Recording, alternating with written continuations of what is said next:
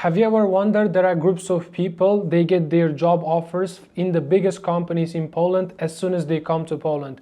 And on the other hand, there are groups of people, they struggle for years to get their first job interview. If you're in the second group of people, you're not alone. And I know how it feels because I've been there for many years. That's why I created this course after me helping 180 internationals here in Poland to get their dream job. Well, in this course, you know exactly why you keep struggling to get your first job interview even, and most importantly, you're gonna learn how to get the job interview that you deserve. In this course, I will cover 5 core models such as job search foundation, CV and application basics, LinkedIn essentials, outreach mechanism, and finally, interview preparation. And I actually designed the course in a way you can actually follow step by step, and you can actually download all the essential tools and resources that I'm about to actually walk you through in this course by joining to my program, which is Capital Career Club. It's completely free, and you can download the CV template, DM script, email script, LinkedIn optimization tools, and as well as interview preparation. So without further ado, let's get into the course and start to get your first job interview.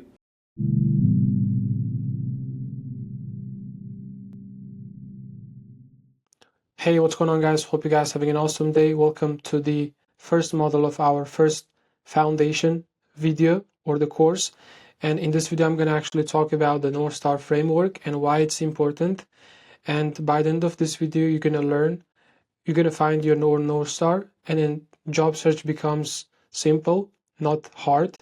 It might be hard, but it's going to be super simple, which you can actually navigate through the job opportunity or the job market. So you have the tunnel focus, tunnel vision, you know exactly what you're actually trying to get.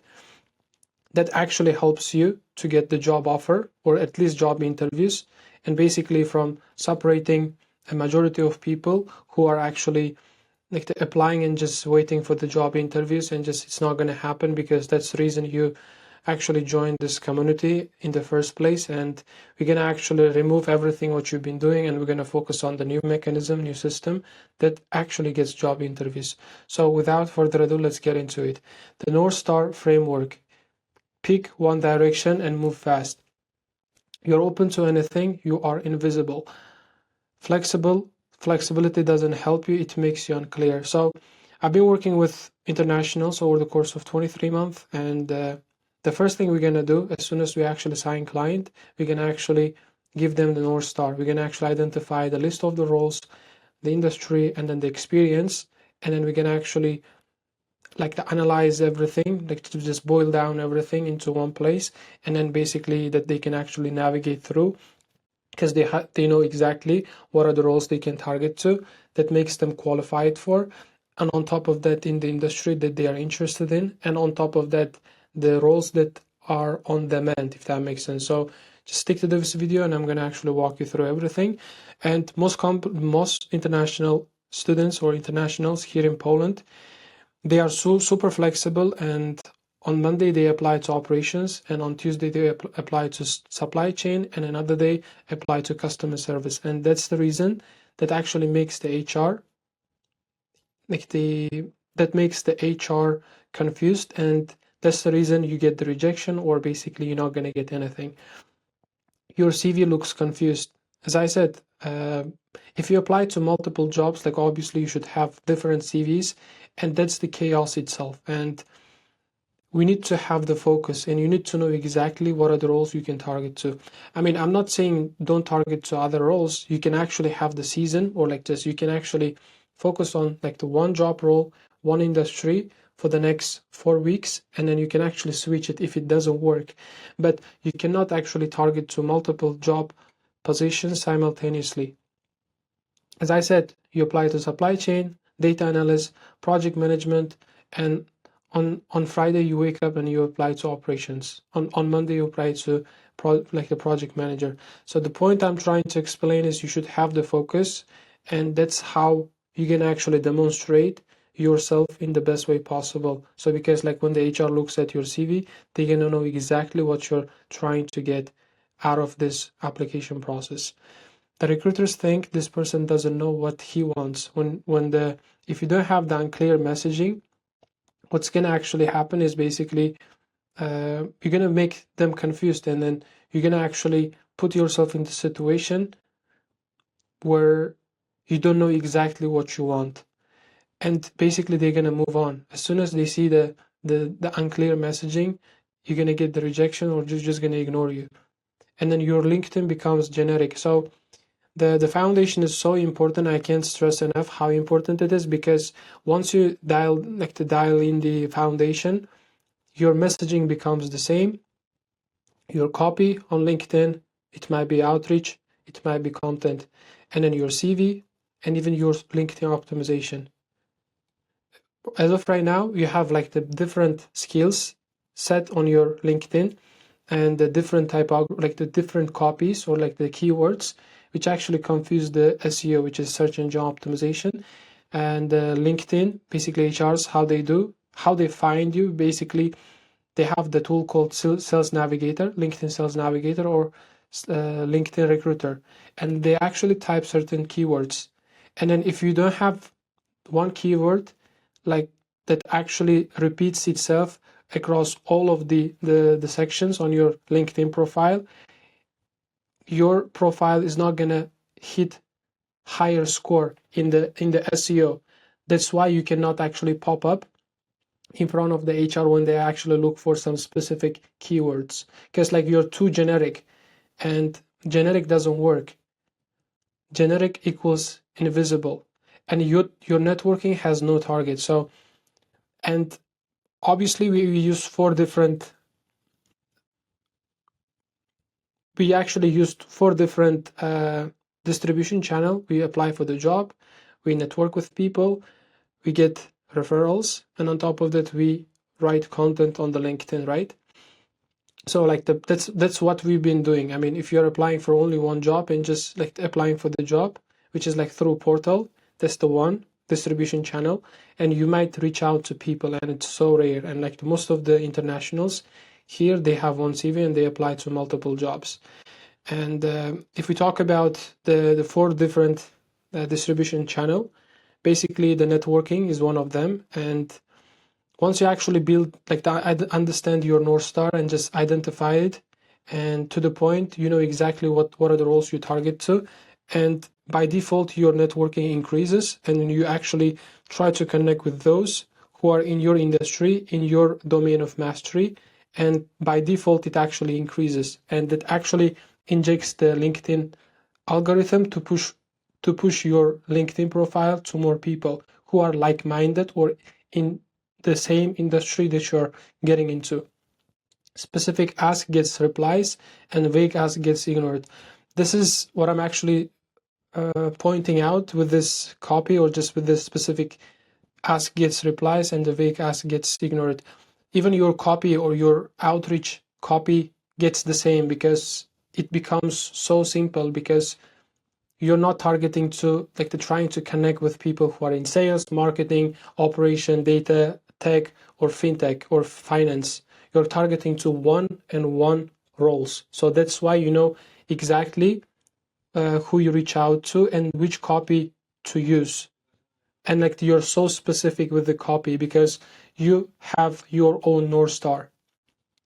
You waste time, and the reason is like the content or the outreach doesn't work, or people don't actually respond to your message, just because you try to actually connect with everybody, like anybody and everybody, and down the line you basically waste time.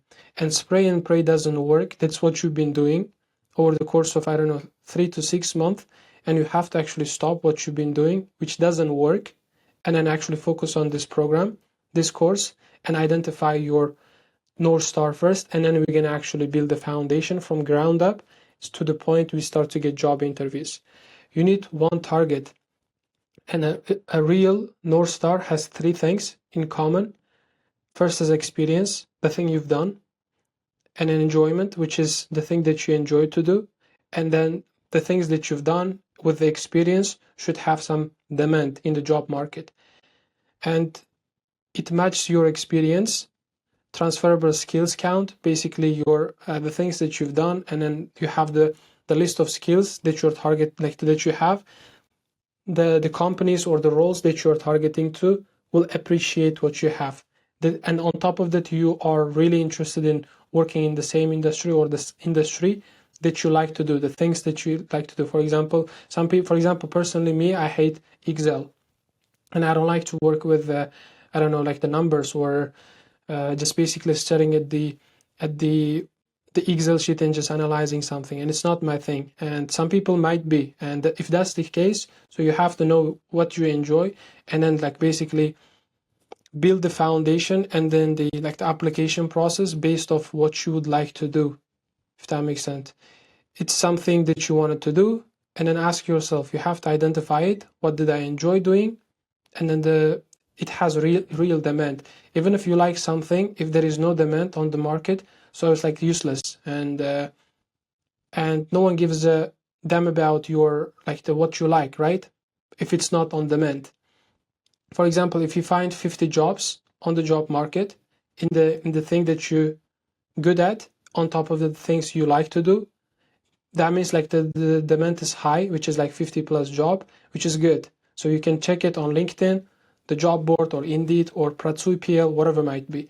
If it's like 5 job, that means that's the problem, and you actually shrink your own opportunity pool. And the more broad you are, obviously you can get the most the opportunity. But if you actually get even try to actually get everything, so that's how you're gonna lose, because you have to have the North Star, right? So it must be specific, role plus industry. For example, industry might be a little confusing or a little small. For example, healthcare, for example, fintech, for example, finance, for example, supply chain, like the industry, like the tech or the SaaS company, whatever it might be. And then the role that you wanted to work, it might be, let's say, marketing and sales. I always give the example. Marketing and sales is a very big topic. Like, it's so broad. And then you have to be specific. What kind of marketing? Is it email marketing, or is it paid ads, or is it organic content, or is it, I don't know, like the SEO for the AI? Like, do you get the point?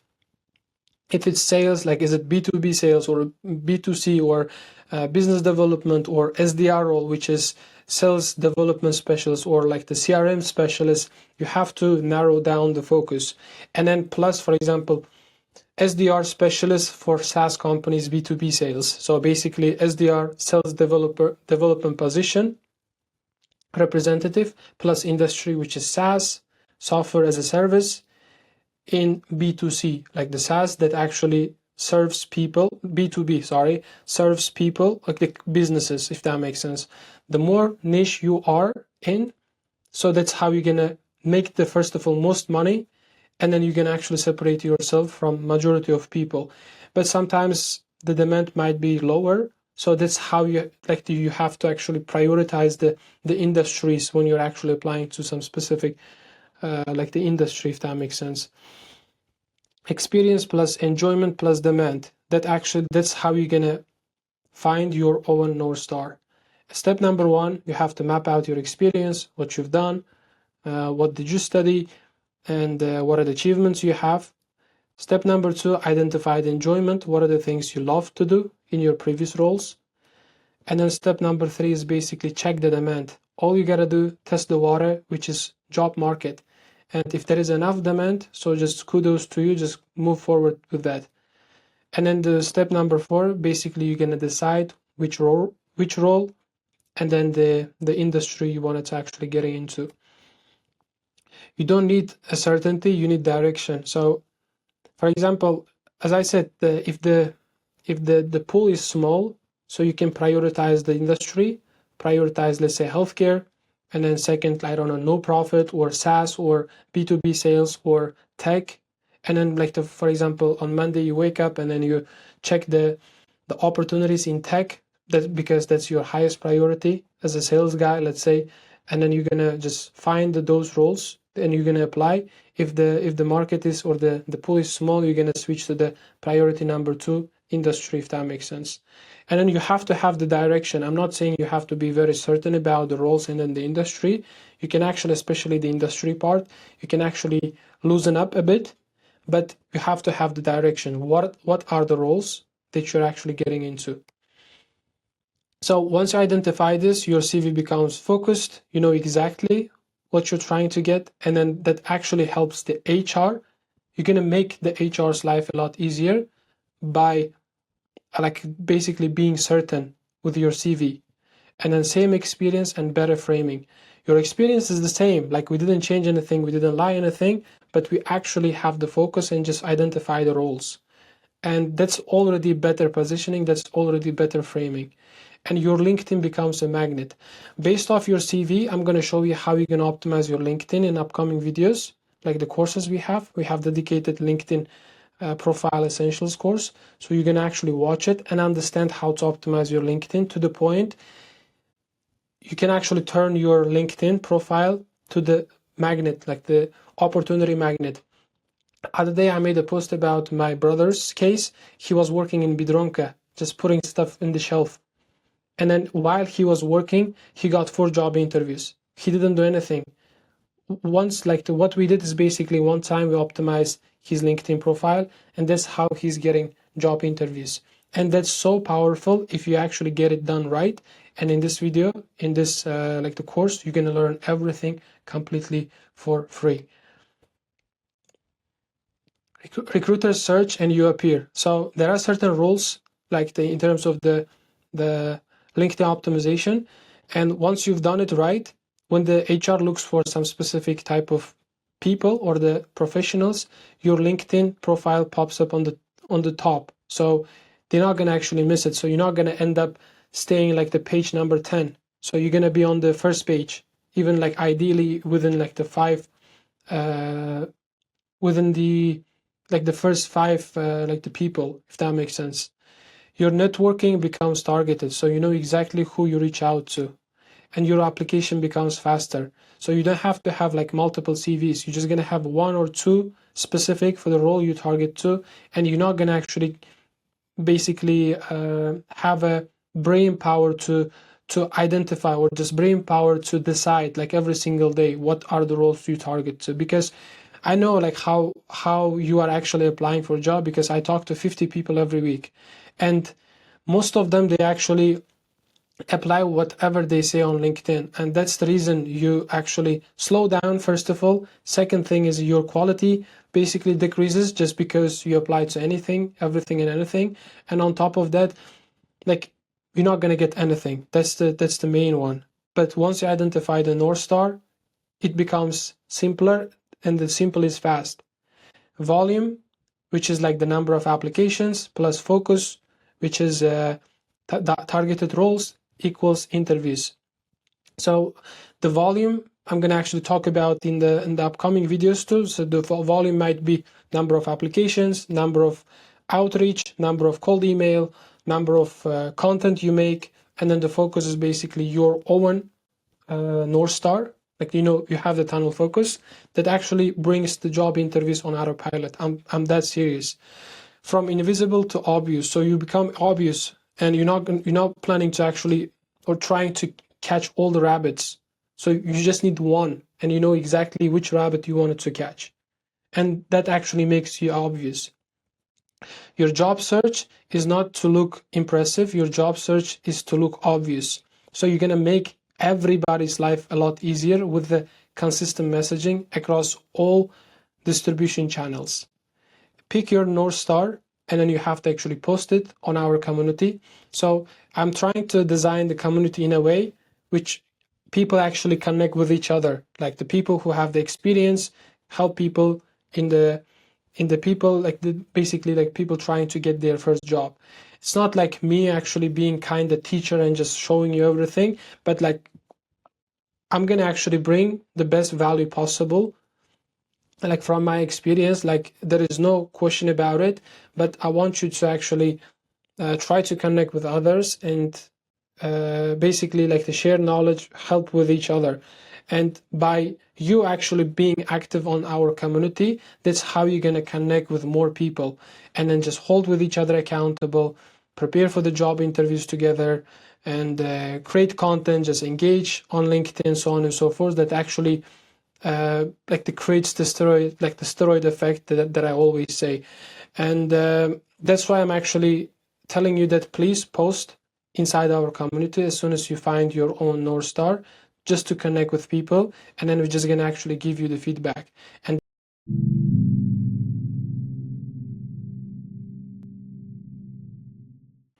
hey, what's going on, guys? Hope you guys having an awesome day. Welcome to the second model of the first foundation course we have in Capital Curricula Freemium. And in this video, I'm going to actually talk about 90 days reality check.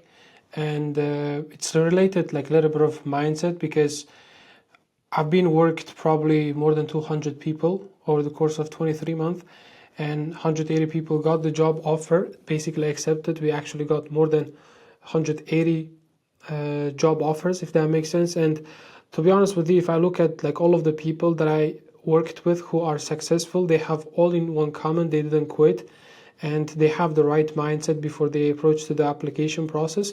Even though the system works, even though we have the great mechanism, it needs time to actually start the effect or just see the results that actually becomes like the snowball effect. And in this video, I'm going to actually walk you through the reality of like the 90 days. And I'm actually, in this video, I'm going to talk about the worst case scenario. But if you actually keep up doing the thing that I actually am showing you, I'm telling you, you're going to get much more faster results. But just put the expectation a little lower. I mean, I want to actually look at the numbers behind the application that we sent, outreach, so on and so forth, on a weekly basis, what exactly you have to expect. And so without further ado, let's get into it.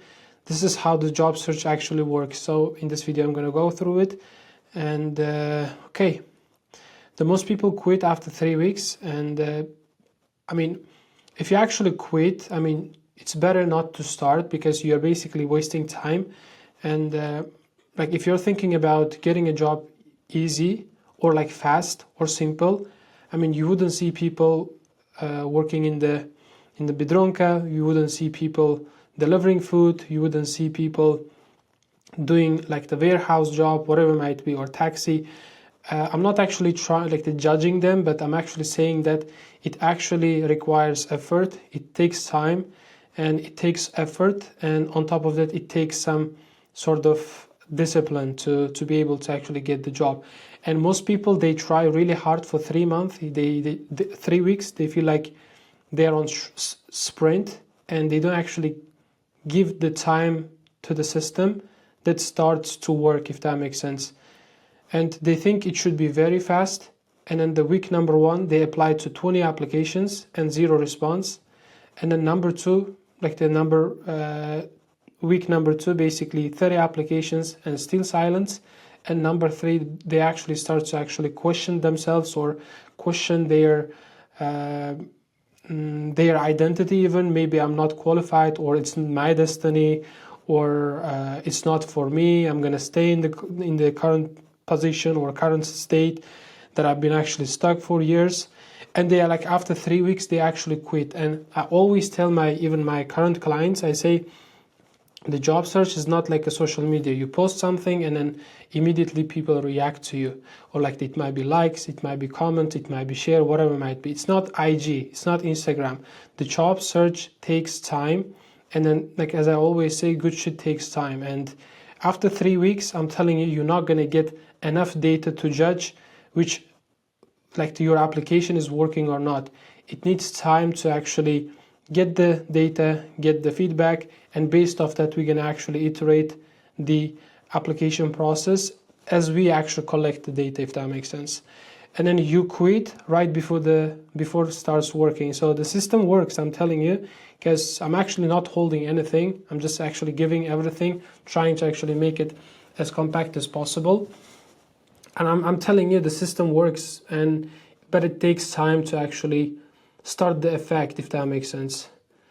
And then most people, they quit before the system or the mechanism starts to kick in, if that makes sense. The most companies, seeing the applications is basically takes 2 to 3 weeks just to review the application. I'm not talking about the calling, the list, I don't know, getting calls from the HR and just basically scheduling job interviews. I mean, the companies, they post something and then they actually plan. Some of the companies, they actually hire someone like immediately, but most of the time, if they're actually opening new department or just increasing the department, like the head counts, I would say, usually it takes like 2 to 3 weeks just collecting the CVs and just reviewing them and just starting to actually book the call with the potential talent. So it actually takes time. And then as soon as you hit the week 3, and if you don't see any results, if you quit, I mean, you don't, like, it's better not like not starting in the first place if you quit at the end. And then the most people actually compare themselves to others, to outliers who got the job offer in 2 weeks. I mean, don't get me wrong, like some people, they get job offers fast, because it all comes down to their identity, or they actually became already someone who is worth to get hired, or they had the experience in local market. There might be like a gazillion different factors in terms of just getting the job offer fast, but I'm telling you, on average it takes 6 to 8 weeks, and you have to be consistent and just keep showing up every day. And this is the mindset. And I'm telling you, if you quit, you will never get a job. Like, that's hands down, like the number one rule of thumb is, like, if you quit, you will never get a job.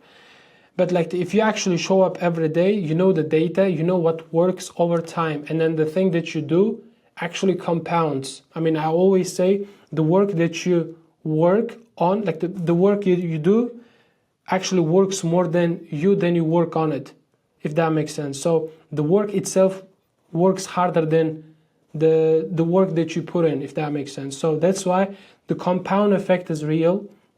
If you keep showing up, you will definitely get a job, and don't expect you getting a job in 2 weeks. If you get it, kudos to you, amazing. But if you don't get upset and just keep showing up. That's normal, and that's not normal. Like, getting a job in 2 weeks is not normal. And like less than 30 days is like literally like abnormal.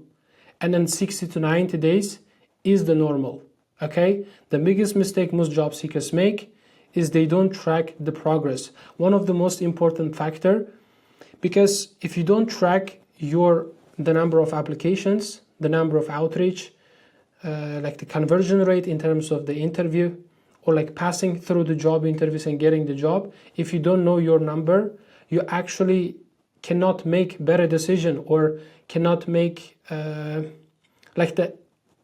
you have to switch off the emotion and then look at the process, or look at the numbers, like in terms of the rational. So that's how you can actually judge the system is working or not, just purely looking at the number. And then I'm gonna actually give you the tracking sheet and all in upcoming videos, but what I'm actually trying to explain, you have to track each and everything that you're putting into. For example, there is a saying, if you don't track, you don't care. And I'm telling you, if you're watching this video, the job search is one of the most important priority at this stage of your life. And if you don't track, basically you don't care the thing that you prioritize. So that's why knowing your numbers, one of the most important thing when it comes to job search. No tracking, no visible momentum. You don't know exactly how many hours you're putting into work. You don't know how many applications you're sending, how many outreach, how many cold DM, how many posts you're posting on LinkedIn, so on and so forth. They burn out, basically, the most people, they burn out, they sprint within, like as I said, 1 to 3 weeks, and after that they disappear, and they're gonna come back after 6 months, after just beating up and then realizing that changing the job or getting into corporate space or just landing their dream job is the only way. And down the line, they're gonna actually lose the momentum. They have to start everything from the beginning, like the ground up. And that's why I'm telling you, if you don't quit, you will win. The consistency beats the intensity. For example, if you're watching this video and then you actually aggressively take action during the first and second week, and after that you start to actually slow down, That's where you lose.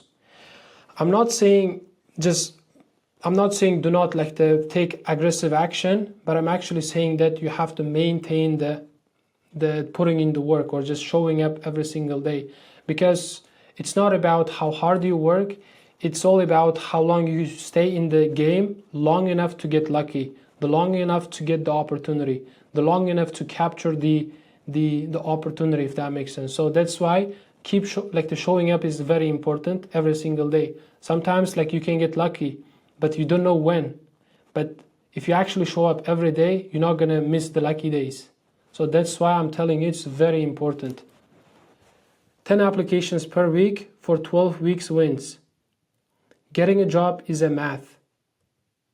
100 applications that you can convert to 10 responses from the HR. I'm talking about the phone calls or the emails for the job interview. And some of the HR, they just check and you won't get the job interview. So hypothetically speaking, you apply to 100 jobs, you get 10 responses, and out of 10 responses, you get 3 job interviews, and out of 3 job interviews, you will get 1. That's the worst case scenario. If you actually focus on the thing that I'm about to teach you, I'm telling you, you're gonna actually increase the conversion rate a lot higher. 20 applications is not enough for the data. And people, they actually apply to 20 to 30 job position, and if they don't see any results, they're gonna actually sit and just be sad. And that's where they lose. And you're not the most people. Most people, I'm telling you, the average people is so messed up. And they don't have the discipline. They don't like basically sit and just work 30 minutes straight up without any distraction. And if you cannot actually sit and just work like 1 hour every single day for your job search, I mean, just ask yourself, who's gonna even hire you? If you cannot actually just focus and just on like basically changing your life. That's the mindset thing. And like it's not gonna happen overnight. Just do not wait. Don't expect to get a job in 2 weeks. And good shit takes time, as I always say. Speed beats the perfection. And I want you to start like imperfectly. And don't wait for the perfect CV, or don't wait for the perfect outreach mechanism, or don't wait for the perfect interview prep. As you actually expose yourself to the real world, or the application process, or the interview, that's how you're gonna get the feedback, and you can actually iterate your approach. And then the data is the most important, the feedback is the most important thing. The 3 hours per application is like basically 12 application in 4 weeks. So it is so simple. I'm gonna teach you how you're gonna make CV so fast, and like within 3 hours basically you can apply to 12 jobs like easily. And if you actually show up every single day, 1 hour, 1.5 hours, you can actually peel up a lot of applications weekly, even like without burning out yourself. 20 minutes per application is basically 60 applications in 4 weeks. I mean, if you want to speed up the process, like the double down the effort, like the triple down the effort, just spend more time on your application, spend more time on your job search. And there is no like some certain rules you have to spend 20 minutes or 30 minutes or 1 hour. I mean, just put 20 hours like focused work. If you need a job in 2 weeks, like I'm telling you, like for example, like people that's like the super obvious thing.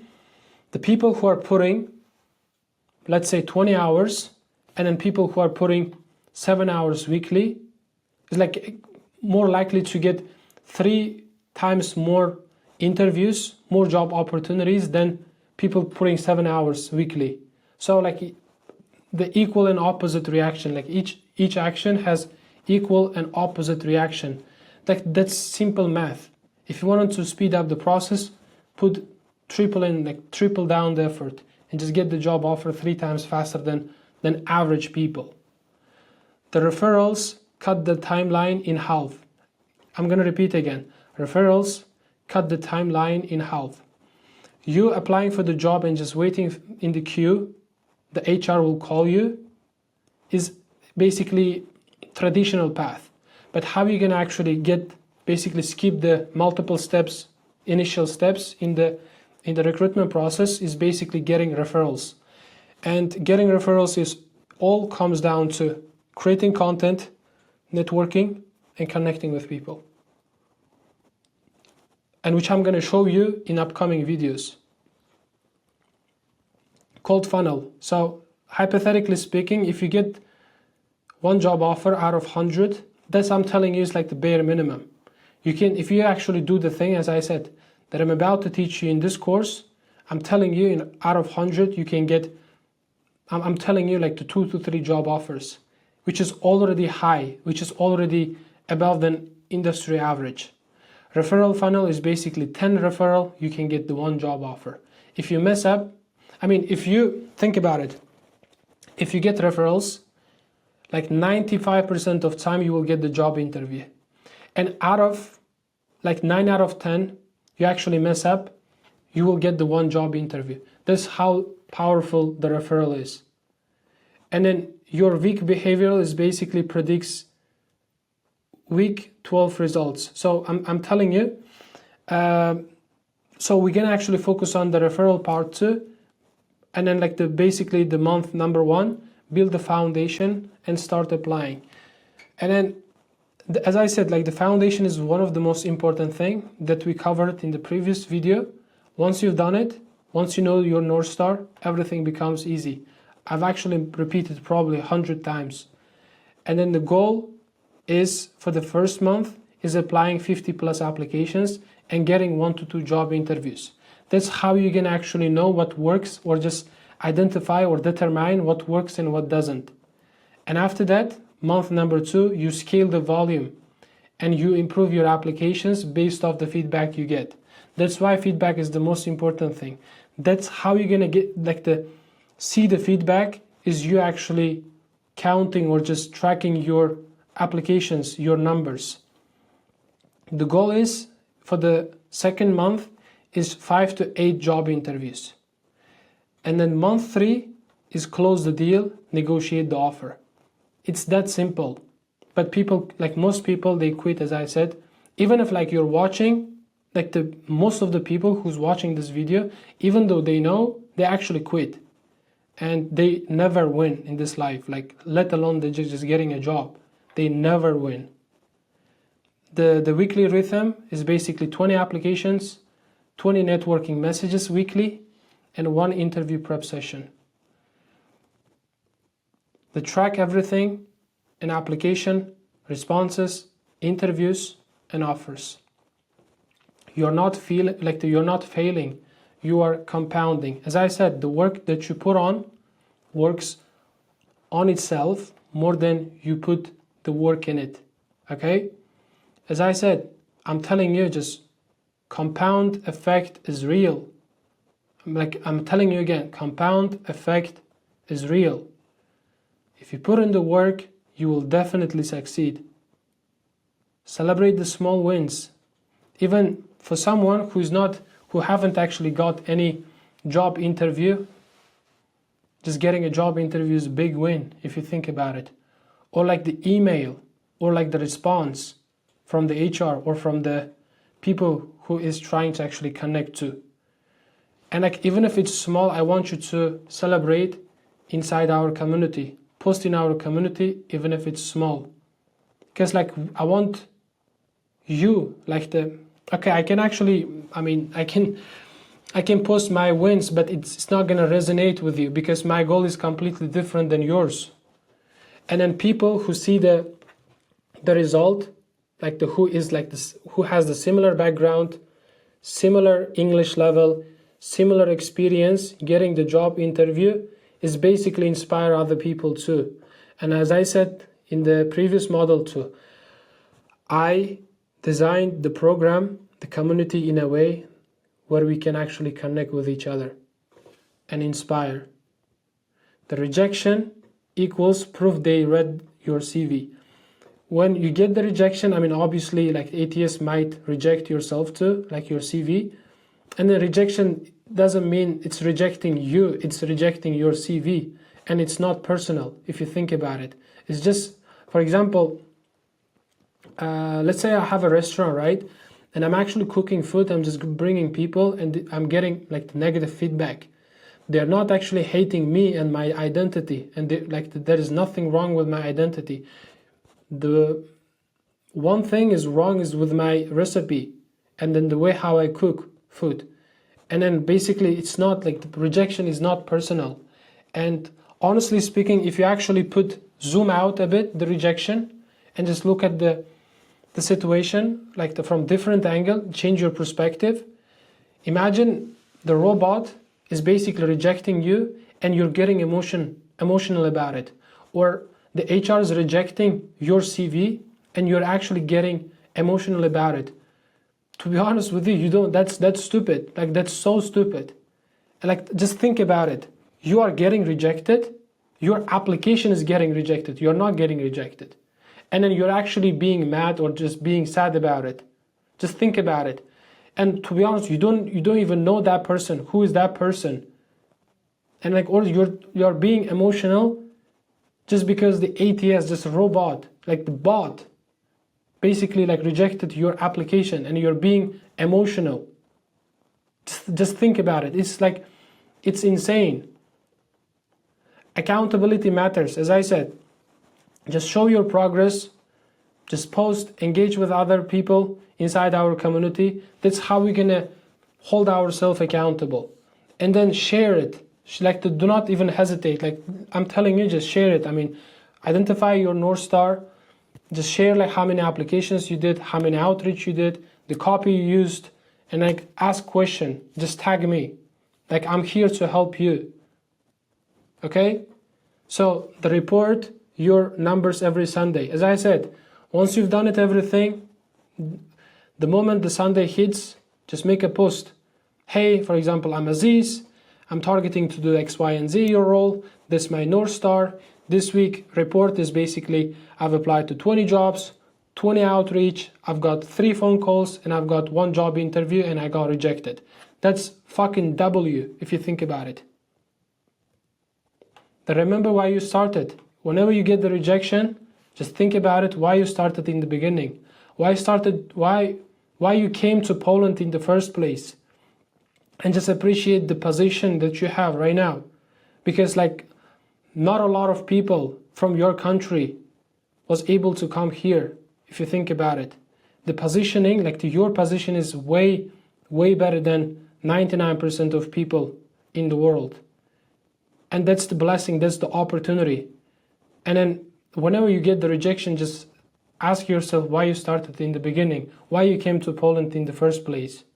The consistency beats the motivation. As I said, you fire up after watching this video, you're about to change your life, you're so committed. I'm telling you, the week 3rd comes, like basically the week 3rd comes, and after that, you're just gonna slow down.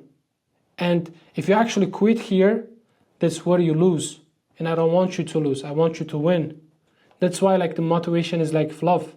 The discipline, you being able to show up no matter how many applications you send and getting rejected, and just figuring out to get what you want.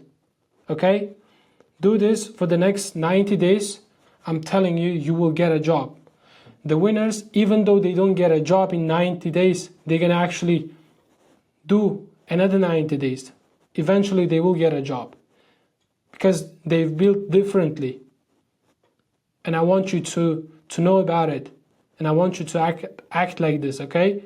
And whenever you remind yourself why you started in the first place, that's your superpower. Okay? That was the video about it, and it's a little bit of motivational or whatever, but if you actually look at this thing from different perspective, I'm talking about the rejection, how you can handle it, how you look at the rejection from different angle. That's how you can actually change your behavioral, and you're not going to get emotional. As long as you don't quit, you will win.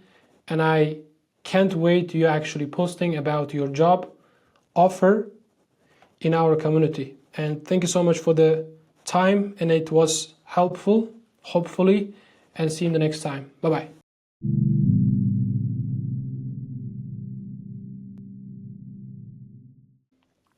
We have only one objective, in the week 1, which is getting you started. And I don't want you to sit in the place where you can actually analyze and just paralyze the thing, but you're actually getting started and just seeing the feedback and just approaching the application process with the new approach, if that makes sense. And you cannot actually optimize the thing which you haven't delivered yet, because all it takes is basically getting started. And I don't want you to actually wait probably like, I don't know, just finish the entire course and just getting started, but it's not going to happen. It's not going to work that way. And I want you to finish the model at one time at a time, if that makes sense, one thing at a time, and then just apply the new mechanism or the new thing and just try it in the real world and just move on to the next model or the next course. And that's why I'm just going to go through what exactly you have to do. And we have only one objective in week number 1, and we need to get started and start moving and not preparing. So the most people wait to feel ready, because feeling ready is not thing, like it's dedication. It's like deciding that you're ready. And I don't want you, as I said, sit in the place where you analyze, paralyze thing, and then just wait for the perfect time. But it's not going to happen. It's not going to come because you don't feel ready. And it's the dedication, or it's like deciding you are ready. And I don't want you to be most people. So I want you to win. That's why you have to take aggressive and massive action, even if it's imperfect. Getting ready is procrastination, and then the perfect CV doesn't exist. And then the version number 1, basically the CV that I'm about to show you in the next model, is gonna, even if you have the tools, even if you have the structure, templates, how to write content, whatever, it's not gonna be perfect, and it's gonna suck, and it's supposed to suck, and that's completely okay. You cannot improve what you haven't shipped, as I said. You cannot improve the CV that you haven't applied yet, if that makes sense. So only the market dictates whether our CV is good or not. And whoever says like this is the perfect CV, it's not the case. As I said, as long as you apply, you have the data, that's how you're going to iterate.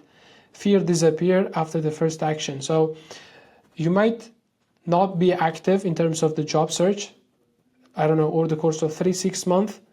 Probably you actually quit and you decided to actually come back, right? So if that's the case, you have some sort of obstacle just like to go through, or just you're kind of rusty, if that makes sense. You're not smooth because you stopped a month ago.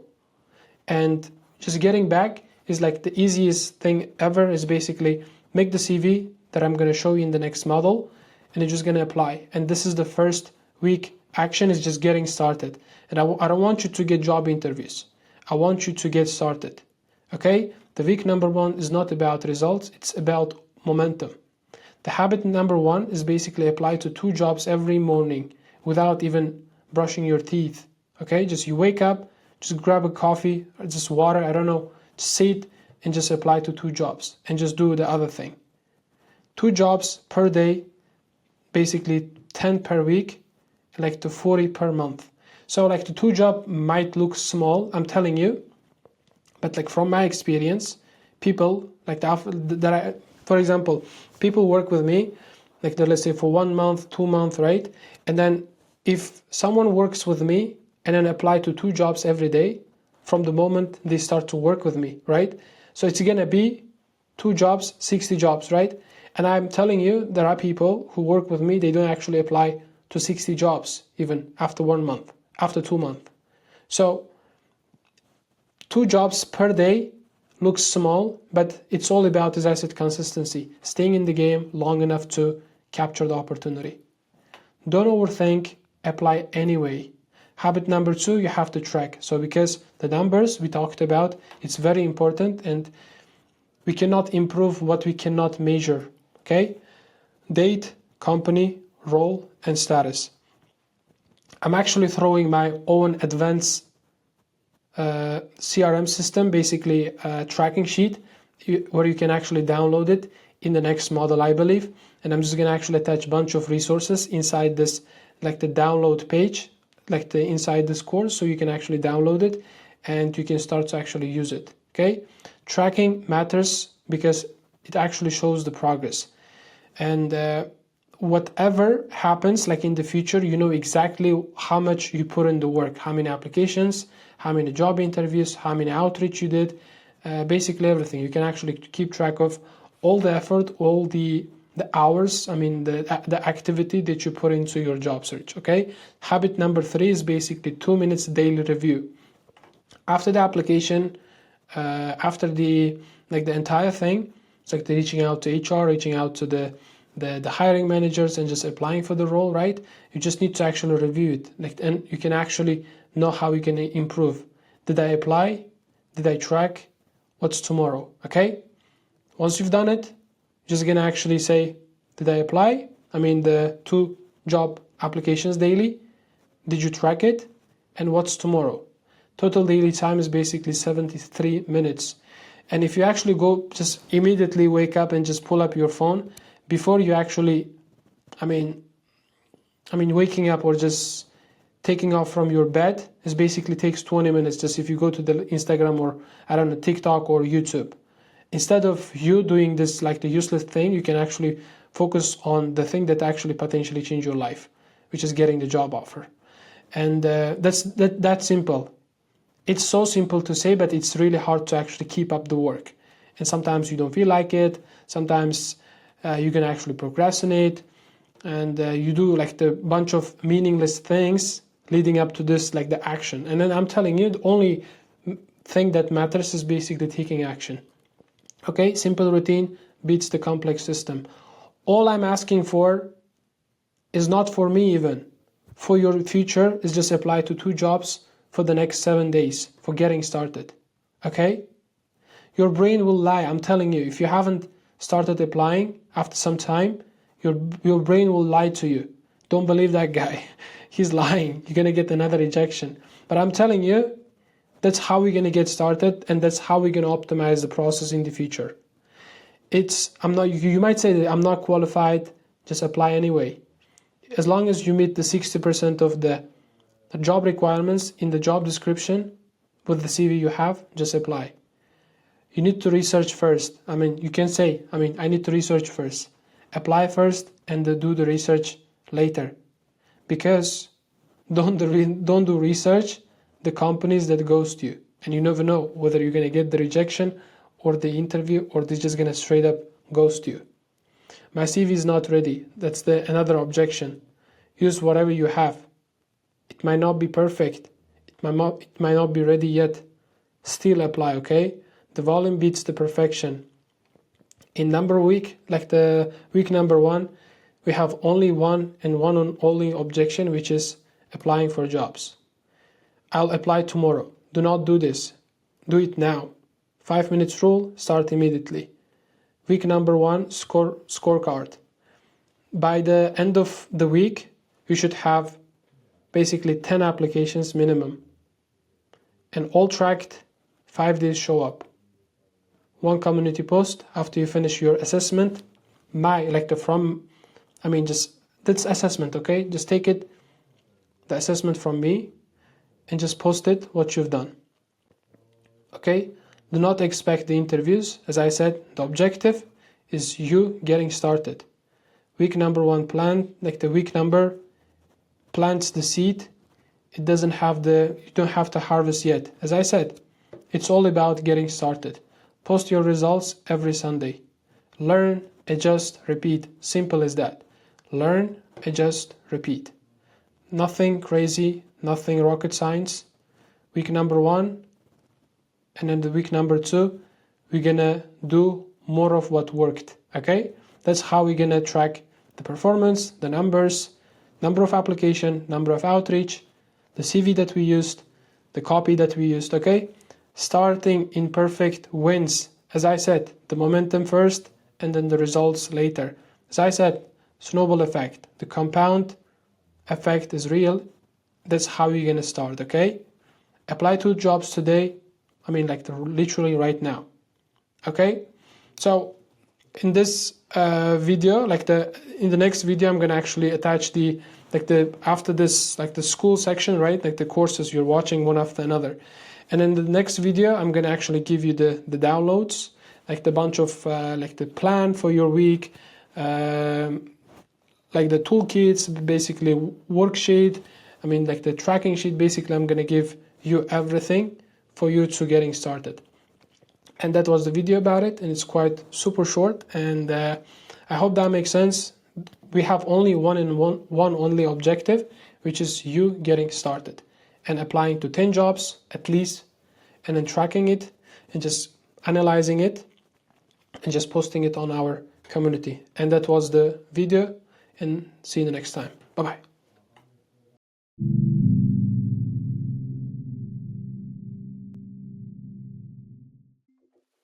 Listen, champ, congratulations. You're almost finished the first model, which is the foundation, one of the most important model in our community. So I'm just gonna actually recap what you need to do in the next step. And so you watch the North Star, you know exactly what to do, like how to find the tunnel of your vision. And then you know exactly how to actually stay focused in the next 90 days. That actually helps you to get a job. You're not gonna quit, champ. And you know exactly what to do in the first week. This is the action plan, right?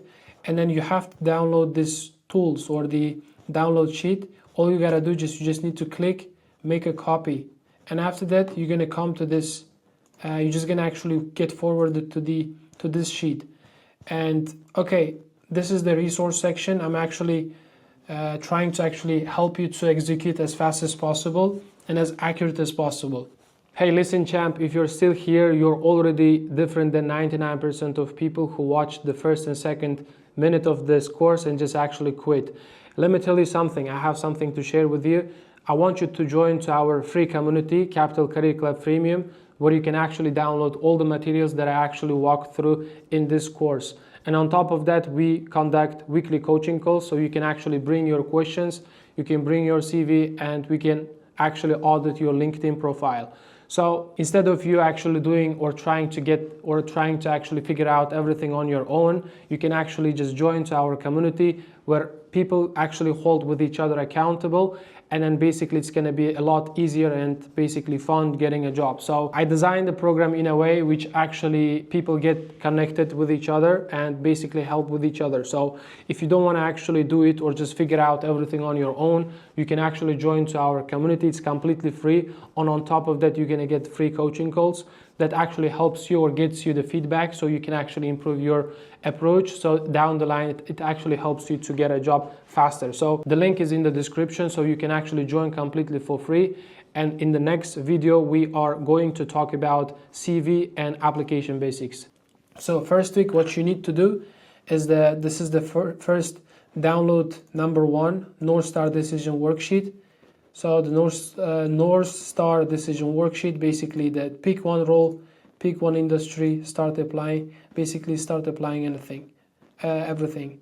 And it actually takes probably 15 minutes to analyze your background, your experience, finding what you like, and then checking the demand, whether in the job market there is a demand or not.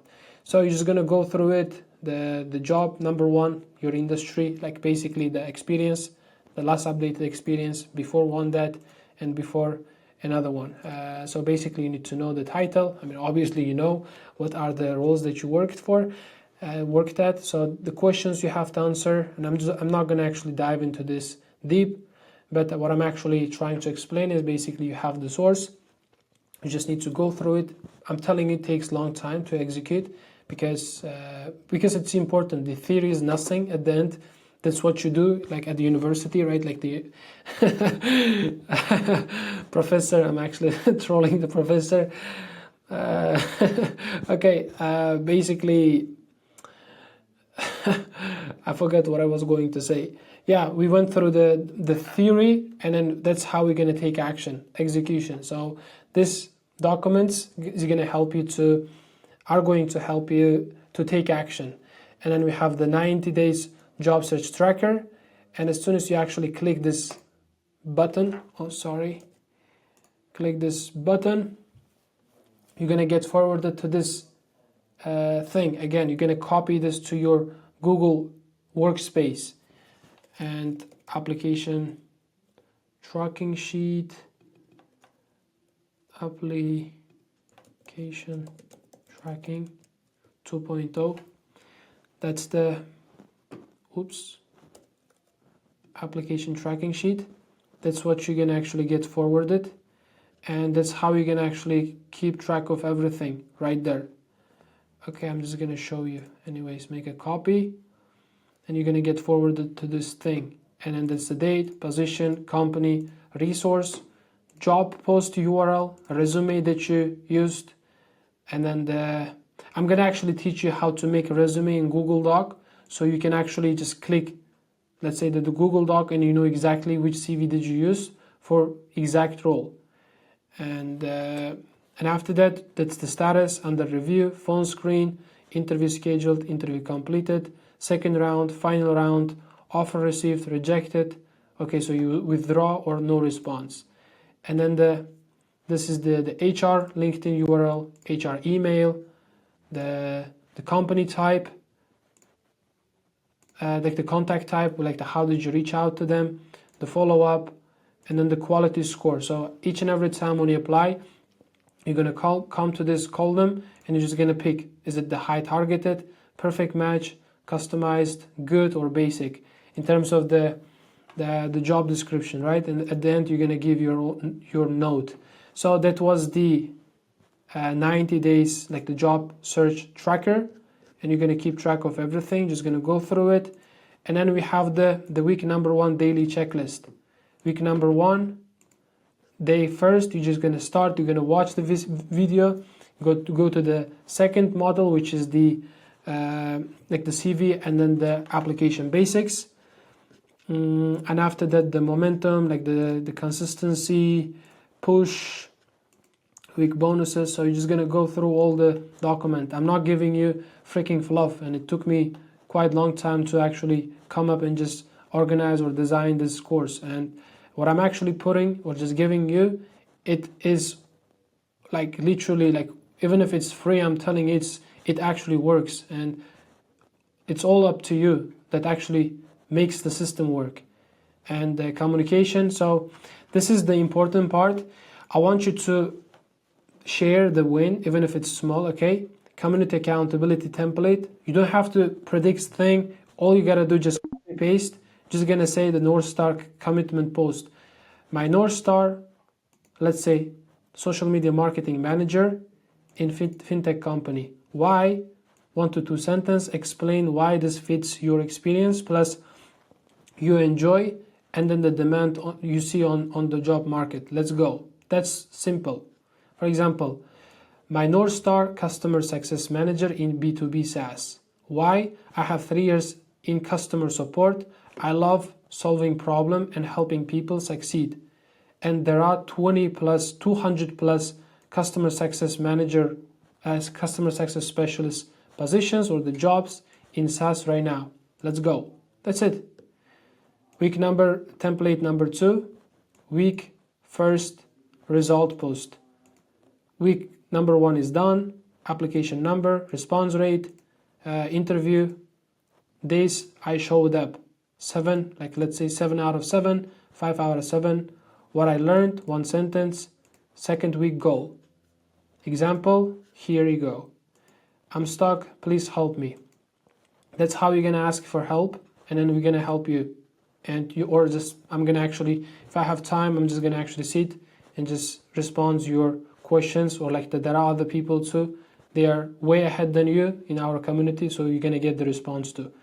And if you have something that you know, just answer, and don't be egoistic, or just, I don't know, just take everything and just get out of here. I want you to actually provide some value too, not me, but you actually, from your experience, or just help others. And I'm trying to actually design the program in a way that we can help with each other, okay? And then the template, basically this is the monthly progress update, small win celebration, and then the first interview post, offer received. That's it. Why we need to do it? Accountability, support, motivate with each other, and evidence that shit works, okay? And I'm being super transparent with you. That's the reason the first thing first, I want to help people, and I want you to help other people too inside our community. If something that you learned, just share it. If something pops up, if something not working, just ask. If you know something, just help others. And that was the downloads. So all you gotta do is come here and you can actually download from here. And that was the video, and congratulations, you've done it, and it's time to take action, okay? It is time to take action. All you gotta do, just come here, you finished the course number 1. All you gotta do, you're just gonna click and you're gonna move forward to the classroom, which is like the CV and application basics. And that was the model number 1. Congratulations, you've done the foundation, and let's get to work.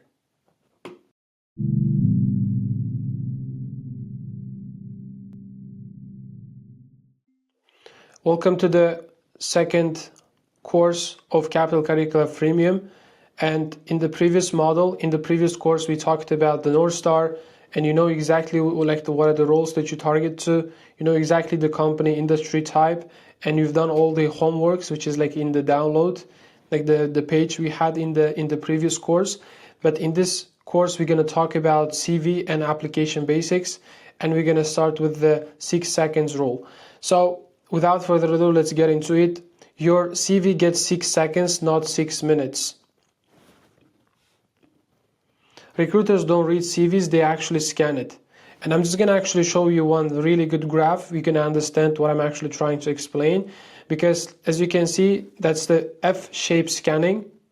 Like basically, there is like the study, like the HR, they don't actually read the entire CV. They actually scan first of all. And then even if they read the CV, they can actually focus on the dots that you can see on the screen, like the in terms of the layout, or in terms of the which point of the CV is more important for them to make the decision, like whether you're gonna get the rejection or the interview. And as you can see, like the red-ish, like the points on the CV right now, it's like the people, like the HRs, they spend the most time on.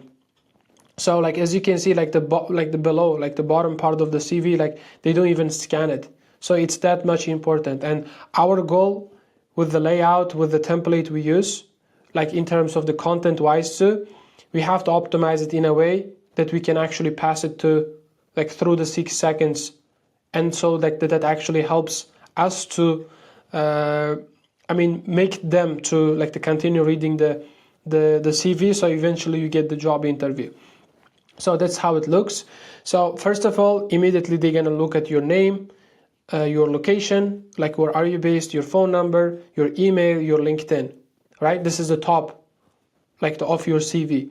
And then second thing is like the summary section. If you can actually put a compelling summary section, like your value proposition, specifically for the role you're target to, you're more likely to actually pass it through the ATS. That's the first signal. And then second thing is the experience. They actually go through the company, like what are the company that you worked, did you work, and then the position wise. And they're gonna immediately look at the bullet points.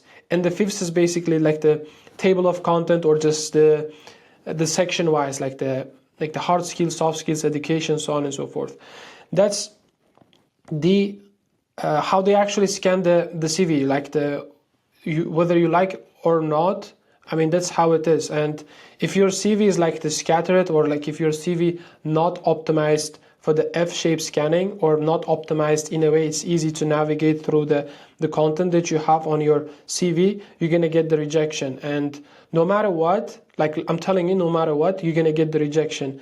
Even if you have like really good CV, like in terms of the content, in terms of your achievement, but if you cannot position or just put the content in a way it's easy to navigate through or just scan through, you're going to get the rejection. I mean, that's how it is. On average, in 8 hours, one job position or one job posting gets around 200 applications, and you can do the math. So at this stage, first like the scan is like 6 seconds. That actually dictates whether you will get the rejection or not. You fail the scan, the HR won't read your CV, and that's so important. Our main goal is just how we're going to differentiate, or how we're going to make it easy for them to qualify us within a 6 seconds, so we can actually present ourselves with more content, with more like the bullet points and achievements, so eventually we get the job offer. So the number one goal is you and I positioning for the 6 second. So they hunt for 4 things, like I'm just gonna actually talk about it. And the first one is the job title, the list of the job, like the experience you have on your CV, which is relevant for the role that you apply to. And then the wake, does your title match the role? So the first question they're gonna ask is basically, is this person qualified for the role? Does he have or does she have the relevant skills or the job titles for the role we are actually looking for, right? The wake titles fail, and then the clear titles win. I mean, if your title is like not clear, you can actually change your title. I'm that serious. And for example, I have one girl, she's working with me, and then like her title is programmatic marketing specialist. It is very vague. I mean, programmatic is kind of very niche down, and then if she actually puts this like the job title on her CV, and then she's not going to get anything because it is vague, and you have to put it quote unquote popular role names or just role like the titles, if that makes sense. Second thing is the companies. Are they recognizable? For example, Google, Amazon, Netflix, LinkedIn, I don't know, YouTube, TikTok, I mean, like Allegro, like these are the companies that are very recognizable, right? And if that's the case, you have to actually mention in a way that is visible.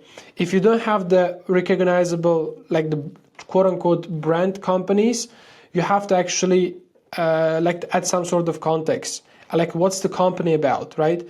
And so you have to actually put it in a way that there is some sort of context.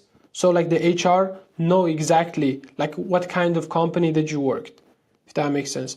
Your experience length. So for example, if the job position, do you meet the minimum years? So job position, they say, let's say we're looking for marketing specialist with 2 to 3 years experience or equivalent for the university. So that means you have to have like a minimum, like the bare minimum, like the length of experience. And dates must be visible. They have to actually qualify you. They shouldn't actually try to find this. It should be obvious, right? So it's all about what kind of template you use, how you can actually place these informations, which are optimized for the 6 seconds. And like in the upcoming videos, I'm gonna give you like the really good template that actually landed 800 plus job interviews last 23 months. But as of right now, I want you to understand why we do what we do. Okay, number 4 is key skills. Are the exact keywords easy to see? I mean, obviously, in the job position, in the job role, in the job posting, you're gonna know exactly what they are looking for, and just it's all about the mirroring. You have to put these keywords or just tools which are required from the potential candidates for the specific role, so that you have to put it in a way which is easy to scan, and that's how you're gonna win. If they can't see it, they assume you don't have it. Just think about it. Even if you have the relevant skill, relevant experience, if you don't know how to put it in a way, they don't have to look for it. You're gonna assume that you don't have that skill, and you will get the rejection. You compete with 199 other CVs. Just think about it. Like I told you that in 8 hours, on average, 200 applications is actually like the one job role actually gets, one job post gets. So just think about it. You're competing with 199 other CVs, right? You don't get rejected for being unqualified, you get rejected for being unclear. Design for scanning. All about the objective is how we're going to pass it through the ATS. Not the ATS, but the 6 seconds. Top of the page, most important, you're going to stack up your relevance, like your relevant points for the role that you target to. That's so important. Like we talked about the F shape, right? Top of the the page is the most important, and you should have only one page CV. I'm that serious. You should have only one page CV, which is easy to navigate, which is obvious, and then basically address the elephant in the room like that in 6 seconds.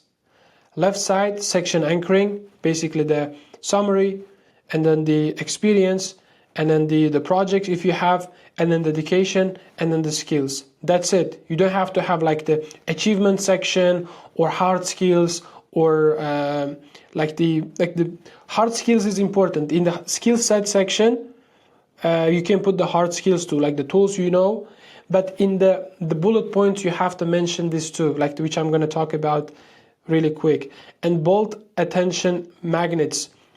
So you have to put it the words, like the most important points of the sentence, as a bold, to the point, which is easy to navigate. So I don't have to read it, I just need to scan it, and then like just using this, like the actionable verbs, right, or the tools you used, or the impact achievement, like the impact metrics, right, what you've done and what you've achieved.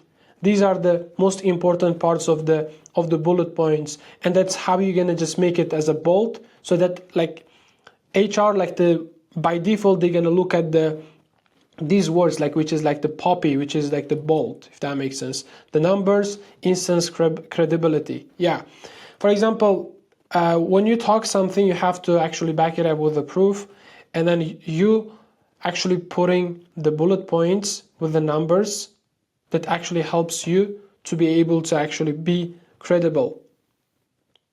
Okay, the bullet points only. We don't have to have the graphics, because it kills the clarity, and your number one goal is not to confuse the HR and make their life easier to make decision. And then graphics, and then the different elements, and then the different like the formatting, like the paragraphs that actually confuses the HR. And before that, like there is a system called application tracking system, ATS. We obviously know this is so bad for the ATS, because it doesn't recognize the element, and only the numbers, only the keywords, and only the words, if that makes sense.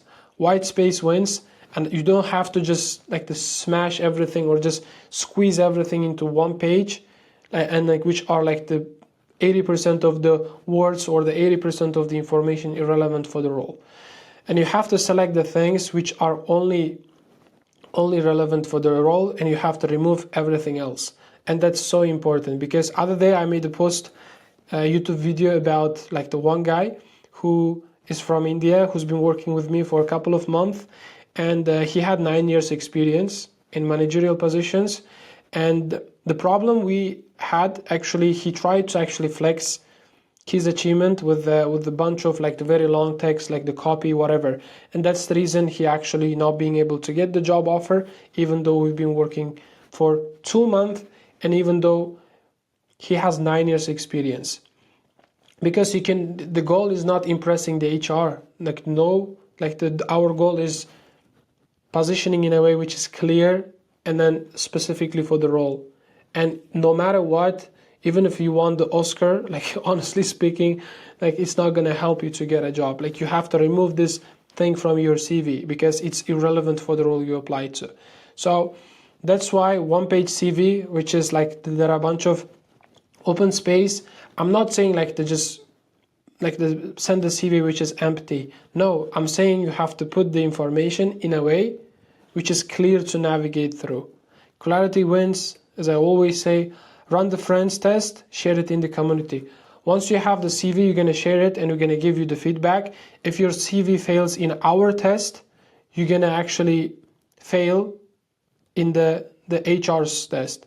So if your CV fails like in our test, because like we're going to give the feedback to, it's going to fail in the HR scan. Clarity beats the qualifications, and pass the 6 seconds and earn the interview. Okay, if you had to take one thing from this video, it's gonna be all about clarity and all about positioning, or just In terms of the layout, we have to optimize for the F shape, and then we have to put the most relevant things that we have on our CV on the top of the page. And that was the video. And in the next video, we're going to talk about something else, probably practical thing. And as of right now, just understand what I'm actually trying to explain with this video. And that's one of the most important reasons you are actually making and you are not being able to get the enough job interviews. So that was the video about it, and see you in the next one. Bye-bye.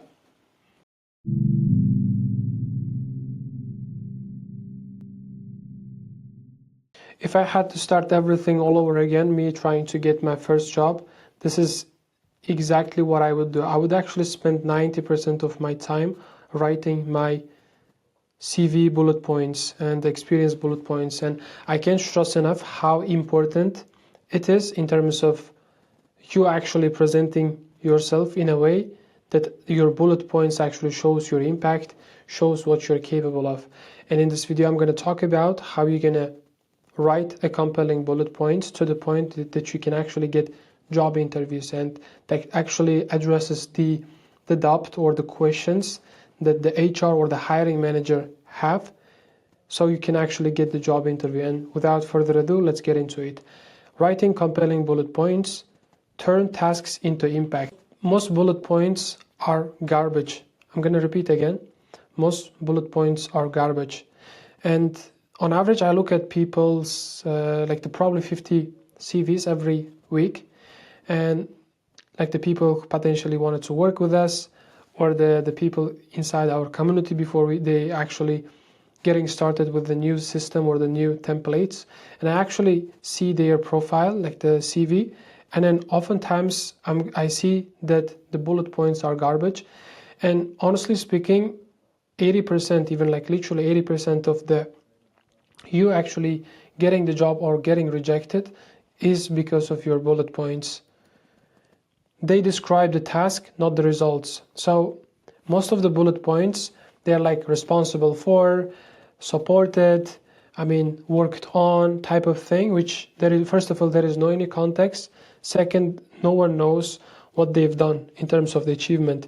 So there is no any results, and like no one knows what's like the tangible thing. The recruiters don't care what you did. They only care about what changed. Literally, like what you've done. They don't care about like what kind of project you supported. They don't care about like they care about the project you supported, but if you put it in with the numbers, with the actionable impact, I would say that actually makes huge sense. That makes the big changes. So like down the line, you get job interviews. Task equals job description, and impact equals achievement. Run so what system we have, for example, managed customer accounts. So what? Retained 95% of customers, generated 500,000 revenue. That's tangible. If there is no measurable results, delete the bullet points. Use this formula: action plus tool plus results. Action is basically what you've done. Managed, led, developed, delivered, supported, or the executed. Like these are the actionable verbs. That these are the strong keywords that actually triggers the HR's brain, or just like this stimulates the HR's brain, if that makes sense. Okay, and then the tool. What kind of tool did you use? Action, which is launched new email campaign using the cool tool called ConvertKit, and acquired 500,000 worth of customer. Proof beats the claims, the numbers beats the words. If you don't have numbers, you look average. There are 4 types of numbers, and I'm going to actually walk through one after another. First of all is efficiency. For example, the time saved, speed increased. The number 2 is scale, which is users, accounts, volume. And then the third one is quantity, accuracy, satisfaction, error rate. So you have to actually find your own edge, or the things that you're like industry appreciate? Is it the time efficiency? Is it the cost efficiency? Or is it the speed? Or is it the quality, right? And then the last one is like the business impact, revenue, cost savings, and retention. For example, if you are in, let's say, like analytical roles or operations role, operations might be speed, but the analytical might be basically reducing error. If you are in marketing or sales, cost, revenue, retention, these are the things that the industry appreciate. You have to know what exactly the company or what exactly the role that you're targeting to appreciate, or just actually take it into consideration, which is attractive in their eyes, if that makes sense.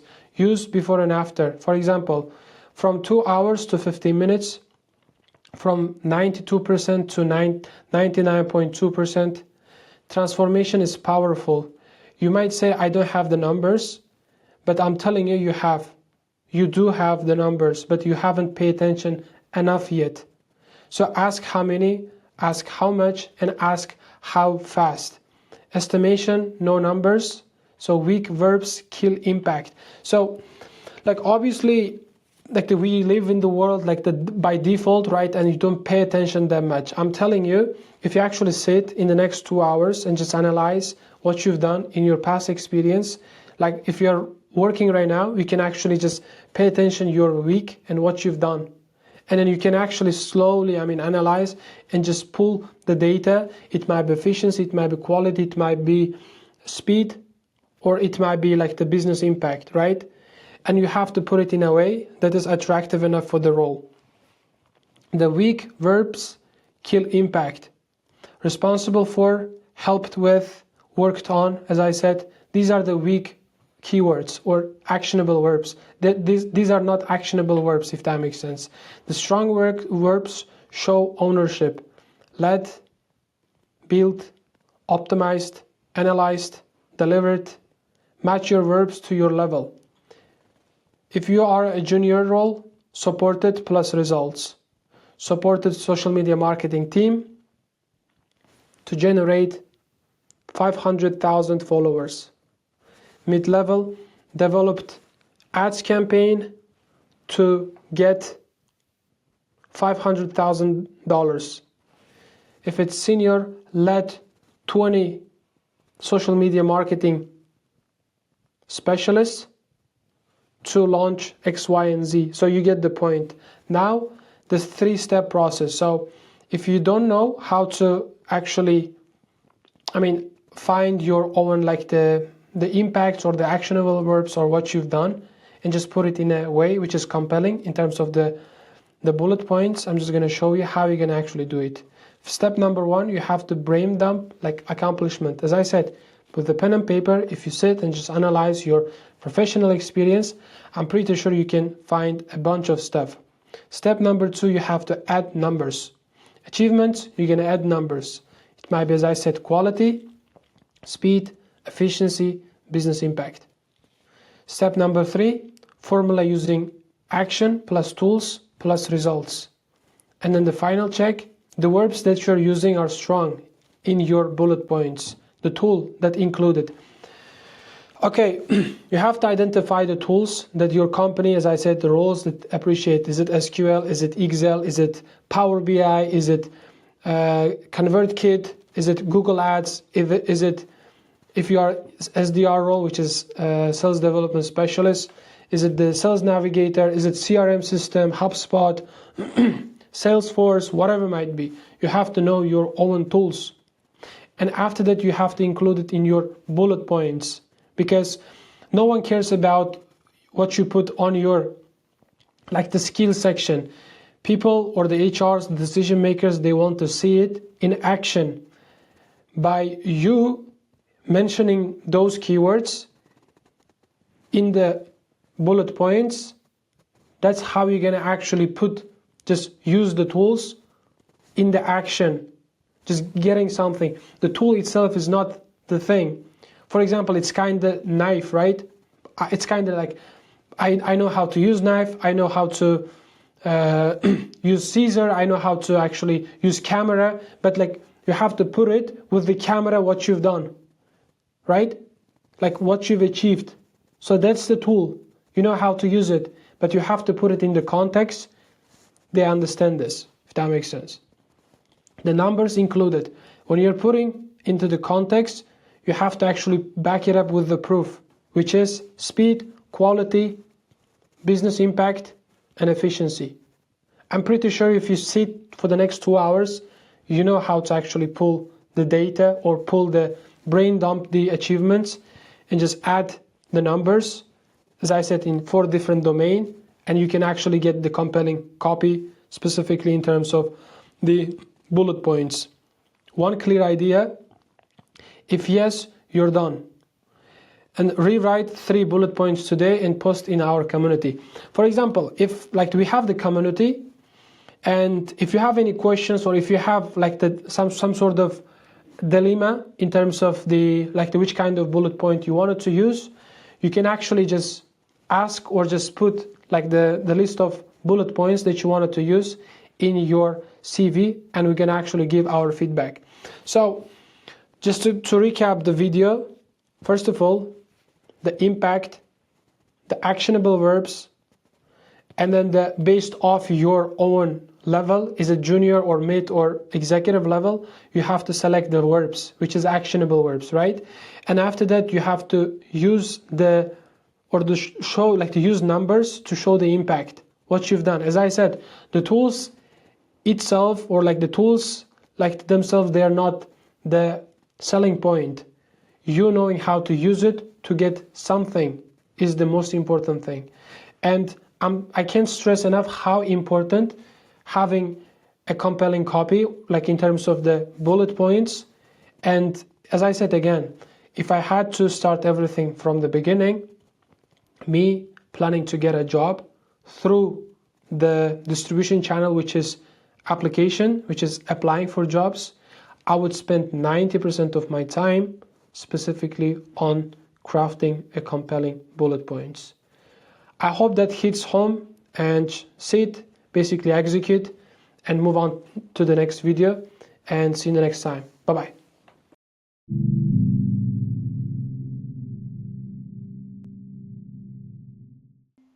Hey, what's going on, guys? Hope you guys are having an awesome day. So in this video, we are going to talk about where we're going to find the job opportunities. And up until now, we covered the North Star, we covered the CV structure, we covered the 6 seconds rule, and we covered the bullet points, right? How to write the compelling bullet points. And at this point, like hypothetically speaking, your CV should be done, but it's not going to be done because in the next model, I'll give you the template so you can actually make a compelling CV. So before that, I'm just going to tell you how, like in this video, I'm going to talk about where you're going to find the job opportunities, and you're just going to ignore the rest, okay? So without further ado, let's get started. Where to apply, and use what works and ignore the rest. Most job boards are a waste of time, and the majority of them basically suck, and they don't actually hire people. They're actually the lead magnet. And from my experience and helping people to get a job, we actually found these three most important ones, specifically in Poland. And then you just need 3 and that's pretty much it. First of all is like the LinkedIn is primarily source, because if you see the job posting on the company page, like the 90% of time, you will definitely see it on the LinkedIn job board. Second, like the search your North Star filter at last 24 hours. So the more you be the first, like the applicant, you're more likely to get the job offer, because that time the competition is going to be like lower than like the basically applying after 1 day or like 3 days later. And apply as early as possible. And because like if you competition, an easy apply basically is the game changer, because you can actually apply in the more applications in very short of period of time. So like the speed plus volume. Second thing is like your second resource is like 20%, which is like Indeed. You can use the Indeed. It's a good source also, but as I said, like oftentimes you see the job posting like on Indeed, probably 90% of time you're gonna see that post on LinkedIn too. The distribution or just last resource is basically company career page. And I would say it's the best one, because if you have the let's say the Excel sheet or the Google sheet, you can actually put all the favorite companies or popular companies. They hire internationals that you're qualified for, right? And then the time to time you can check it, and then let's say it's the 20% of the job, the opportunity, the job board, if that makes sense. And then make a list of, as I said, 10 to 20 dream companies on the Google sheet, and the time to time, once per week, you can actually check it if you see something. So you're gonna apply from the official website of the company. And you have to actually avoid the time wasters like Glassdoor, Pracuj.pl, or OLX or Facebook. I mean, it doesn't make sense, and I want you to get the most for the bang for your buck, if that makes sense. Better research, better the results. You use your the exact North Star, because up until now you should know what exact role you're targeting to, and then you have to actually use the keyword and then add the location filter like Poland, remote, or both. And then when you're actually doing the research, or just you have to put the keywords in a way, for example, product manager, product owner, and program manager. So different companies name different position, the name, the title, but if you look at the job description, I mean, they say the same song, the same song, if that makes sense. So the requirement wise, it's the same, but the title of the post, or the title of the job posting is little different. So, but it doesn't mean it's completely different role. It's the same role, but the naming is different, if that makes sense. For example, data analyst, BI analyst, or analytical specialist. Getting a job is all about math that we covered.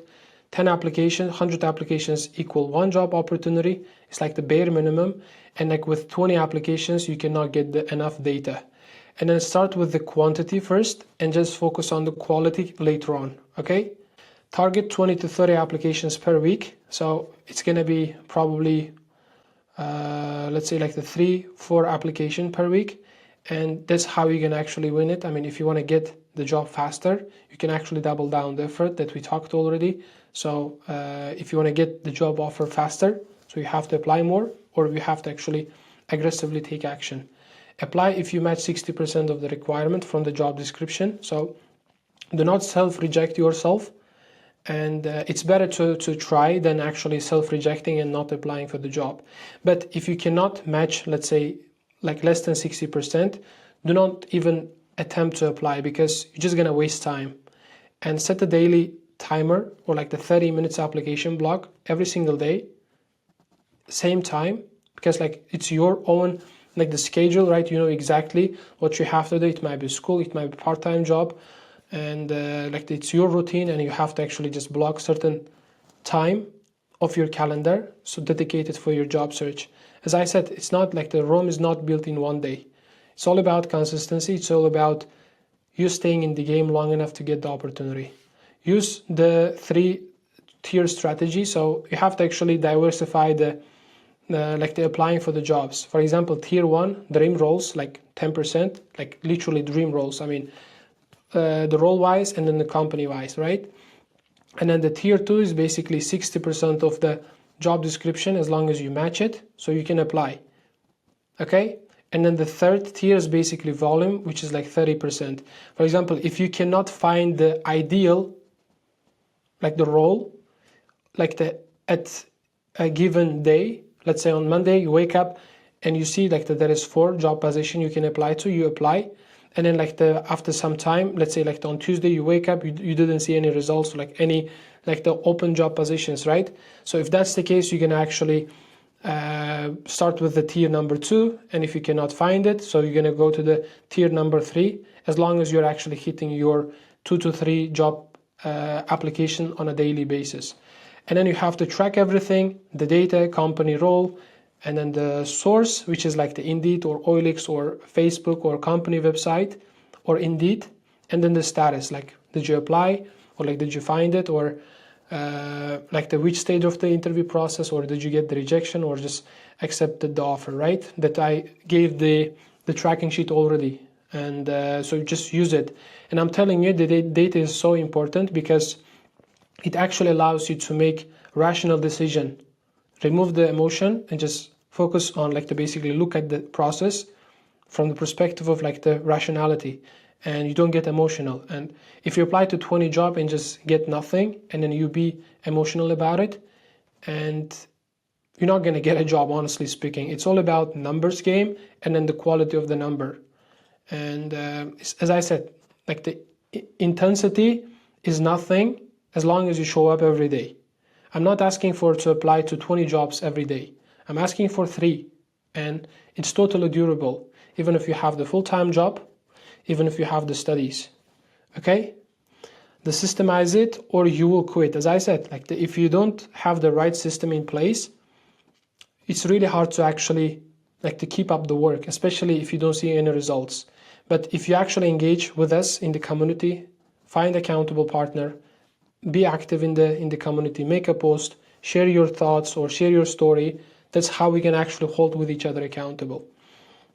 Set your blog and apply from tomorrow morning.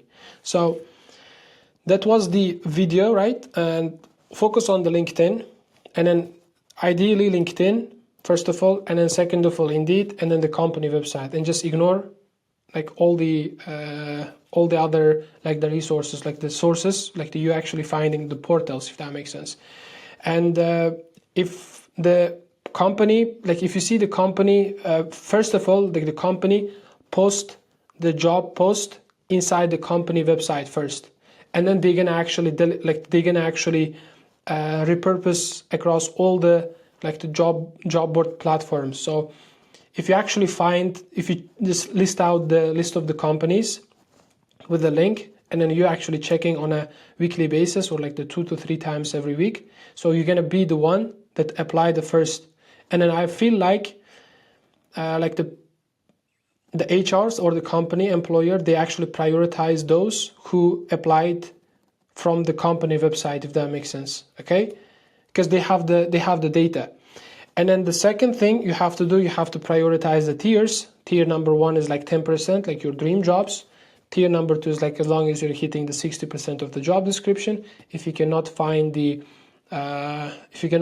job opportunities, so you can actually apply to basically the roles that are like little out of your North Star, if that makes sense, just to hit the number. And then the sooner you apply to the role, the more likely you get the opportunity, just because like the competition is less. So that was the video about it. And in the next video, we're going to talk about the template, and then like how you can actually use the Google Doc, just scrape or just make a compelling copy or just compelling CV. And it's a lot easier than Canva, to be honest with you. And I'm just going to show you everything step by step. So you're going to have a perfect CV, ATS friendly, and then like that captures the HR's attention in 6 seconds, and eventually you will get a job, the job interviews. And that was the video about it. And thank you so much for the time, and see you in the next time. Bye-bye.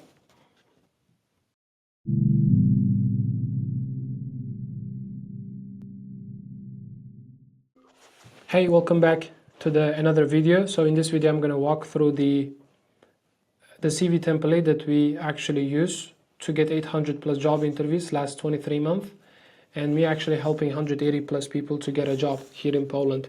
And it's nothing crazy, it's nothing fancy. It's like just the CV that's built in Google Doc, and this is the exact template that we use. And then if I look at if I'm gonna actually break it down each bullet points, not the bullet points, but the sections, so you will have the better picture. And in the next video, I'm gonna give you the CV template that you can use, and you can get the similar effect. And it's like super easy. I've prepared really good document. You don't have to do anything.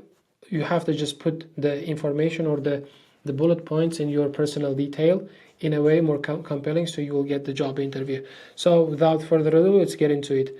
So Begzat is like from Kazakhstan, and he actually worked with me for 1.5 months, and he got a job from EY as a power, like some related, like the job he got, I don't remember the name, like specific detail, and I can actually show. I'm not going to. Begzat, what kind of job offer he got? Big Z process automation. Okay, Dynamics developer, and he got the job offer in November.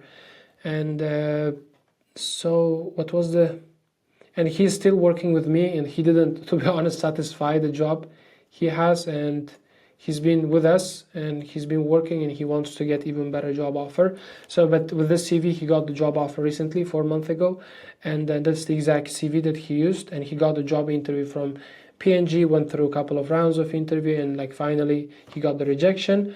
Like he didn't get the rejection, he got the offer, but there wasn't like the open position for him, the company, to offer. This is the exact system, like the CV he used, the name, the like the location, and the phone number, email, and GitHub and LinkedIn. Just because he's in the tech space, he actually put the GitHub. And the simple summary, like the value proposition, and then the experience with the clear like the company, and then like the location and the position, 3-4 bullet points. Same thing with this, and then the education, and then selected projects, just because he's in the tech, so he had actually projects, so he actually put it. And then skills and the competencies, and then certificates. And then Yashita also got a job from Maersk probably 2 months ago or 1.5 months ago, and she used that CV, and she actually got the job interview, like the first job interview and first job offer. And this gentleman, who is Farid from Azerbaijan, he actually got 8 job interviews in probably in 30 days, and like including Goldman, JP, Standard Charter, Citibank, and US Bank. And he actually accepted the offer from US Bank as a like the managerial role. And this is the exact CV that we used. So as you can see, it doesn't matter the role, it doesn't matter the industry, we use the same template. And it's not, as I said, it's not like nothing fancy, it is not nothing crazy, it's like the super simple, straightforward, and I mean, and it's a lot easier to build. So in the next video, I'm gonna actually give you the template, and I'm gonna show you how to use it, so to get the similar, like the effect first of all, and ideally similar result in the future. And that was the video. Thank you so much, and I hope you will have like the better picture, or just overall like the bigger picture, how CV, the winning CV looks like, because it's so easy to build, and it's so easy to navigate through, and it's easy to it's like the ATS friendly too. That's why like this is like the simplicity is the key. And we don't use Canva, we don't use any fancy like the software to build the CV, and we just use the simple Google Doc, and it's a lot easier for us to actually track, because let's say the tracking sheet, right?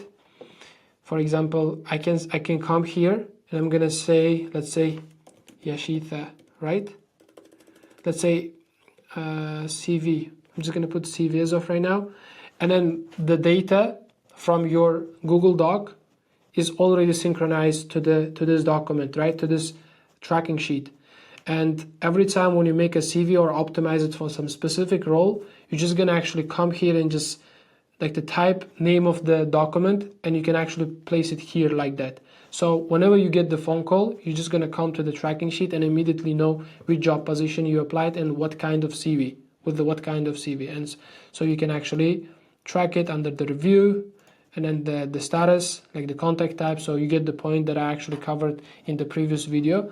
And in the next video, I'll give you the CV template, so you can actually copy paste.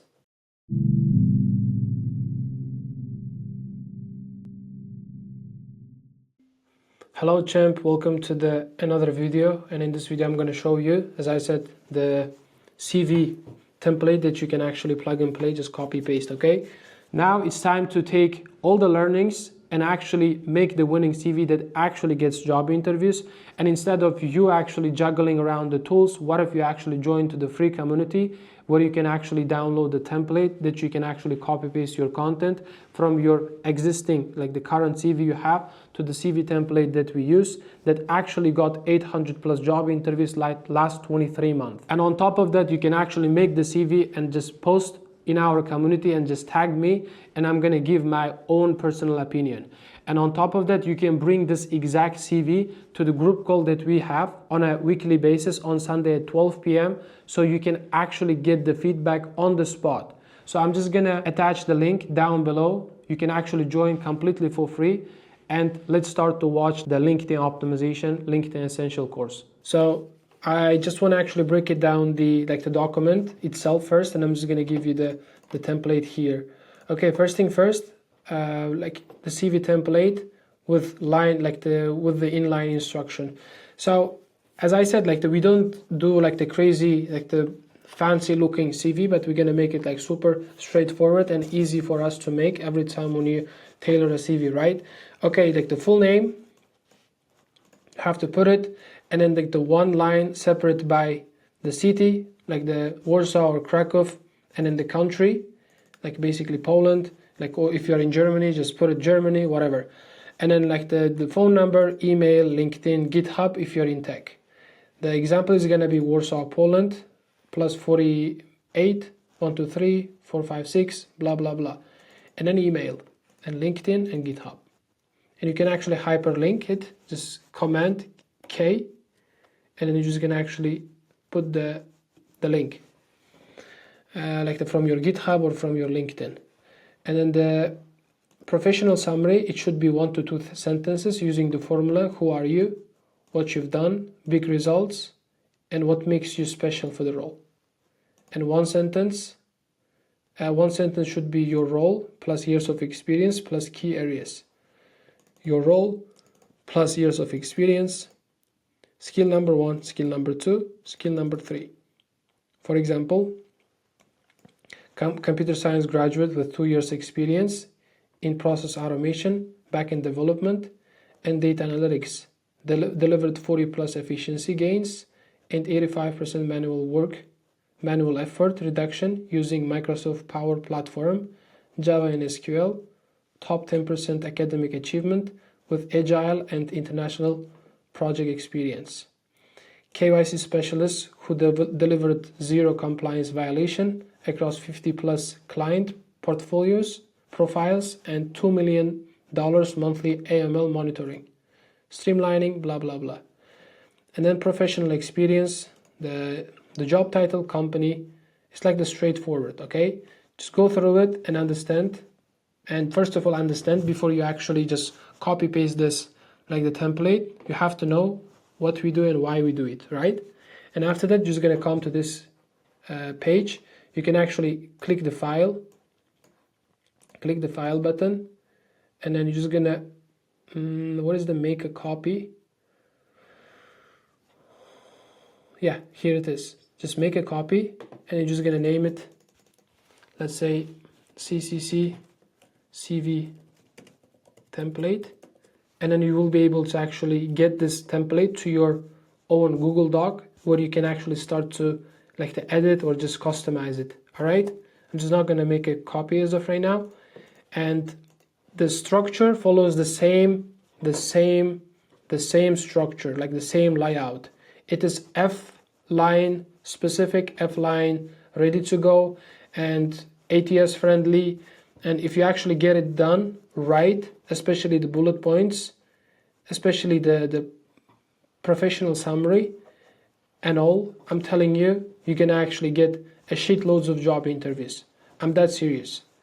And this is the bullet point formula cheat sheet. So 50 strong actionable verbs by category.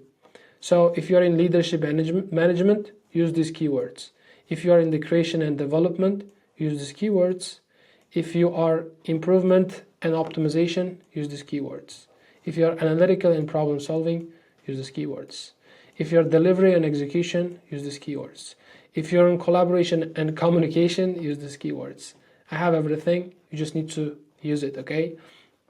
And then 4 number types, efficiency that we talked about, scale numbers, quality numbers, business impact. Before and after, here's the example. Helped with the customer support, analyzed 1,000 transaction alerts using data-driven approaches to verify investigation accuracy. All right, no tools with tools, improved team efficiency by 40% and improved team efficiency by 40% using Microsoft Power Platforms for automated data tracking. No numbers with the numbers, that is the example, and the list goes on and on and on and on. As long as you go through the document and understand and actually implement it, you will definitely get a job. So job search plan action, like the action plan. That's how you're gonna like to filter the thing. If it's on the LinkedIn search, like it's straightforward, location, the remote, or like the Europe, like the remote in like the out of US, like in US, or like whatever. So you have to just select the location, you select the keywords in terms of the North Star, and that's how you're gonna do it. The template, it is pretty straightforward. This is the Boolean search, so you can actually just copy the entire thing, and you're just gonna put the keywords, and then you can actually search it on bulk, if that makes sense. Just go through the document and understand it and just use it and get the job offer and just post in our community, and we're gonna congratulate you. At least get the job interview, right? In the upcoming videos, we're gonna talk about the interview preparation, and before that LinkedIn optimization, and before that outreach, and it's gonna be super fun. And before you actually move on to the next model, I want you to finish your CV first and then share with us inside our community, and you're gonna get the feedback. And that was the video. Thank you so much for the time, and I hope it was helpful, and see you the next time. Bye-bye.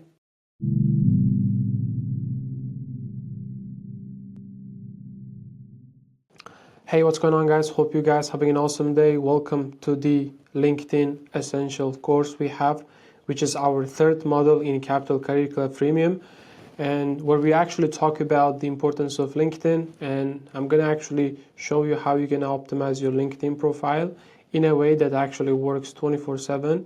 When you're sleeping, you will get the job interviews, the DMs, basically it helps you to reach out to people, convert higher level, or just network properly. So down the line, it's gonna help you to actually just get more job opportunities. And I always say that LinkedIn is the easy mode getting a job, especially if you know how to get it done right. And in this model, we only talk about LinkedIn, its importance, and most importantly, how you're gonna take the model, or just take the resources we have and just implement it in your job search. So down the line, you will be able to actually get as much job interviews as possible. So without further ado, let's get into it. And the first video, like in this video, we're going to talk about like the profile checklist, and then what actually makes the LinkedIn perfect. And I'm just going to actually run through one after another. And in the next model, we talk about the how to optimize it properly, like the next video, and like the profile picture, so on and so forth. So let's get into it. Importance of LinkedIn. I mean, I can't stress enough how the LinkedIn is important, because if you think about it, you can actually treat it as your professional website for you actually presenting yourself in the best way possible. So that actually allows you to connect with more people, like basically address what you're trying to get, and most importantly, allow the HR to actually find you with the right keywords, with the right mechanism that we have. The first impression, it should grab the visitor attention. For example, a lot of job seekers, they actually sleep on it, because like this, most of the time I see like the people even don't have a profile picture, and it is like very, very underrated like distribution channel. So which is the second one, right, that we talked about. The first one is like you applying for the job with the CV you have, and then second thing is the distribution channel. Number two, positioning yourself in a way that actually allows the HR to reach out to you. So as I said, the HRs, they use the tool called LinkedIn navigator, sales navigator, or LinkedIn recruiter. And then they actually filter out the certain keywords based off the industry, based off the profile they are actually trying to find.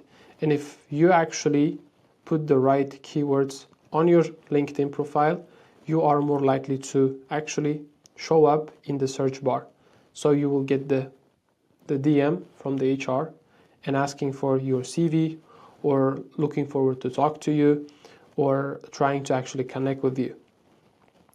So that's so important, and lots of people, they sleep on it, and they still think they need to have like the winning CV, and then just it's sufficient enough to get the job offer. But I'm telling you, it is, I would say LinkedIn is way more powerful than applying for the job, because like it all comes down to the leverage. If you think about it, you have to optimize your LinkedIn profile only one time, and then it actually serves you basically 24/7. But if you actually make one CV and apply for the one job, so that means like 1 equals 1. I mean, if you apply to 50 different jobs with one CV, it's not going to work, right? Like that's what you've been doing. But with the LinkedIn, you're just going to optimize your LinkedIn only one time, and it actually works over and over and over again. And I'm just going to actually talk about, as I said, how the importance of the LinkedIn and what you're going to get the most out of it. So I'm going to actually show you how to optimize in this model. As I said, it helps you a ton, better conversion, better response rate, and more job opportunities. If you have like the optimized LinkedIn profile, so we're going to talk about in the next course, which is like the outreach. It actually helps you to get better conversion. Like each and every eyeballs, like the visitor coming to your profile, they're gonna know exactly what you're trying to get, or you're gonna know exactly what's your expertise, what's your authority. You will be able to show your social proof. But how? Just like putting the right words, like in right time, like in the right place.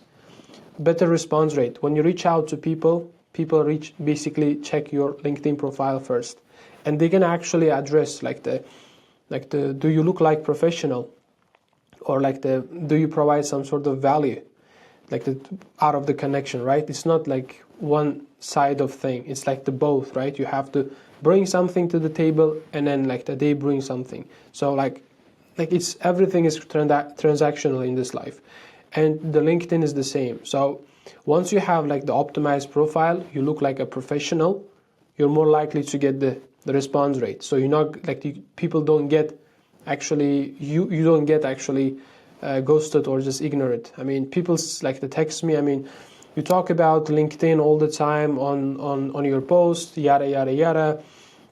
But whenever I reach out to people, they don't respond me. They straight up ghost me, blah blah blah, because they actually fail in the foundation, which is optimizing the profile and just presenting yourself in the best way possible, professionally. And then more job opportunities. Every time when the HR looks at your the LinkedIn, it's the LinkedIn is your public CV, if that makes sense. And it's your job just considering the LinkedIn as a landing page, your professional website, and then people know where to click. There is the right CTA, which is call to action, what to do next, and which actually helps the HR to navigate through your profile, so they know exactly what to do next. And I'm just gonna actually show you what I'm actually trying to explain here. 3 things that makes the LinkedIn job opportunity magnet. First of all is the profile picture. You should have very clean, professional headshot, clear face, good lighting, and approachable. Little bit of smiley, not too much, that you're laughing or whatever, but the good lighting, and then the clear face.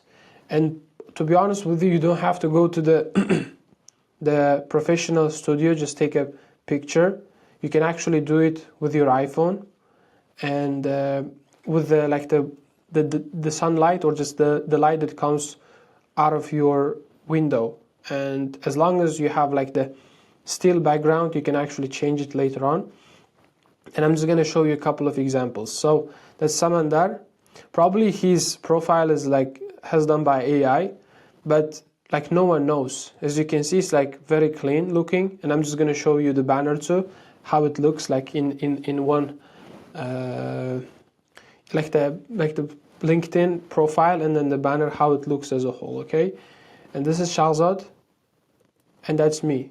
Like my photo, to be honest with you, it's taken by iPhone, and I just changed a little bit with the Canva, and that's way better than 99% of job seekers, honestly speaking, because they post selfie, or they have like the mirror picture, or just with the dog, like with the friends.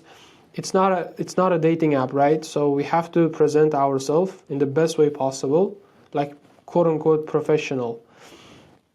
The banner should be like the custom banner, clean and professional. It shouldn't be like mine. Okay, it takes a very long time to actually just create banner like that, and if you don't have that much like the graphic design skills, you can just make it like this, just still that actually match the profile picture background, and then this same thing with the Samandar, and the same thing with Dinesh. It's like super clean, looks professional, and like he's smiling on top of that. It's quite approachable. The last, like the three, like the last thing that actually makes your LinkedIn profile professional, like the basically grabs the attention, is the headline. Not just the job title that you're looking for, but the targeted role, which is like your North Star, ideally in the industry, keywords of the jobs that you're trying to get. If you're in sales, CRM, conversion, X, Y, and Z, plus value, what you've done and what you're going to bring to the table, which is SEO optimized, which is search engine optimization, right?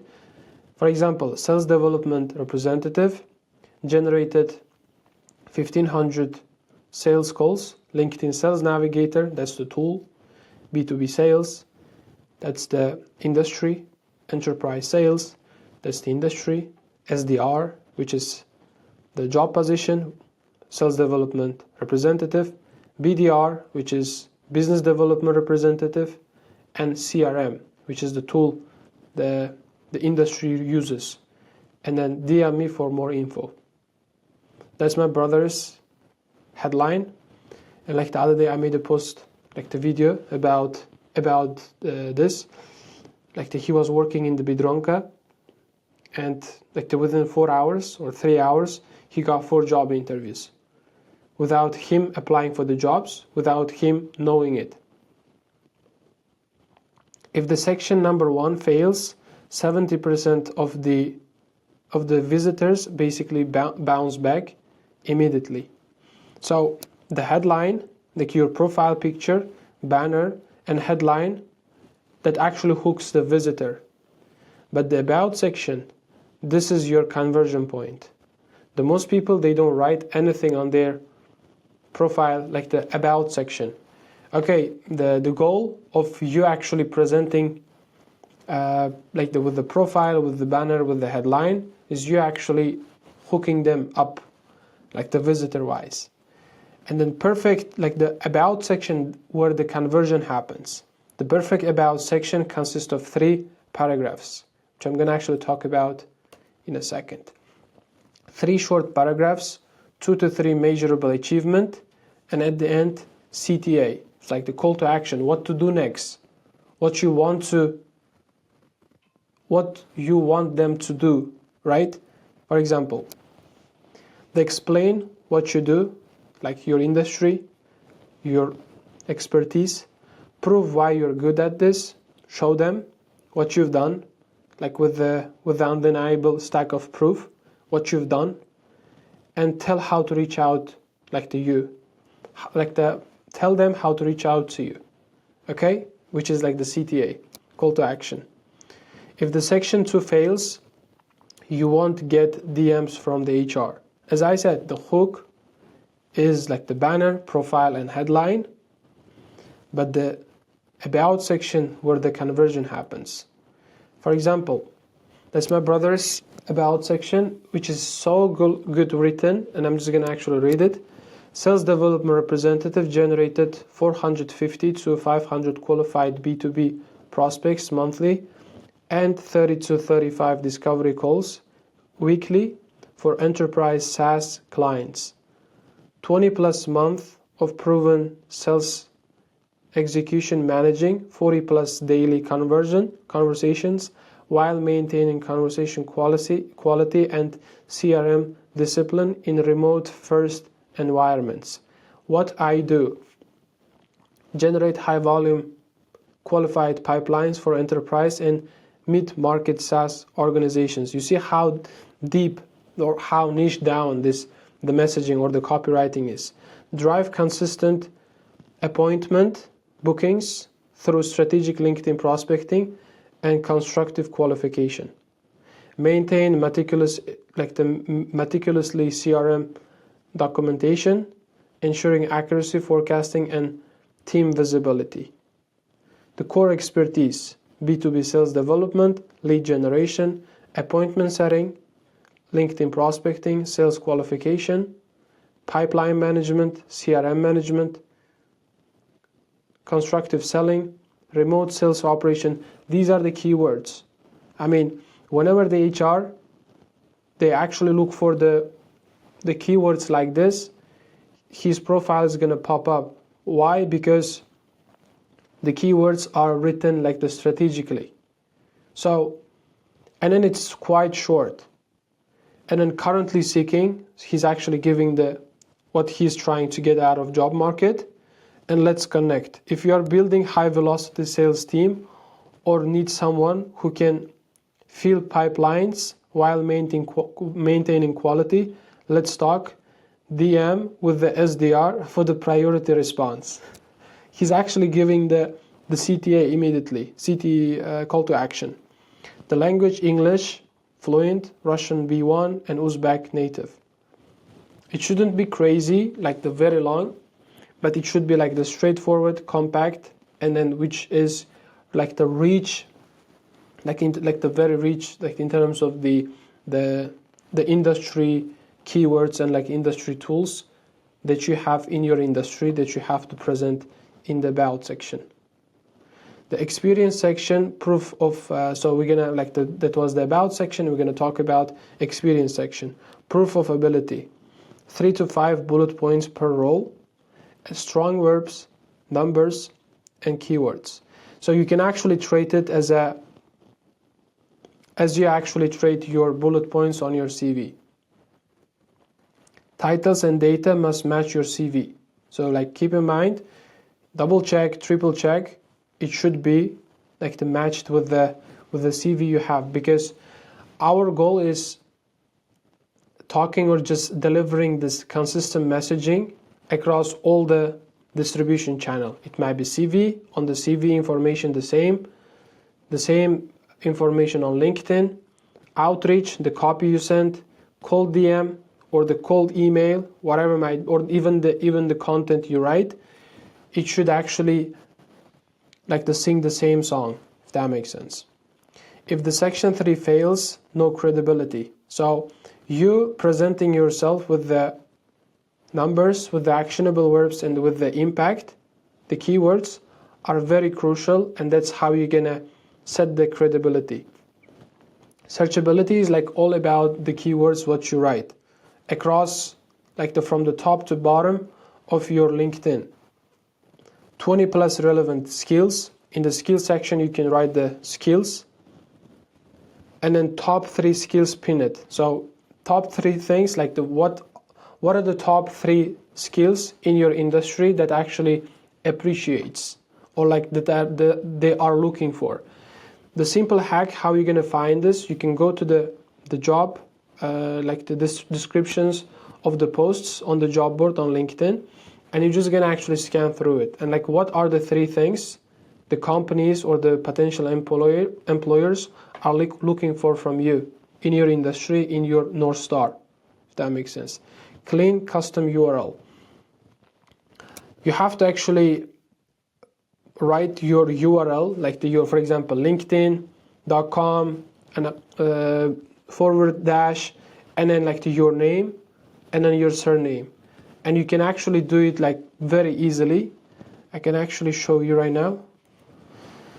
LinkedIn, you're just gonna come to the LinkedIn profile, and then you're just gonna click the edit button, and you're gonna go through all the way down, edit contact info.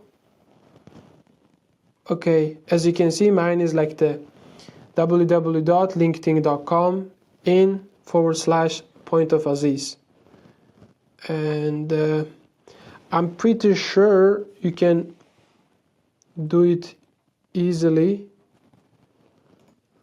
but I'm trying to edit the contact info, maybe here, yeah, and then like to see the here it is, edit your custom URL, and you're just gonna click here, and you can actually type your like the full name, like if you have a nickname or whatever, you can actually put it, and you're just gonna save it, and that's how you're gonna present yourself. The point I'm trying to explain, like the bunch of numbers after your name, it doesn't look professional. So you're gonna attach this like the link in your like on your CV too. That's why you have to actually make sure that you have like the clean custom URL. Open to work visible only for recruiters, because it's so important. Like when we reach out to the people, or just try to connect with people who can actually help us to get a job, if they see the open to work badge on your profile, and you can actually get like the less response rate, because people don't like to get like the taken advantage of it, if that makes sense. So that's why you're gonna actually make it only visible for the HRs. Social proof, 2 to 3 recommendations, like the endorsements in your like the endorsement section. I mean, if you can do it, or you can actually just optimize your LinkedIn and just post it inside our community and attach your LinkedIn URL, and we're just gonna actually endorse you. Okay, and like at the end of the day, it's like the endorsement, and like especially if we have the optimized LinkedIn profile, I mean, they're gonna check like who actually just give like the endorse the person, let's say A, or person B, or like the who endorsed the Aziz, right? And then like they're gonna actually check it, like as long as they have the optimized profile, that's the credibility, if that makes sense. So once you optimize your LinkedIn, you can post it on the community, so we can actually endorse you, like with the skills you have, like the 20 skills you attach on your LinkedIn profile, and we're just gonna endorse it. Okay, social proof, we talk about it, recent endorsement, and activity in the last 30 days. So unfortunately, we're not going to talk about the content creation, because it's very broad topic in in our course. But like in my paid community, we have like the entire probably like 10 plus hours content specifically for content. But yeah, like as long as you are active, just making posts or creating content or just documenting your journey, you will be able to actually get the traffic, not only just waiting for the HR come to you or just reach out to people and just they see your profile, but you're actually creating content and just getting traffic and just converting the traffic into job opportunities. So the more you're likely just like to be active inside the LinkedIn, you're more likely to actually pop up on the search bar, if that makes sense. Because the LinkedIn pushes the content, pushes your profile to more people because you're active user, if that makes sense. Don't panic, that's why you're here. So I'm actually talking a bunch of stuff right now here, there is no any, it's all about theory, right? But in the upcoming videos, we can actually talk about how you're gonna fix them properly. So down the line, you will be able to actually get 4 job interviews in 3 hours without you applying for jobs. So the main goal with the program, with this model, like the course we have, LinkedIn Essentials, helping you to make your LinkedIn work for you, all right? And without you putting that much effort like you have been doing. And and it's the easiest path ever to get the job offer. And I'm just gonna actually show you how you're gonna optimize your LinkedIn profile in the best way possible, so down the line you will be able to get the job interviews to the point you cannot even imagine to how to manage. Okay, so that was the video about like the overall theory, and about the section, about section, like the banner, profile, and then the title and some sort of keywords and experience and endorsement. And in the next model, like the course or the lesson, we're gonna talk about how we're gonna actually execute it. So that was the video, and see you in the next time. Bye bye.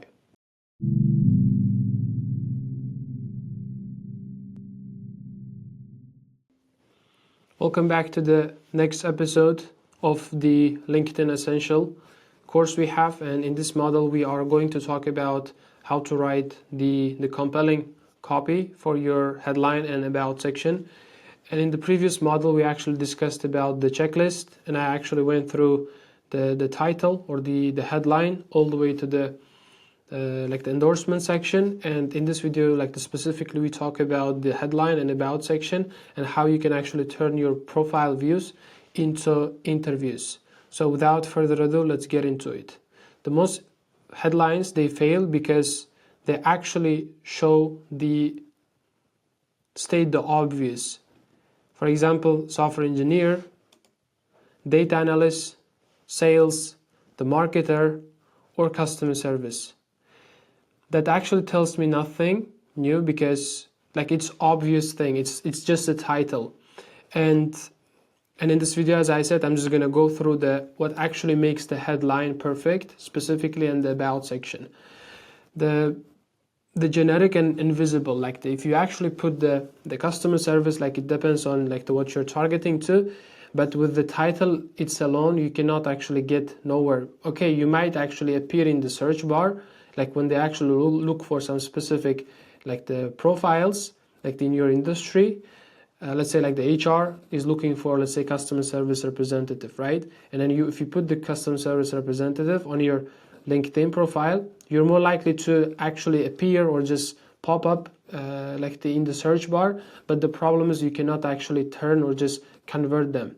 So you have to give like some context, like the behind, like what you've done, or just behind your title, if that makes sense. To stop wasting 120 characters, so like you will have like the 120 characters for your writing your own headline, and like I'm just gonna actually show you how you can actually smartly use this 120 characters. The recruiters search, they don't browse it.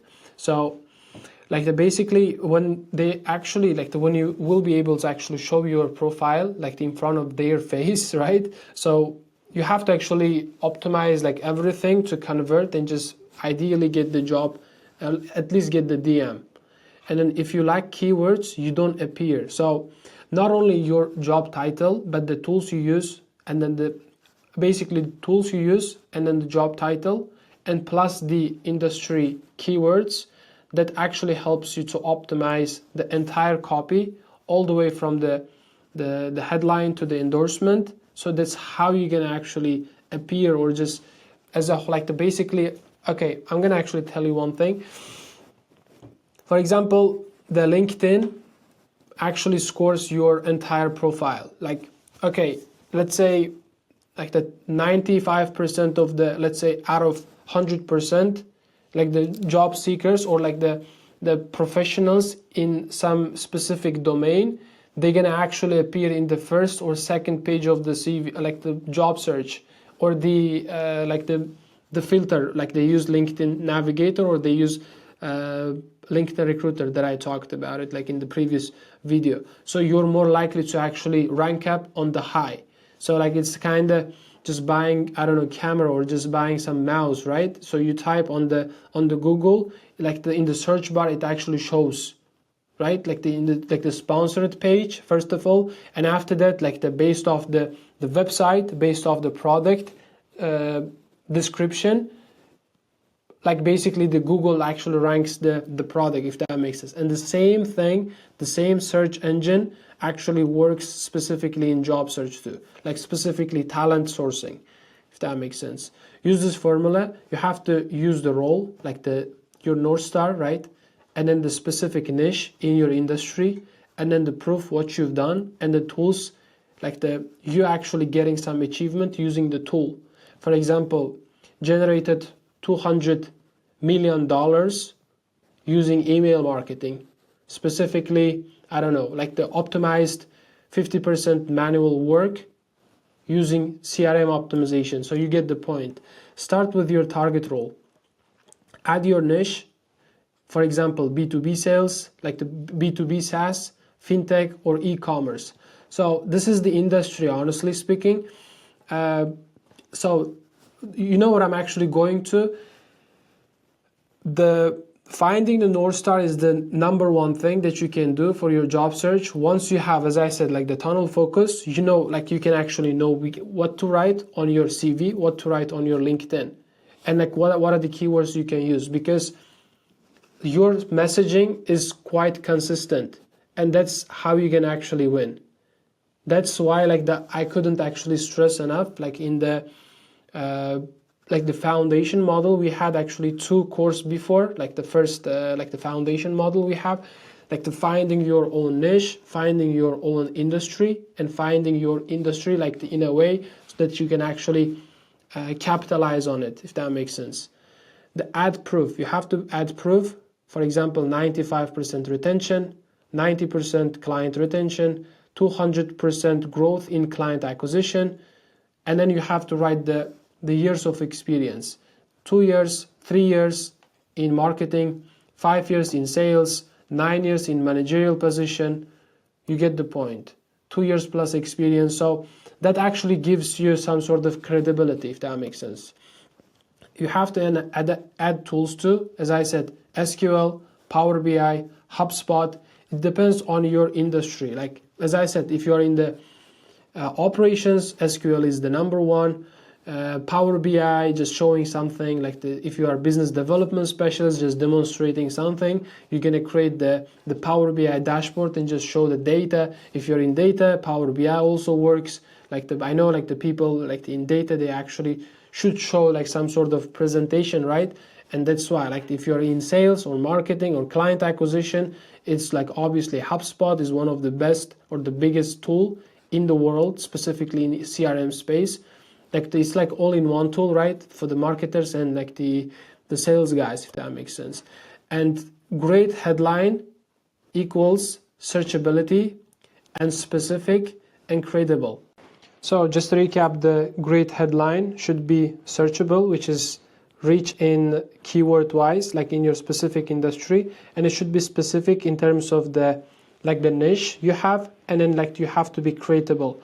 Let's say the work, like the years of experience, the tools you've done, like you used, and then the achievements you have, and on top of that, the headline, which is searchable, like the most common keywords in your industry. Now we're going to talk about the about section.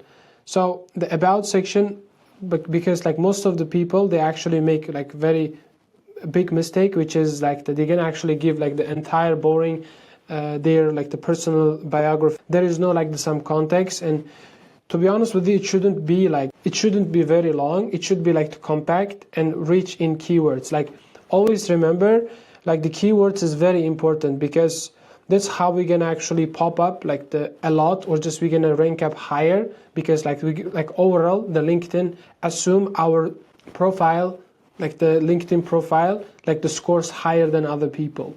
And then that's why we can actually just try to be in the first or second page of the search bar, if that makes sense. And your about section should be a conversion page. So like as I said in the previous model too, you have to treat your LinkedIn page about section like in general like a landing page. People know exactly what to click. People know exactly what to do after they see the profile. Like it might be DM me, or like the small CTA that we're going to actually talk about in a second. The structure it in 3 like the paragraphs or the parts that I actually showed my brother's profile, and then that's how he actually got 4 job interviews in 3 hours, right? So the first one is the hook, what you do, and then you have to be very specific, who you help and what results you drive. Number two is the proof with the number, like what you've achieved. You have to show it with the impact, with the number. And the churn reduced 20%, revenue increased 30%, or reduced cost 17%. Depending on the industry, what they actually appreciate, right? If you're in operation, the speed is important, cost reduction is important. If you're in marketing, the client acquisition important. If you're in customer service, like the amount of time you spent on each ticket is important, right?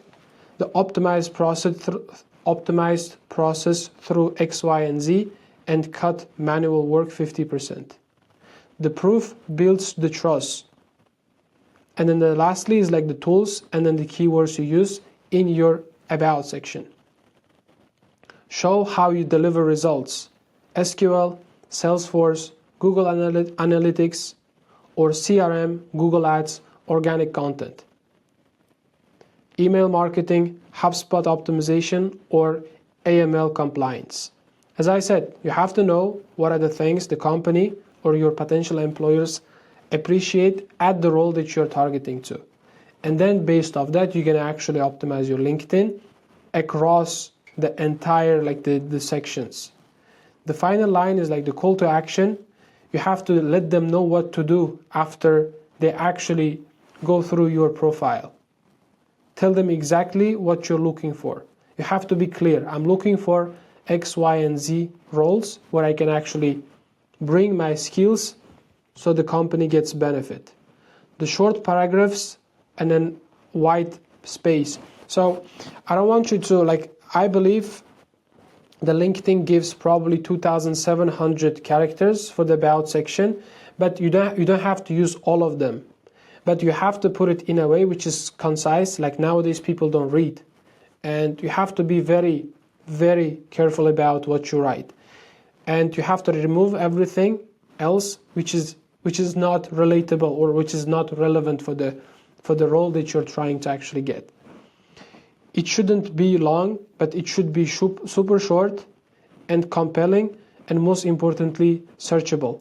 As I said, searchability is number one, because if we cannot put the relevant keywords in our industry, we will not be able to show up in the search bar. So as I said, the structure is hook, proof, tools, and then the CTA. And then you have to write it today, and you have to post it in our community, and we can actually give you the feedback. In the next model, so make recruiters want to click. So in the next video, we are going to talk about the, I'm just going to give you the templates as always. So it's easy to use, it's easy to actually replicate, so you can actually take massive action and just optimize your LinkedIn profile in the best way possible.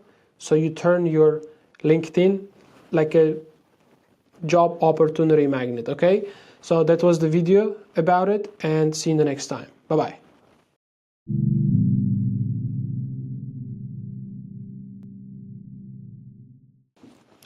All right, in this video, we are going to talk about optimizing your experience section and how you can actually turn your duties into proof. And before that, I just want to actually recap the previous two episodes, right? We actually went through the profile checklist and then about section and headline. And today we are going to only talk about experience and how you're going to turn your duties into proof. So without further ado, let's get into it. So you can actually have a look at this approach, or just like the profile experience, like the experience section. I wouldn't recommend just copy paste the entire thing from your CV into the LinkedIn, but it's like the structure wise, it's going to actually follow the same format, which is like the verb, action verb, like the impact metrics, and then the tools you used. The most experienced suck because they list the job description, not the achievements. So I'm actually talking about the same bullet point, the video that we talked previously, which is, having the verb, having the tools you used, and actionable impact, if that makes sense. The recruiters don't care what you were responsible for. They actually care about what changed because of you. No numbers, no credibility. The weak verbs that we talked, the same thing. The weak impact and generic bullet points, generic candidate. So how are you going to differentiate yourself? Just following this 3-step formula, which is actionable verb, and the tools you used, and then the impact you actually brought. Use this formula, actionable verb, what you did, which is like what you've done, if that makes sense. What are the achievements, right? And the results you've got. The start strong, for example, led, built, reduced, increased, developed, that we actually talked, based off your level of expertise. If you're a junior, you're more into like the supportive role. When you're like the lead or like the manager, you build stuff, you actually led the team. If you are like in the specialist position, you're more likely to reduce price, reduce churn, or reduce something, or increase the revenue, or develop some sort of feature in the software. Like I'm just giving you the different examples from different industry. But you have to know, as I said again, what the company employer appreciate in your current space. Add context, how many, how big, how often, so that we talked about the quality, speed, efficiency, and then time reduced. You remember? The same thing applies here too. When you're building the bullet point for your link for your CV, at the same time for the LinkedIn. Then add the impact. So what improved, what increased, and what decreased, right? Make it measurable. So bad thing is like handled customer inquiries, but you're gonna say better one, which is resolved 200 inquiries monthly. And the strong one is like the resolved 200 plus inquiries monthly, maintaining 95% satisfaction. Using before and after, which is like from 24 hours to 4 hours, like which is the efficiency wise. I'm giving you the examples, right? From 78% to 92%. Every task has a result, but you have to, as I said, sit and just reflect what you've done in the previous roles you had, and then just come up the brain dump the entire achievements you have, and just put the impact, put the number. If you cannot find it, just put like the estimation, and that's completely okay. And ask yourself what changed because of me. So in the role you're working, that you've done something, what changed? And once you actually brain dump the entire achievements you have, I'm pretty sure you're gonna find out. Is the comparison above than team average? So like let's say I did X, Y, and Z above than team average. You can say largest account managed in your like under your control. Estimate if needed. For example, as I said, if you don't know the exact numbers, you can always put the number like the estimation. Okay, approximately 30%, 5 to 7 accounts you managed, and focus on the top 3-5 wins per role. So as I said, like the bullet point wise, you should have 3 or 4 or like even 5 bullet points specifically relatable for the role you target to. We're just gonna remove everything which is not relevant for the role we target to, right? So the same thing applies in the bullet points in your CV, and then the bullet points in the experience section on your LinkedIn profile. Cut the rest, we don't need anything. Now tailor it. So match bullets to the targeted roles. So as I said, like when you're actually doing the research and like the analyzing what are the roles you can target to, just finding your North Star, right? So you can actually go through multiple different job descriptions or the job posting descriptions, and you can analyze what are the keywords or what are the bullet points or like the things the companies are looking for from the potential candidates. And you're just gonna take it and just you're gonna put it in a way which is like the mirroring, and you're just gonna actually tell what they wanted to hear. Simple as that. And then apply for the data analyst. If you're applying for the data analyst role, emphasize the analysis, for example, dashboard, insights, let's say the manual work reduction or the accuracy or the like the compliance, whatever it might be. And if you're applying to customer success manager roles, like the priority is different, which is more emphasized on the retention, relationship, the churn reduction, like the basically providing service or just solving the client's problem in the best way possible, so they're gonna stay in the community or stay in the company and just keep using the product, so that it's gonna be more profitable for the company. Use the keywords from the job description, so it's like the mirroring. Just tell them what they wanted to hear, and remove the irrelevant jobs if they add no value. So that's the beautiful part. And recently I made a post, like the video on my YouTube channel, about like the one guy, he was working in the MoneyGram as a like in managerial position for 9 years, and we started to actually flex with his achievements on the LinkedIn, on the CV, but it didn't work out well as compared to having one-page CV and like the straightforward, like the impactful, if that makes sense. And then we actually started to basically change or just pivot our approach. And I thought like the having more experience and just having like 2 to 3 long like the pages of CV is the way. But honestly speaking, I was like completely wrong, and we actually learned this, like the insights, like through hard way. And he actually lost probably 2 months down the line. He got only one job interview. So the point I'm trying to explain is like, if you don't see any value, like in terms of your job experience, just remove it. Like I don't know, like if you worked in Pizza Hut, like me, I just put it just for the me, actually, just how I'm actually showing my evolution. But oftentimes, like you don't have to put like every skill or every experience you have. Just put it the one that actually makes sense. And then check consistency. It should be like the consistent in terms of the data, which is like I'm gonna talk about like the dates should match with the CV and then your LinkedIn. Basically, like all the information should be equal or just should be almost identical in terms of the years of experience, and like almost the bullet point wise too. Clarity, the numbers, and relevance. Okay. So if I had one thing to actually just wrap up with this video, is basically, as I said, verb, which is actionable verb, tools, and then the impact. Okay. And it's like the same principles that we applied for the bullet points, like the building process in the CV production, and then you actually optimizing your LinkedIn specifically for the experience section is identical.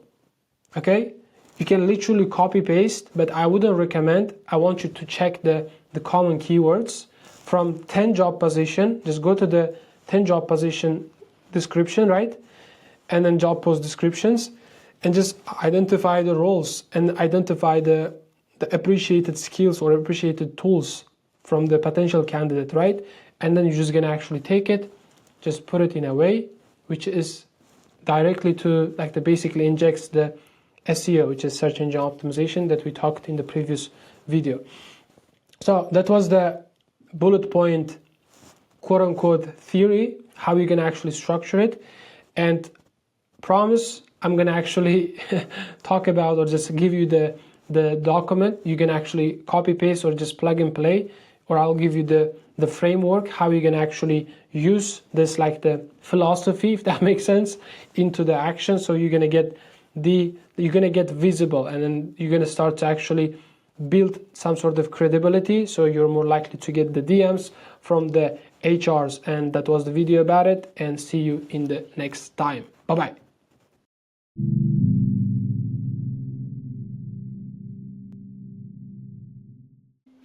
Hey, what's going on, guys?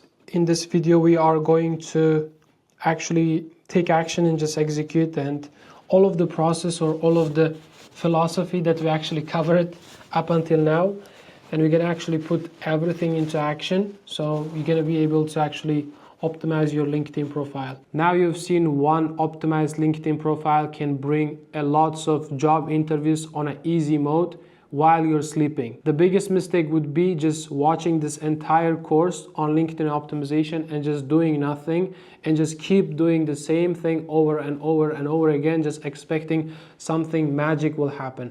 Honestly, it's not gonna happen. To make things a lot easier, you can actually join to our community, where you can actually download all the templates about LinkedIn optimization that I actually covered in this course, such as LinkedIn headline, LinkedIn about section, LinkedIn experience formula, basically everything. And on top of that, you can see how people are optimizing their LinkedIn profiles. On top of that, you can optimize your LinkedIn profile and then basically share the URL with us, and we're gonna actually give our opinion basically just give feedback. And on top of that, we can actually endorse your skills. That actually helps you to create some sort of credibility. So I'm just gonna leave the link down below so you can actually join to the free community where you can download everything, all the tools that I actually walked you through in this course that actually helps you to take faster action and just more accurate action. And on top of that, you can actually join to the group calls that we conduct on a weekly basis on Sunday 12 p.m. So you can actually bring your LinkedIn and we're gonna actually break down everything in live and completely for free. And I don't need anything. I just want you to join to the program and just actually use the free resources as much as possible to get what you want, which is ultimately getting your dream job. So let's continue watching the next course, which is LinkedIn outreach, which is how to get a job without applying for the job. It sounds cliche, but I'm telling you, it's something that you're actually sleeping on. And lots of people that is working with me are getting really good results, just purely cold outreach on LinkedIn and email. So without further ado, I'm just gonna go through the document, which is like the template and checklist. And you're just gonna actually copy paste and slowly fill out the empty box right there. So you will be able to actually optimize your LinkedIn in a way which is professional. Okay, I'm not gonna cover the profile picture and then the banner because it is super straightforward. If you go to the Canva and write down, let's say, LinkedIn banner, there are a gazillion different templates. As you can see, you can actually pick and choose the one which is minimalistic, which I actually showed you before. I mean, what kind of design you have to have. And then you're just gonna actually choose the one that works for you, and then you can actually customize it a little bit, and then you can actually attach it. For example, I like that one. The color wise, it might be a little flashy. You can always come here, change the color, come here, just gonna click. Okay, this is gray. We can put this one, doesn't work. White, it doesn't work.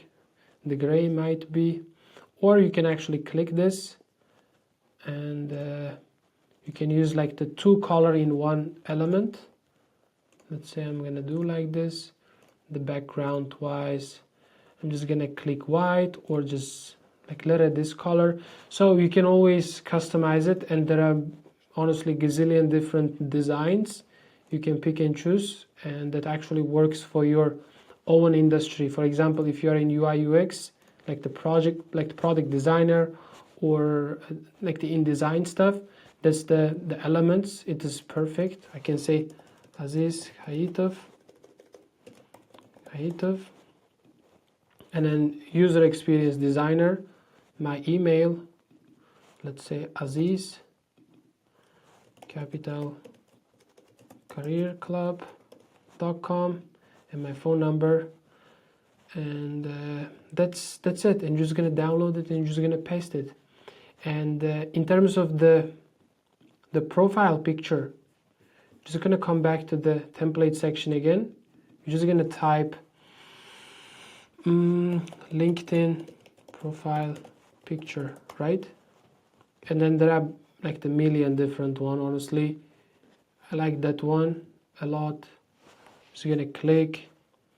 I can actually just pick and choose the one. For example, I'm just gonna remove my image and I'm just gonna delete that one.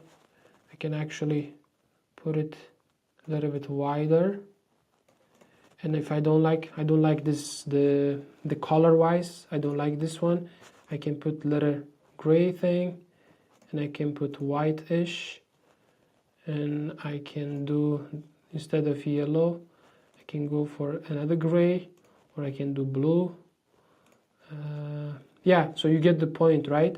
And you should have like the crystal clear, like the beautiful looking, like a professional looking profile picture. And you shouldn't have that much stuff. Honestly, it doesn't take that much time to actually craft a banner and then the profile picture. So let's go back to the template, and after that we're just gonna actually focus on the headline. This is the role, niche, proof, and tool. And then you're gonna write your role, you're gonna write your niche, you're gonna write the proof, what you've done. And then like in terms of the tools, if you have like the multiple tools, okay, I'll give you the example, which is, let's say, social media marketing agency, social media marketing. So what's gonna be, let's say, paid ads. We can do, let's say, paid ads / meta ads, Google ads, or ChatGPT ads. Recently came up actually. And let's say the tools. Okay, I actually use all the box. And then you can say tools. What are the tools? Social media marketing specialist. Let's say email marketing. Let's say MailChimp. I believe there is a tool. ConvertKit. Let's say Beehive. Yeah, that's the tools. And then the proof is generated 500K in Q1, launching 550 plus email campaigns, niche, e-com. The role, email marketer. Simple. You see, like, it doesn't take that much time, honestly, because we have the template already. All it takes basically 2 hours of focused work. For example, customer success manager, B2B SaaS, 95% retention, HubSpot plus Salesforce. About section, I help who achieved what through how. The example, I'll give you the example. I use SQL, HubSpot, and Power BI to build retention dashboard. Looking for customer success manager role in SaaS. Let's connect. And then template number 3, which is experience, bullet points. You can actually use the same format or the same framework that we actually covered in the CV building process, specifically for the experience section. And that's your checklist: profile picture, the custom banner, headline.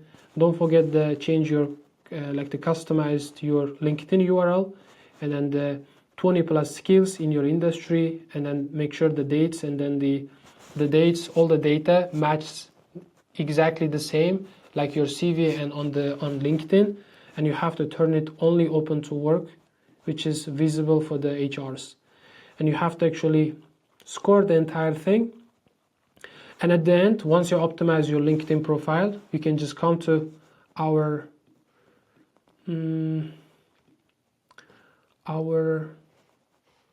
community section.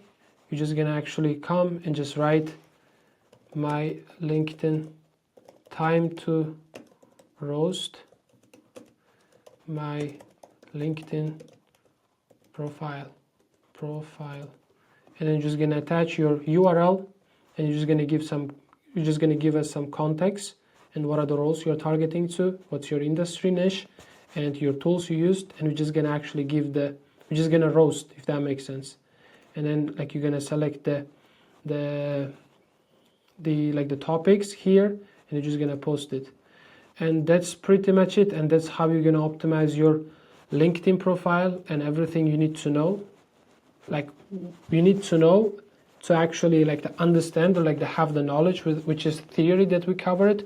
And with this download template and checklist, I'm pretty sure you're gonna actually know how to fill out the boxes or the sections with the advanced level, the copywriting skills. And that's how you can actually present yourself professionally, and hopefully it's gonna actually help you to be able to actually get more job opportunities. And that was the the final episode or just a lesson of the LinkedIn essentials. And from next video, we are going to talk about, in the next course, we're going to talk about the outreach mechanism, which is the distribution number 3. Thank you so much for the time, and see you in the new model. Bye-bye.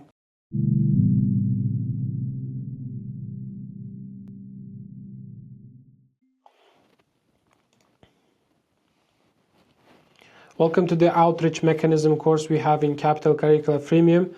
And in this model, we only talk about the outreach, how you can actually have the unfair advantage in the job search. So that actually allows you to skip the multiple step of the like the hiring process, or at least like the recruitment process, to the point you will be able to actually talk to the decision maker directly and just make the connection and just get the job offer without you actually going through the entire line of the steps of the hiring process.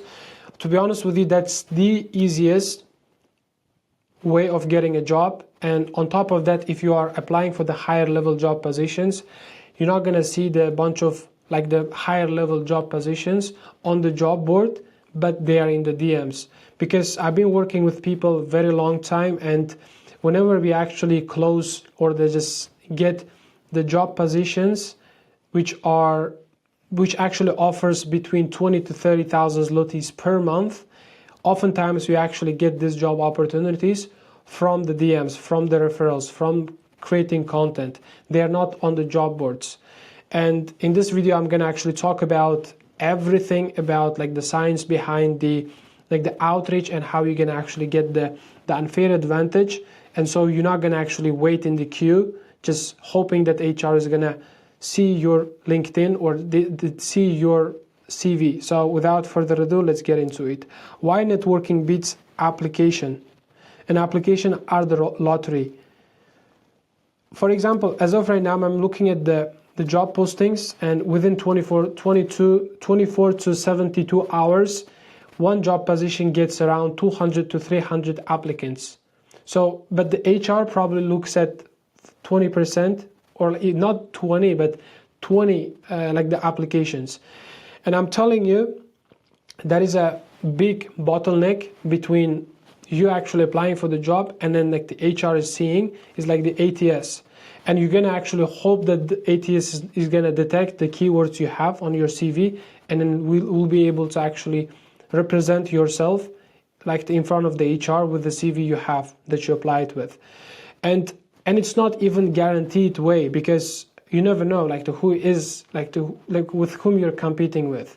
So 90%, even more, never gets seen. And then ATS filters you out before the humans see it.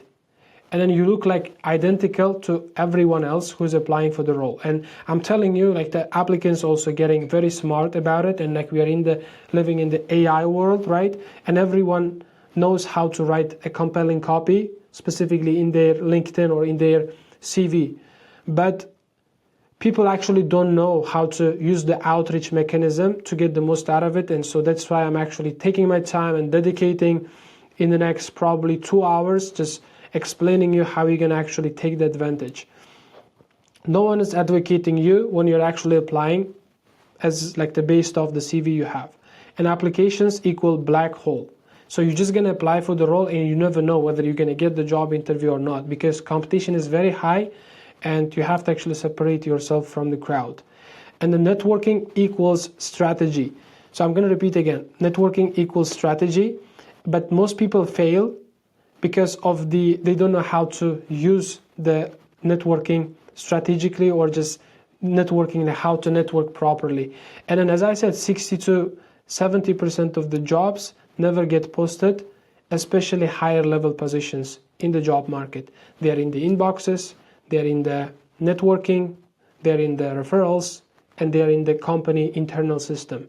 So even though you apply for those roles, you're not going to get anything, because they don't actually hire higher level position like the specialist, like the senior executive level or the managerial positions. They never hire someone strange, like the stranger, like from the outside, if that makes sense. And the referrals keep the line. The referrals equals straight to the hiring manager. Imagine you have a chance, or like you have the ability to talk to the directly hiring managers, and you're gonna actually skip it. If you know how to write compelling copy that gets response, you don't have to apply a single applications. That's so powerful. And then me actually showing you how to optimize your LinkedIn profile in the previous model, in the previous course we have, is the one which is like the foundation, optimizing, just presenting yourself in the best way possible. And in this model, like the outreach, we're just gonna actually talk about how you're gonna leverage your LinkedIn and just having a compelling copy that gets responses and eventually job interviews. The networking gives you unfair advantage. You know, like at this point, you know what they want before you interview. Because if you think about it, if you're reaching out to the senior compliance manager, so like you're targeting to AML and KYC roles, right? And then you know exactly what they want. And then you're just gonna show them like the kind of mirroring with the compelling copy, which I'm gonna give you the entire, let's say probably 20 plus templates, which are immutable, like literally immutable. You're gonna get the responses. People remember you when like they open like some sort of post. For example, imagine like you reach out to the senior hiring manager like at Citibank in the KYC department, and then they don't have the open position, but you're gonna actually stay on the top of their head, because if once you know how to get the response, whenever they open some sort of position, you're gonna be on the top of the list. And then most people fail at the networking. They ask for the job in the first message. Okay? They send generic messages. They disappear after some time. After asking, they're just gonna disappear. They don't follow up. And then the real networking is the process. It is very long. It takes very long time. It's not like no one, like I'm telling you, no one is waiting for you to reach out to somebody. And it's brutal that even if like the compelling copy, even if you have the winning copy, it's not gonna give you guarantee that you're gonna get, let's say like the 10 out of 10 time you're gonna get the response. It's not the case. And people don't actually look at the networking as a process, but they look at overnight thing. They're just gonna send the email, or they're gonna send the cold DM on LinkedIn, and they're just gonna actually expect something miraculous happens. But it's not gonna happen, because that's how it is. And that's why people don't see the result in the next week or two, and immediately they stop actually doing or just doing networking. So that's why like in their mind, like the easiest part, like the way of getting a job is just basically applying for another 50 jobs. But I'm telling you, I mean, if I had to start from the beginning, what I would do in my situation, I would create content, I would optimize my LinkedIn, I would reach out to 50 people every single day on LinkedIn, on email. And I would actually create content like this, and me actually walking through my CV.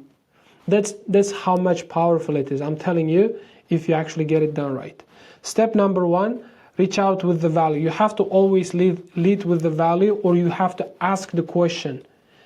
Not asking for the job, but start the conversation. It's like your number 1 objective in terms of you trying to actually network with someone is asking for some advice, because when you ask advice, people like they feel they put themselves higher, or like the hierarchy wise above than you. So you are the one who is a student, they are the teacher, right? So you're gonna actually praise them and put them in the position which is above than you. And then you're gonna ask, how did you get into this, like the company, or like this stuff like this? I'm trying to actually transition to this X, Y, and Z role that you are right now, and I saw your background.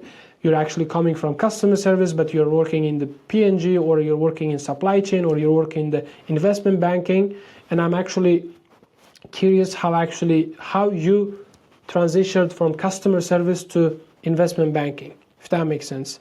Step number 2 is like always talk, like the pitch for 10 minutes call. I just want to know, just want to get to know with you.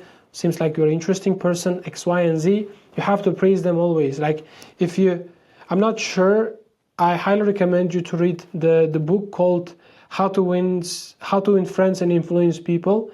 And it's all about human psychology. It's all about making friends, how to be likable, if that makes sense.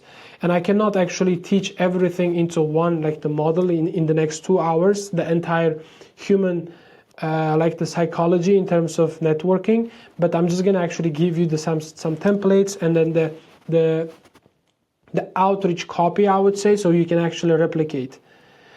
Ask about their experience, not for the referral. Like immediately, right off the bat, like the people, when they see or when they think it's networking, they should ask for the job interview, or they should ask for the referral.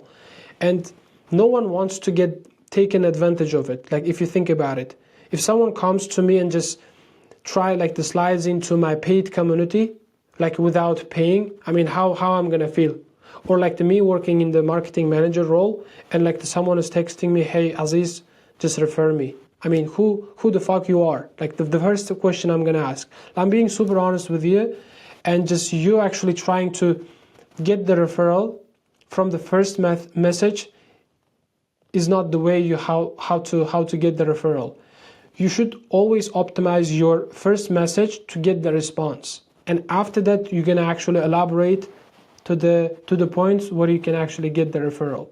Step number 3, you have to be consistent, right? Like it's a long process, and you have to keep in touch, commenting on their post, checking in their website, the profile, and like you have to be visible. I mean, you can say, hey man, I just want to check with you, or hey man, I saw the post that you made about it, it's super interesting. Or if you find some sort of podcast or some sort of industry article, you can actually share, hey man, I actually came across to this article and I found it useful and I wanted to share with you.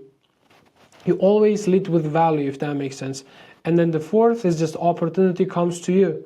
Just because you providing enough value, just bringing something to the table, you're more likely to build the trust and then actually get the job interview or the referral. Okay? You do them back, you just build the trust. Networking equals a relationship first. Okay? Always you have to, I mean, like as I said, like in this world, everything is transactional. Like literally everything is transactional. And if you don't bring enough value that they can actually enjoy, I mean, there is no any networking, if that makes sense. And then the relationship is only built based off the transaction. Okay? Application equals hope. So as long as you apply to 50 jobs and then just waiting for something will happen, it is not going to happen, especially if you are targeting to the bigger, higher level job positions. Okay? And like I know the fact that people watch this type of videos and like they don't even change their behavior, and they're gonna keep doing the same shit over and over again. They're gonna watch this video and they're not gonna do the networking, because networking sucks. It's not easy, and like no one is waiting for me and or for you to actually reach them out. And that's why it's really hard to get the response. And then people after some time, as I said, they try a week or 2 and they just literally stop and they think it doesn't work. Okay, if you actually keep doing what you've been doing, you're gonna see the same or keep getting the same results that you've been actually getting. So that means you have to change something. Okay, you know which company has the roles you want. At this stage, you know like what are the companies have the opportunities at the role that you wanted to work. So what you need to do, you have to actually find 3 to 5, even literally 10 people inside the company, your dream job, right? And then start to actually strategically connect with them, or just try to connect with them. And then in the next lesson, we're gonna actually talk about, so if I had one thing for you to get out of this this video, is gonna be just list out 20 different companies that potentially will hire you, like they have the opportunity, like the job roles that you're getting into, and then find this 5 to 10, even 20 people working in the company, and then start to actually just have a spreadsheet, just like the LinkedIn, their name, the position, and then you're gonna actually start to actually reach out to them, engage with their content, expect no, and most of the people, they don't respond you back, and that's completely okay, because in the relationship building, as I said, still at the end they have more value to offer than you have at this stage. Or just find something that you can offer that's unique specifically for you, right? But they don't have this thing, and you can actually offer with this, like the compelling offer, if that makes sense. And that's how you're going to build the relationship. Or just ask for the advice. Hey, just try to actually find the people who graduated from your university, or from your country, and you can actually just give some sort of context and familiarity. For example, if I had to start to actually do the networking, I would reach out to people who is from Uzbekistan, because I have the most, like, the common things than me reaching out to Indians or than me reaching out to Ukrainians, because I'm more likely to get the response from those who are in the corporate companies who are from Uzbekistan, at the job positions that they're working, at the companies that they're working, that I wanted to work. And I'm just gonna say, hey Aziz, I saw that you're working in JP Morgan as a senior compliance specialist, or like the analyst role. And I've recently graduated from Vistula University. I just want to actually understand how you actually transition from customer service, or how you actually got the job offer while you're a student. Stuff like this. And there are gazillion different ways, and then the angles, and then the perspective, like how you can actually go over the process. And I'll give you the templates and all, like in upcoming videos. But that's the point I'm trying to explain with this video is application, another 50 application is not the answer, and outreach is. And if you are, again, targeting to 20, 30, 40 plus thousand zloty salary every month, and they're not on the job boards. The job positions you're targeting to, they're not on the job boards. They're on the DMs, they're on the outreach, they're on the networking. And that was the video about it. Thank you so much for the time, and see you in the next video. Bye-bye.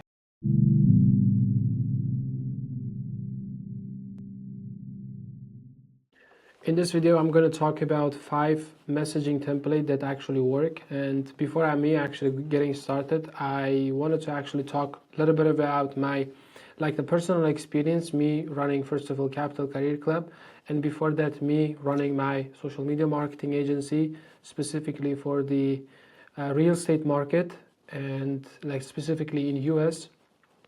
And after that, me running my social media marketing agency, again for local businesses here in Poland. And to be honest with you, me running these 2 agencies actually taught me a lot when it comes to reaching out or just doing cold outreach. And most of our the client acquisition is through cold outreach too, currently in specifically in Capital Career Club. And it is very powerful skill if you know how to do it right, or if you know how to connect with people, network with them, just ask the right question, and just slowly actually move forward to the goal that you wanted to get out of the networking that you're about to build with the higher profile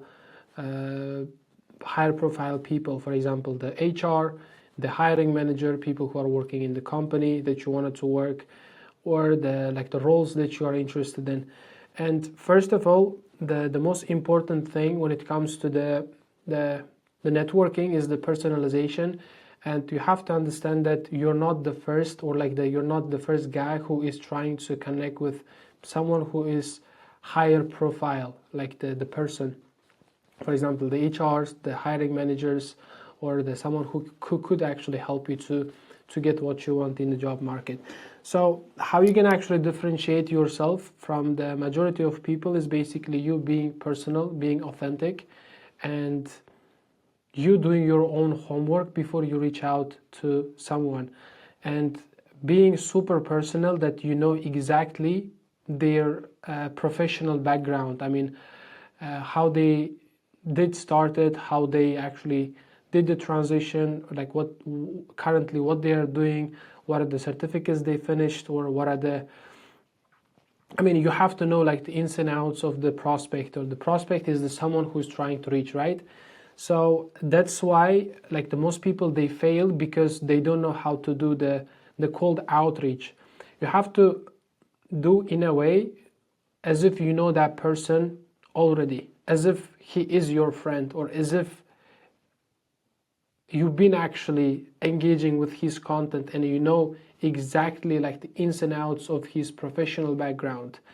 And that's why you can actually use this like the method or the personalization to the point. I mean, like he's gonna, or like the someone who is receiving the message from you, realize that the fact that you have done your own homework before you reach out to them. And that's how you're gonna differentiate yourself, like you did with the application process, right? So let's get started then. Most messages get ignored because they are not like the personalized enough. They compete with 50 others, like the inside the hiring managers or like the HR's inbox, and their copy is too generic, and that's why it sucks. Asking too early for like the basically equals, they get ignored. As I said, your number one goal with the first message is you optimizing your, like the objective wise, it is getting the response, and then you elaborate later on for the referral. No personalization, and it is so crucial. I can't stress enough. In terms of reaching out to people, you have to do the homework, and that's how you're gonna differentiate yourself. If you don't do the research, you're not gonna get a response. As simple as that. And there is no any care, so you don't really care about the like the person, and that's why you actually get ignored, or you're not gonna get the response you want. And once you do your homework, or just like the research about the person, and just craft the compelling copy, personalized, you know exactly who's the person, their background, right, and what they are doing right now, what are the certificates, like the which university he is graduated, or like the what did you study, like the what did he study, and stuff like that. So that actually puts you in the position that you actually care about that person, and that's why you will get the job interview, or just get the first response, so you can actually build the connection. People respond to specific, because once they realize that you've done your homework, or like to see that you've done your homework, and the copy that you send is completely different than 49 people in the inbox, that's how you're going to differentiate yourself. Specific compliment beats the generic prices. So lots of people, they have the template. For example, I'm going to give the template too, but it is not the copy paste template. It is the framework, like in terms of the copywriting. So you can actually use it in your own way, in the specific person profile. Based off the profile you wanted to reach out to, you're gonna use the framework, but you're gonna do the homework before you use the framework, if that makes sense. And that's why you're gonna actually get the job interview, or the referral, or like whatever you want to get out of the networking. And lots of people, for example, even like most people, I'll give you the template later on, but like they are too lazy, and then they're not going to do the homework, and they're just going to copy paste the exact template. And I'm telling you, we're going to get to the stage, we're going to have probably 50 members inside our community, like the free one, and I'm telling you, like you're going to see the same boring ass copies like all over the place, like in Poland, specifically for someone is trying to actually get the job interview, or just trying to connect with someone. And it's so embarrassing, I can't stress enough, just seeing, for example, me seeing the same copy over and over again in my inbox. I hope that actually hits home. The curiosity beats the desperation. Like you have to genuinely be curious about that person. If you do the homework, like obviously it is unavoidable. You're actually taking your time and just personalizing the specific copy that actually puts you in the position that you're curious. And shared identity creates connections. So shared identity, you have to find out the commonalities. For example, you guys went to the same school, or he actually graduated 5 years before then you actually started, let's say, or you guys are from the same country, like the same neighborhood. The more context and familiarity you will have, the more you're likely to get the response. Even like the skin color is like the makes huge difference, to be honest with you. Reciprocity creates obligation. When you're actually, as I said, first of all, you optimize the first message, just getting, the objective is just getting response. And after that, you can actually create some sort of reciprocity. Reciprocity is like giving something, not expecting in exchange of something back. For example, when I actually buy you ice cream, like 3 times in a row, let's say we go out and I buy ice cream for you, and then like in the 4th time when we go out, if we go to the dinner, you are more likely, or like you want to actually pay for my dinner. That's the reciprocity, and it actually works. This is like the human psychology, and that it doesn't look like he is obligated, or the prospects that you are reaching out to obligated to actually like they refer you, if that makes sense. Every message needs these 3 parts, so which I'm gonna actually show you. Obviously, the first is gonna be hook. How are you gonna hook the reader or the prospects? The hook might be personalized too. Like it should be personalized, and it should be different than like the other 45 people who are trying to network with the higher profile picture or the profile people. And then the second thing is the relevance. Like, for example, you can say, hi, I saw that you completed the course X, Y, and Z that I'm actually going through. That's first relevance, and you're actually talking about the course he actually finished. And on top of that, and I saw that you're from Uzbekistan, or that you're from Zimbabwe, or that you're from Nigeria, or that you're from India, which is relevance. And I'm also like from India, let's say, and then ask. And I saw that you are working in the Citi bank, which I'm actually planning to getting into after me finishing my certificate or just finishing my course.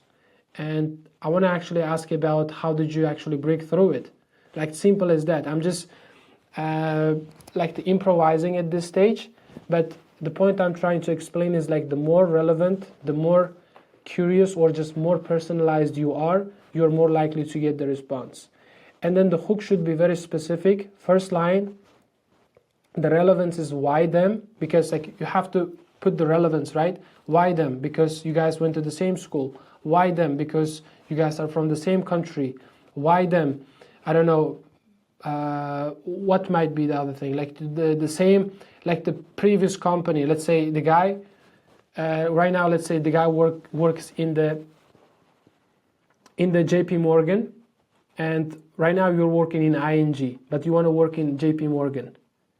And then you're going to say, hey, currently I'm working in the ING, in the KYC role, and I saw that you worked before, like back in 2019 till 2023, 4 years. And after 4 years, I saw that you transitioned to the JP Morgan. And I'm actually trying to make this transition, and I'm actually looking for some support or some sort of advice, how you actually break through it, or how did you break through this, like the obstacle. So right now you're working in the very like the well-known company. So you know what I'm trying to explain? You can even the ask is like, I'm trying to make the transition. How did you break through it? Keep it short, 3 to 5 sentence max. As I said, the first message is you trying to actually get the message or just response first. Adapt your message based off the profile that you're reaching out to. And as I said, the alumni, context and familiarity is very important, which is shared identity. And same company equals instant trust. Okay, as I said, like currently you're working, let's say, founder. And like I believe like lots of people, they start in the founder and then they actually go different directions. Some people go to supply chain, some people go to like the financial space, some people go to, I don't know, project manager, some people even go to IT support, some people like completely different. And like I believe that there are like some companies like the base tier or just easy to get into, like, or just easy to put your foot into the door, just getting into corporate space and then just make the transition later on. And if you are working in the founder, you can reach out to a bunch of people. I'm telling you, a bunch of people, and lots of people, they start at founder, like the previous, like the title. And that's how you can actually put some sort of like the context and familiarity, or just some sort of relevance, so you can actually leverage, if that makes sense, the edged with the content and like the familiar name, like that's obvious. And then like in your nationality, I don't know, the same like the familiar name or the surname, or just, you know what I'm saying. For example, like the surname ends with like OV, like the mostly like from like the post-Soviet Union countries, like let's say Kazakhstan, Uzbekistan, I don't know, Kyrgyzstan, like the Russia, stuff like this. So we are like, for example, me reaching out to them more likely more familiar than someone who is from Africa trying to connect with Ukrainians, if that makes sense. Cold outreach equals lead with value. As I said, first of all, you're just gonna optimize the first message, getting the response. Second, you're gonna provide with value. Third, you're gonna ask. Don't ask for the job, ask for the conversation, like the start the conversation. Okay, build the trust first, and then the opportunity follows. So that's the common problems that I'm actually facing, or that I'm actually seeing. Most of the internationals here in Poland, they make this mistake, and you know exactly what the mistakes are. They don't give a shit about the person. They don't have the context and familiarity. They don't do the homework before they reach out to. They actually copy the same boring like the template over and over and over again, and that's why they don't get the response that you are about to get. It's not about the quantity of the prospecting or just reaching out to people, but it's all about the quality. You can actually take your time and just craft a compelling copy, just analyzing the person's profile, and then just writing copy. It might take probably 15 minutes, but it actually helps you to separate 99% of people who are trying to slide into the DM. So that was the video about it. And what you need to do is basically find these 10 people, and then you have to actually find like the commonalities, and then you're gonna actually identify something specific inside their like the profile, and then you're gonna actually craft the small questions, and then you're just gonna actually just send them, or you're just gonna wait in the next model, or in the next video I'm gonna give you the templates that you can actually use it. You're just gonna take the idea, not the copy itself, and you're gonna craft the copy specifically based off the profile person, if that makes sense. So that was the video about it, and thank you so much for the time, and see you in the next model, which is ready to go templates.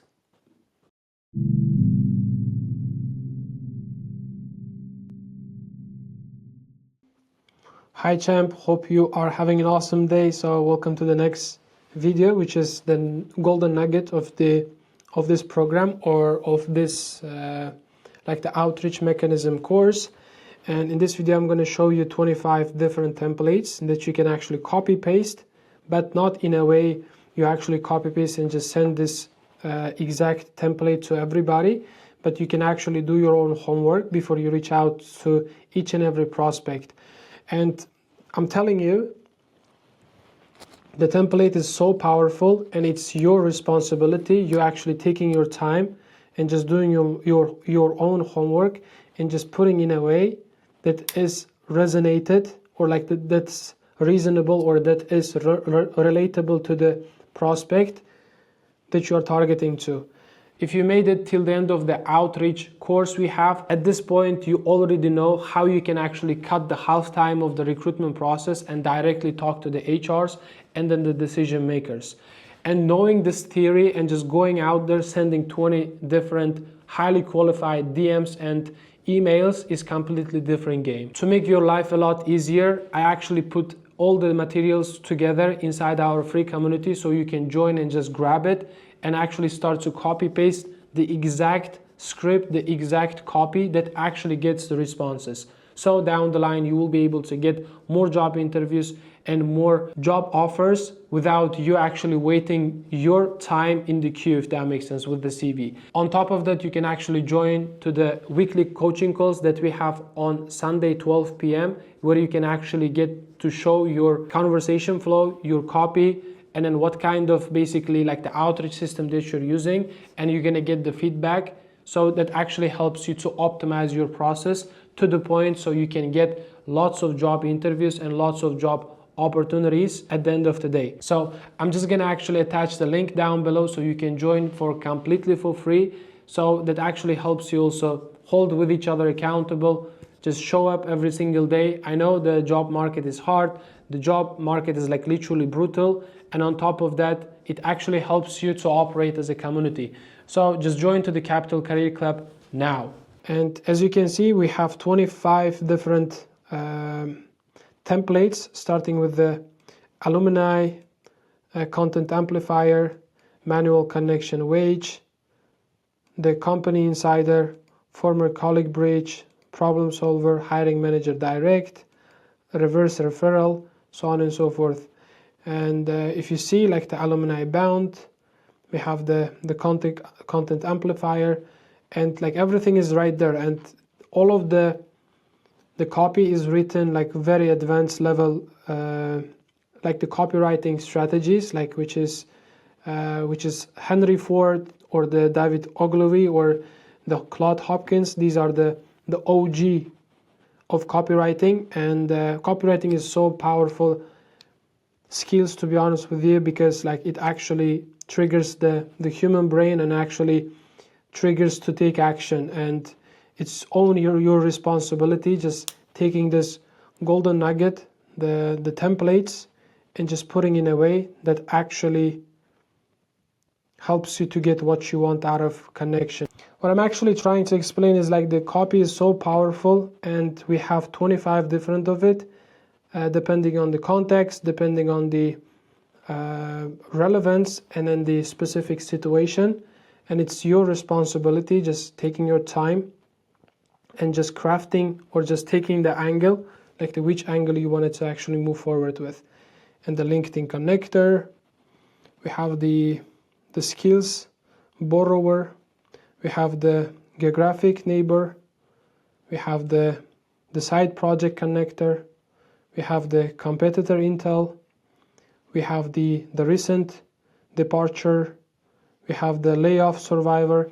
There are a bunch of it, and as I said, it's your responsibility again, just taking which angle you want to actually take and just craft the copy and just start to actually connect with people and get what you want eventually.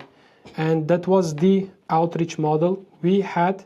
In the next model, this is one of the last model we have, which is interview preparation, and what I'm gonna actually show you how you're gonna prepare in the best way possible for the interview that potentially you're gonna get. And thank you so much for the time, and I hope it was valuable. And you're gonna always find this document under this video, which is like the page, like the resource section. You can actually copy and then start to use it. Thank you so much for the time, and see you in the next model. Bye-bye.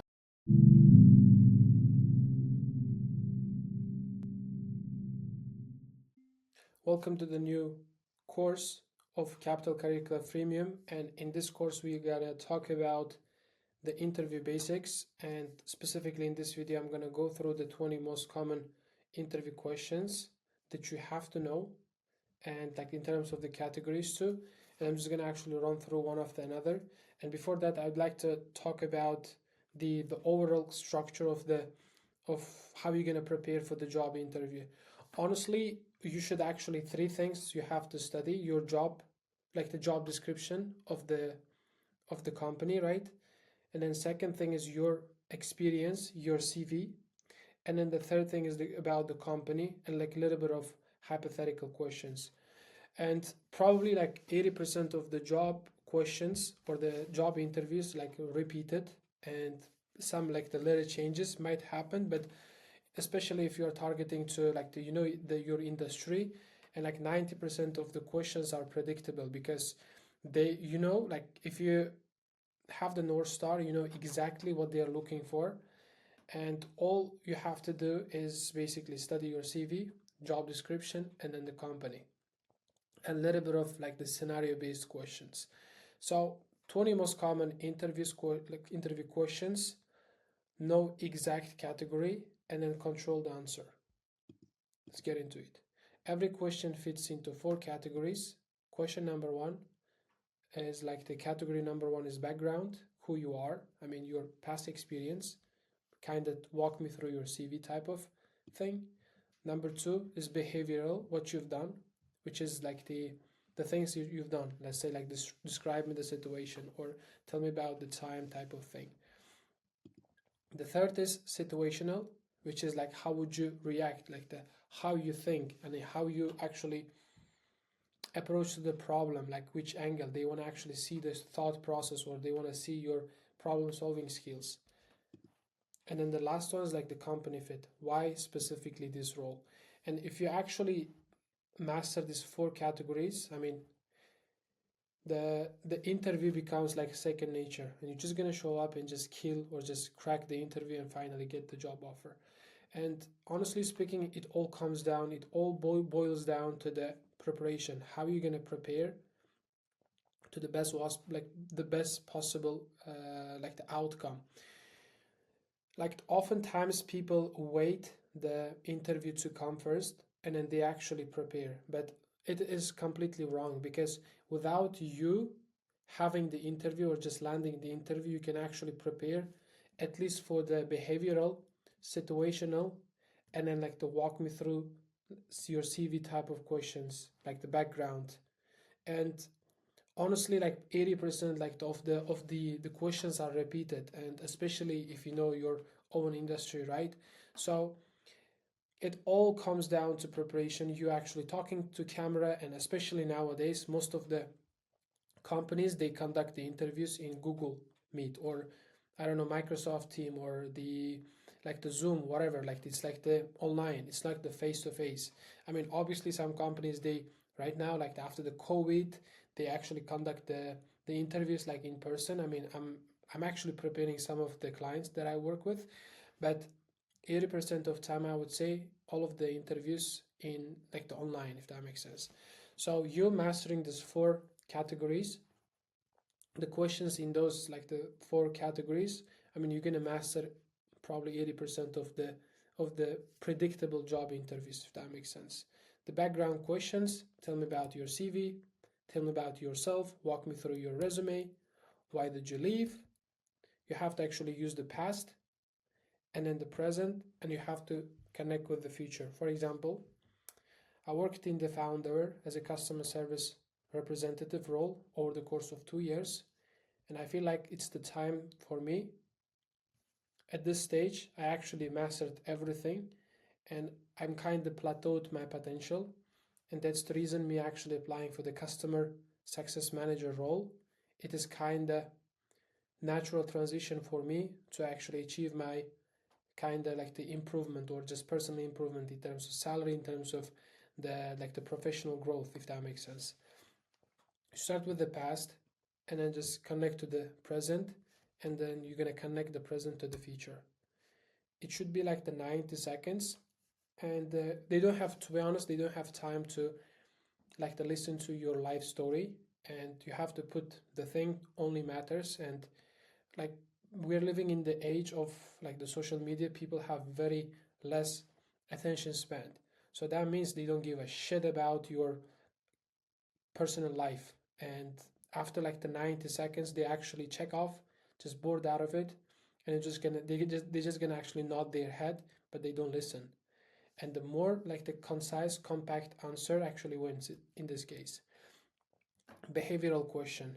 So behavioral question is like to tell me about the time, give me an example of X, Y, and Z. So you have to use the STAR method: situation, task, action, result. Situation is like the me actually leading, let's say like the 5 people in the like the marketing like the position. We were actually launching the Black Friday campaign, email marketing. That's what I did, and that's the result. We actually made $500,000 over the course of 72 hours through Black Friday. one story, one number, and then the action you took. And the companies like P&G, companies like the managerial positions like Involve, these are the companies they're more likely to actually conduct the interviews in this format. Like they heavily focus on the like the STAR method, behavioral and situational questions. Situational question, that this type of questions, they don't like, there is no right or wrong answer. They just want to actually see how you handle, how would you approach. They want to see your thought process, right? This is the time they actually shit test you, if that makes sense. They want to see, as I said, your thought process, thinking process at specific given scenarios. For example, I'm going to give you one example from P&G. Let's say it, like the manager is going to ask, imagine you are running a project, let's say Allspice, and then it should actually come, let's say like the from you have to deliver the let's say paleta, they say, right, the pallets from Czech Republic to Poland, and then like there is no available track, like the tracks, what you're gonna do. And then you have to actually explain how would you approach in this specific case. Like there is no right or wrong answer. They just want to see your thought process. And oftentimes it is like very high level, like the consulting managerial positions, they're more likely they're going to ask about this type of questions. But I'm telling you, 80% of the question comes from the job description and then the CV that you have. And like to 10% about company centric and 10% about the your like the personal goal, if that makes sense. Company fit questions, like this is the last category, which is why here, like why you want to work here, like overall your motivation. What, for example, why Citi, why capital, like the why Capital Career Club, why you wanted to work in Capital Career Club, type of thing. And then what do you know about us, like this is like the company, it's the culture, it's the value they have, it's the mission they have. You have to actually study. Preference something specific, the connected to your goals. So you just need to take the company value or the mission, and you have to actually come up to some story, or like the, if you are genuine about your goals, about your like the life value, I would say, like that you actually carry on a day-to-day basis. If you can actually find some bridge, you're just gonna actually connect it, if that makes sense. 5 make or break questions, like this is like the hands down they're gonna actually ask these type of questions, like this is exact questions. I'm just gonna actually walk through one after another. First one is like to walk me through your CV or tell me about yourself. That's the number one question, like the first question you get asked in the job interview, no matter what type of interview. Is it like the technical, behavioral, situational, just the HR, or the like the main interview? It doesn't really matter. First of all, they can ask this question, and I'm telling you, 90% of the people, they actually fuck up at this stage. They don't know, like it is so stupid, it's so mind-blowing, like in my eyes, not knowing how to demonstrate yourself in a way that actually sells, or finding the unique value proposition you have to the role that you apply to, right? And when they ask about like to tell me about yourself, right, they start from the kindergarten and they talk for 5 minutes. They don't give a shit about your life stories. They are here to qualify you whether you are right fit for the role or not. And they don't give a shit, as I said. They only care about themselves. And like people, they make the biggest mistake, which is they always talk about themselves. You have to talk about them, what they can get once you start to work in this company at this specific role. So like tell me about your value proposition. Like in your mind, there should be like the each and every question you get asked converted to the question called tell me what makes you like to qualified for this role, or why we should hire you. And like imagine like tell me about yourself, just convert it, why we should hire you. and then you're gonna actually talk about them, not yourself. Okay, like the company like the centric, or the role centric, if that makes sense. Why do you want to work here?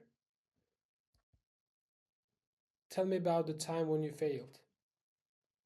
So why do you want to work here? As I said, like overall your motivation, maybe the company value, maybe the department value, maybe the vision of the company, maybe the culture of the company. So that's why you have to study before you show up. And people actually don't take it seriously, and they actually show up unprepared, and that's why they get nervous. That's why they don't know the company value. That's why they cannot position themselves in the in the job interview, because they don't know like the company value and the mission and what kind of culture they have. They work overtime, or they focus on the work-life balance, or they actually fast-paced, or they focus on the stability, or they focus on the, I don't know, like the innovation, or like the technology, or like different company have different values. And then you knowing what you're actually getting into helps you to have the edge over majority of people, because like the most people, they actually getting into the call, or they're getting into the job interview like with absolutely unprepared. That's totally wrong. Tell me about the time you failed. It's like another one, like the 100% they're gonna ask. You have to actually have the story to talk about, which is relatable. Again, you should always talk about them. Okay, do you have any questions for us? And like most people, they say no, thank you so much for the time. That's it. It's completely wrong, which actually shows that you don't give a shit. But honestly speaking, you give a shit about your career. That's why you have to study the role, you have to study the company, and ask the thoughtful question that actually pushes them to get out of their comfort zone and just be able to actually answer. And it's your responsibility to prepare the thoughtful or relevant question, because just answering to the question is not the case. Like sometimes, like it's super crucial, you like, not sometimes, like all the time, it's very crucial you asking the right question. I mean, what's the next, like the 90 days look like? I mean, what you expect in the next 90 days? I mean, what does the success look like in this role? Or not about the money, or not about the promotion, but you actually being super curious about the role. And then you're not actually kind of desperate for getting the job, but at the same time, what you're gonna get, right?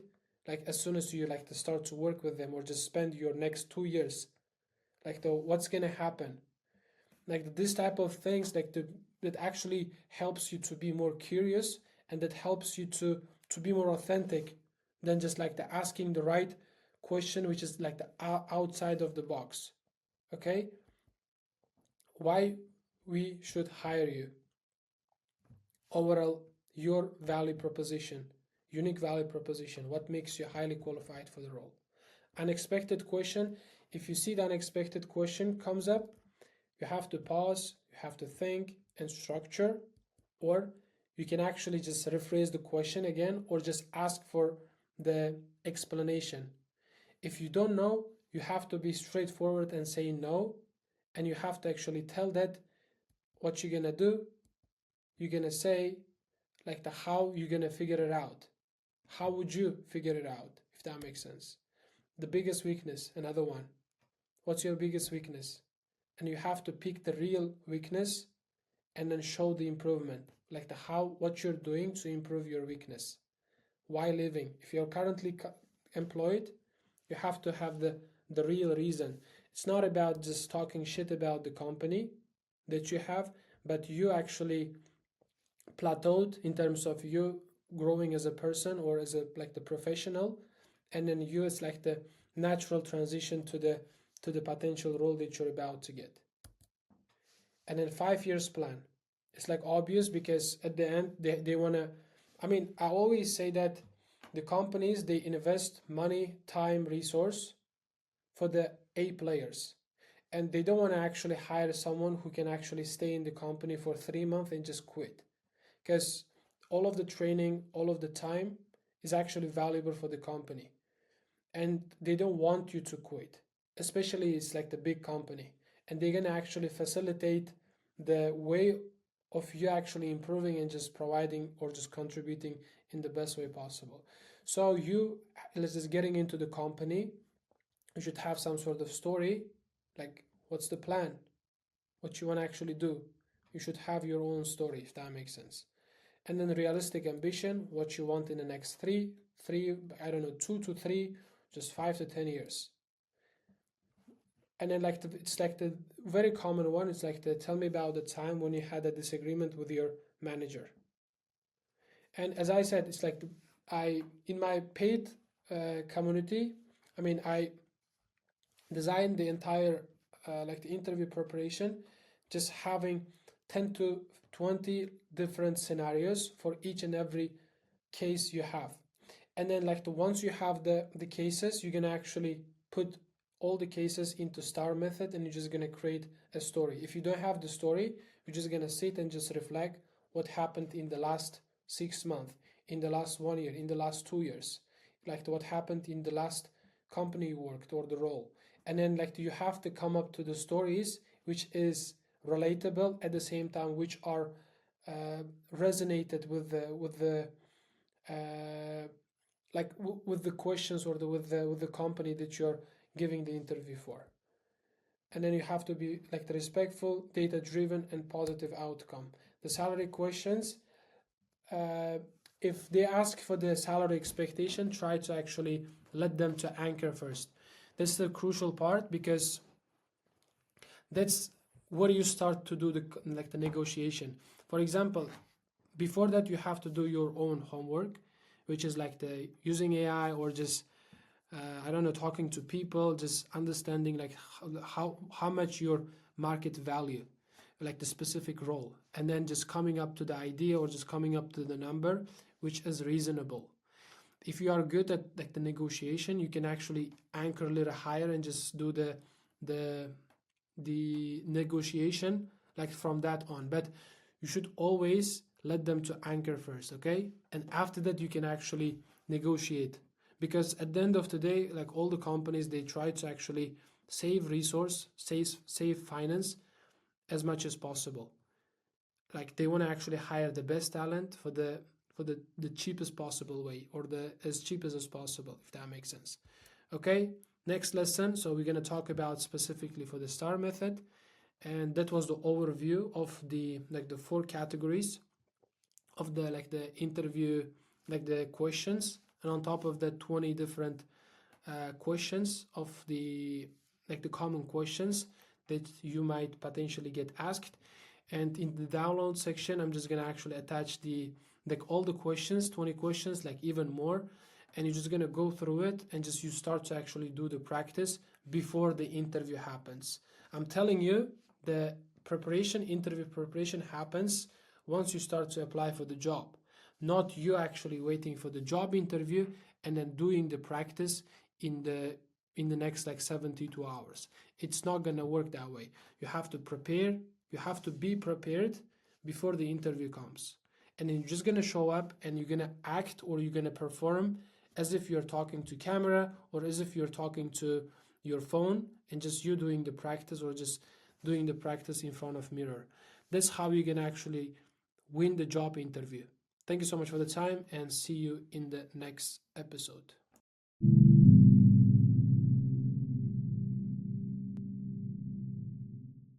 Welcome to the next lesson of the interview basics course we have in Capital Curriculum Freemium.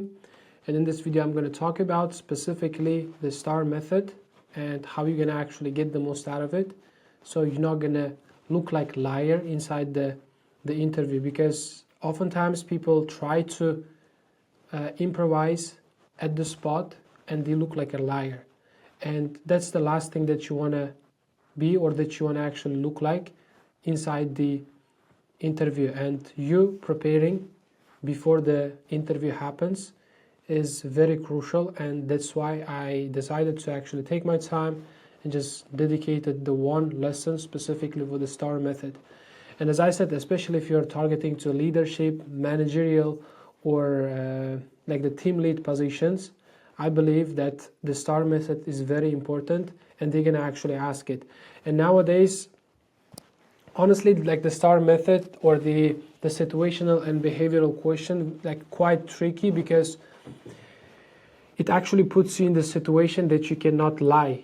And when you actually try to improvise or try to lie, you can actually expose yourself, and then that's why like the HR is gonna smell that you're lying, and then you're more likely to get the goddamn rejection. So that's why I decided to take my time, go through the STAR method, what makes the STAR method very strong, and I'm just gonna actually give you the categories of the STAR method, and then like in terms of the scenario wise, so you can actually use it over and over and over again, no matter what kind of scenario happens. So without further ado, let's get into it. STAR method helps you to turn the vague claims into proof, and it, at the end of the day, it all comes down to how to prove yourself in the job interview, right? For example, your CV is the claim. They're gonna get attracted, and they're gonna actually book a call with you. And in the interview, the number one, like the objective, you have to prove that you can actually do the work, or that you can deliver result. And you have to actually claim, like to prove the claim that you have on your CV. Okay? The S stands for situation, T task, action, result. Most people spend too long on the situation and then the task, which is trying to give the context, or just trying to actually explain the situation very long, and then they spend probably 80% of the time on the situation and the task. But oftentimes, but like majority, like the most of the time, the action and then the result speak itself, then you actually just trying to explain the context. Okay, spend 20% on the context and 80% on the action and then the results. Use the STAR method. For example, tell me about the time. Time limit is like the 60 to 90 seconds. I mean, if you try to actually like to talk more, you're more likely to expose yourself. That's why having a compact and concise answers always win. Okay? You have to prepare 5 to 7 core stories that I'm gonna actually show you, that you can always rotate them. So for each scenario, you can actually, one scenario can actually answer 5 different questions. For example, cover these themes, or just the situations. For example, problem solving, the teamwork, the leadership, the failure, the conflict, and then the tight deadlines and initiatives. Okay, write full STAR for each story. For example, you can actually set, as I said in the previous model too, you have to have the question banks, or just the STAR banks, like the list of the stories that you can actually talk about it, that is written by, or just written in the the form of STAR method. And then you have to actually add numbers that actually shows the results, and then because like the no numbers, basically no proof. And when you actually talk with the numbers, like that we talked in the bullet points on your CV, and then the experience section in your LinkedIn, you have to always back it up with the proof, which is the number. And then practice out loud. That's all you need to do. You need to have 5 to 7 core themes, and then like the 5 to 7 like the scenarios. Like each scenario can actually answer, as I said, up to 5 different questions, and you can always rotate them. And that's all you need to do. And it is not that hard, to be honest with you. It is like absolutely easy.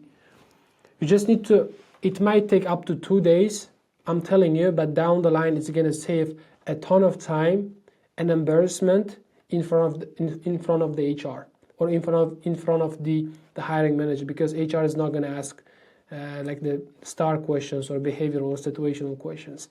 But that's what actually makes or breaks your career, or like you potentially getting the job offer or just getting rejected. You can only practice in front of the mirror or record yourself to the point it becomes second nature. And you interview is not the time when you improvise something. It's the time to act, or it's the time to actually prove with the confidence. You cannot even like to think about it, okay? You should have the ready to go answers already. And then like you have to have the stories line up specifically for each 5 or 7 different categories, okay? If over 90 seconds, you have like to cut the situation. For example, if you're talking too much, like I highly recommend you to just grab your phone, or just I don't know, you can actually use different software for your laptop, and you can actually do the practice, and then you can actually stop and you're gonna watch it. If it's more than 90 seconds, you can actually do it like 100 seconds, but it should be super clear. And as I said, the more you talk, you're more likely to actually make mistake, and you're gonna actually expose yourself.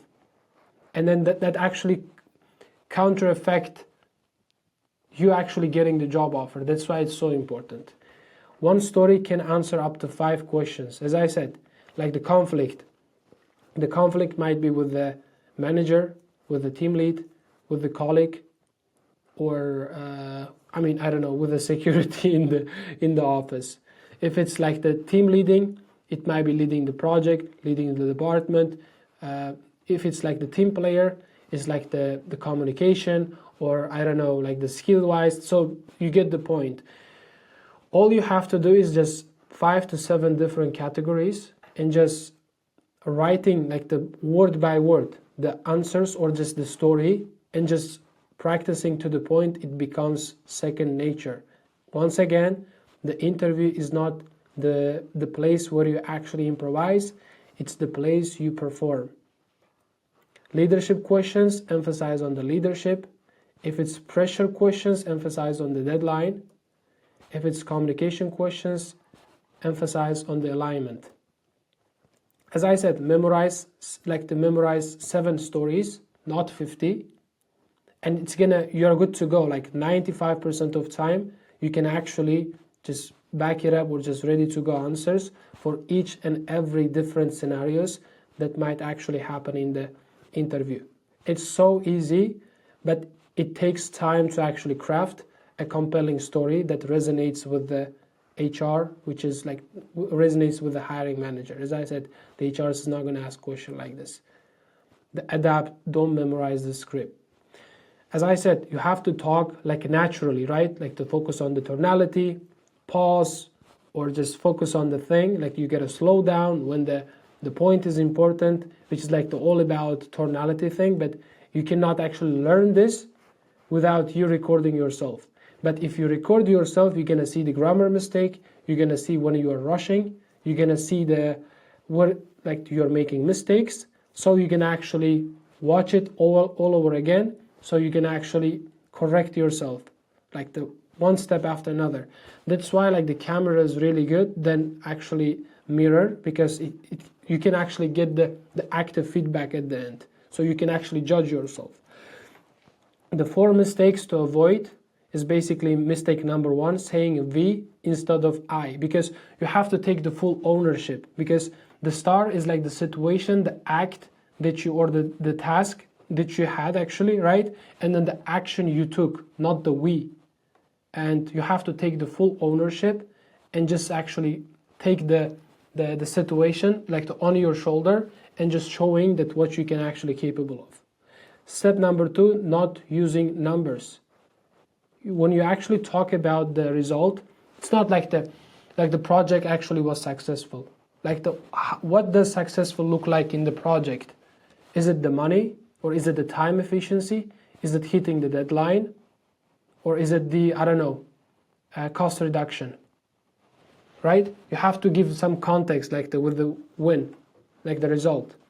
Mistake number 3 is too much context, talking about too much about situation and the task, and forgetting about the action and the results you actually got. Step number 4, the final one, you weren't the main actor. As I said, you have to take the entire ownership and just basically like the controlling the entire narrative, if that makes sense.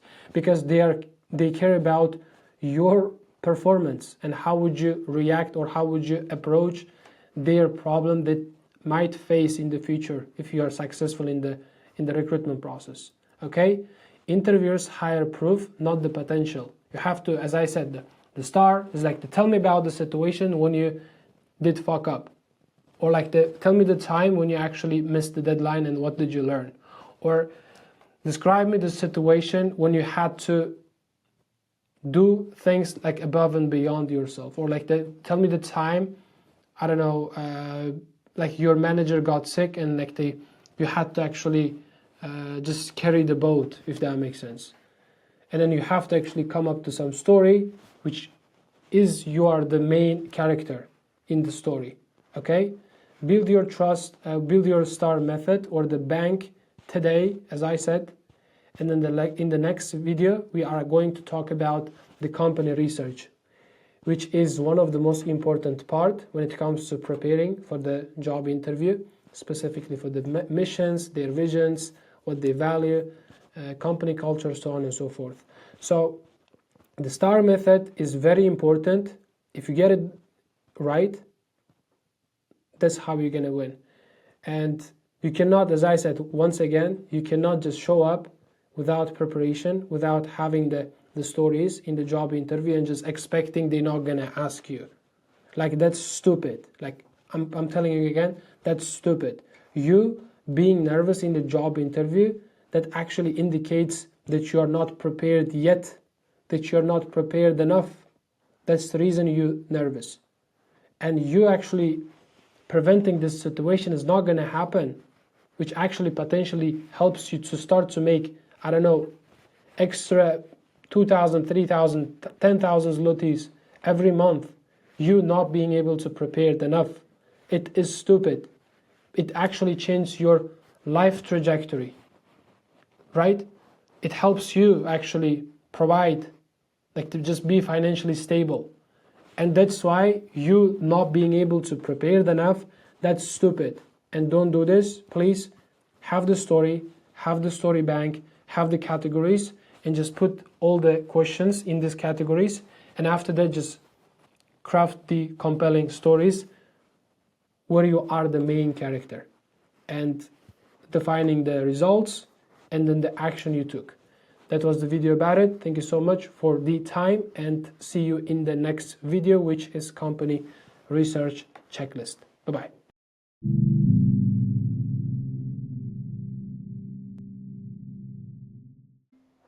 Hey, what's going on, guys? Hope you guys have an awesome day. In this video, we are going to talk about the company research checklist. And honestly, like lots of people, they make very deadly mistake. They don't even know about the company before they actually show up in the interview, and then they ask the question, what's the product, or what's the what type of service you guys provide. That is stupid, and we're not going to do it. We're just going to do the homework, and we know exactly what's the value of the company, the mission, the product, their clients, company, department level, or like the how many teams, like the basically we know exactly like the ins and outs of the like the company and the role. That actually shows that we care about the role. And if you do the research, that actually shows that you actually care about the role, and you're not the random candidate. Okay, so without further ado, let's get into it. Interviewers, they actually know within 30 seconds whether you know the company or not. And especially when they say, like, to tell me about yourself or just walk me through your CV, you have to actually tailor unique value proposition for the company and their mission and their vision, and then the product they have or the service they have, and what's their clients. So if you actually get it done within like 2 to 3 minutes, I mean, they're gonna actually sold out. I'm so serious about it, because like the first impression is very important in the job interview. For example, I recently hired one editor, and I actually went through probably 20-25 different job interviews. When I actually talked to the person that I actually ended up hiring him, I knew that he was the one, like right off the bat. And it's how important it is, because my thought process, the person like me actually asking the question, I actually made the decision within the 5 minutes of the interview. Like, that's so important. And I can't stress enough how the first impression is important. And if you get it done right, I'm telling you the job offer is yours, and in this video I'm going to show you how you can actually do the research about the role, what are the things which is important that actually gives you some edge over like 99% the job seekers like desperately trying to get that job offer without any homework or any sort of preparation. Okay, so let's get into it. The generic answers get rejected and specific answers will get shortlisted, and then the research lets you customize your answers. Okay, as I said, all of the questions you get right, you have to actually talk about them, right, not about yourself. So all the answers should be company centric and the role centric, right? And how you're going to do it? Doing the research. Research helps you spot the red flags. You need 40 minutes in total, and then you have to actually do the research in 4 different areas and like 10 minutes each. The first the number 1 is the company, what they do, who is their customer, is it product based or is it service based, like the company. The product based might be P&G, which actually sells the soda or the many different lines of products. Let's say Allspice, I don't know, the Gillette or the Oral-B or the Brown, whatever it might be. So these are the products based company. And then the service based company might be SaaS, which is like the software as a service. So you get the point, and you should know who is their customer. Okay, and then the size and the recent news. For example, if you're in tech, you should know there's some specific thing, they might actually acquire some small businesses. So you have to be up to date with the company news.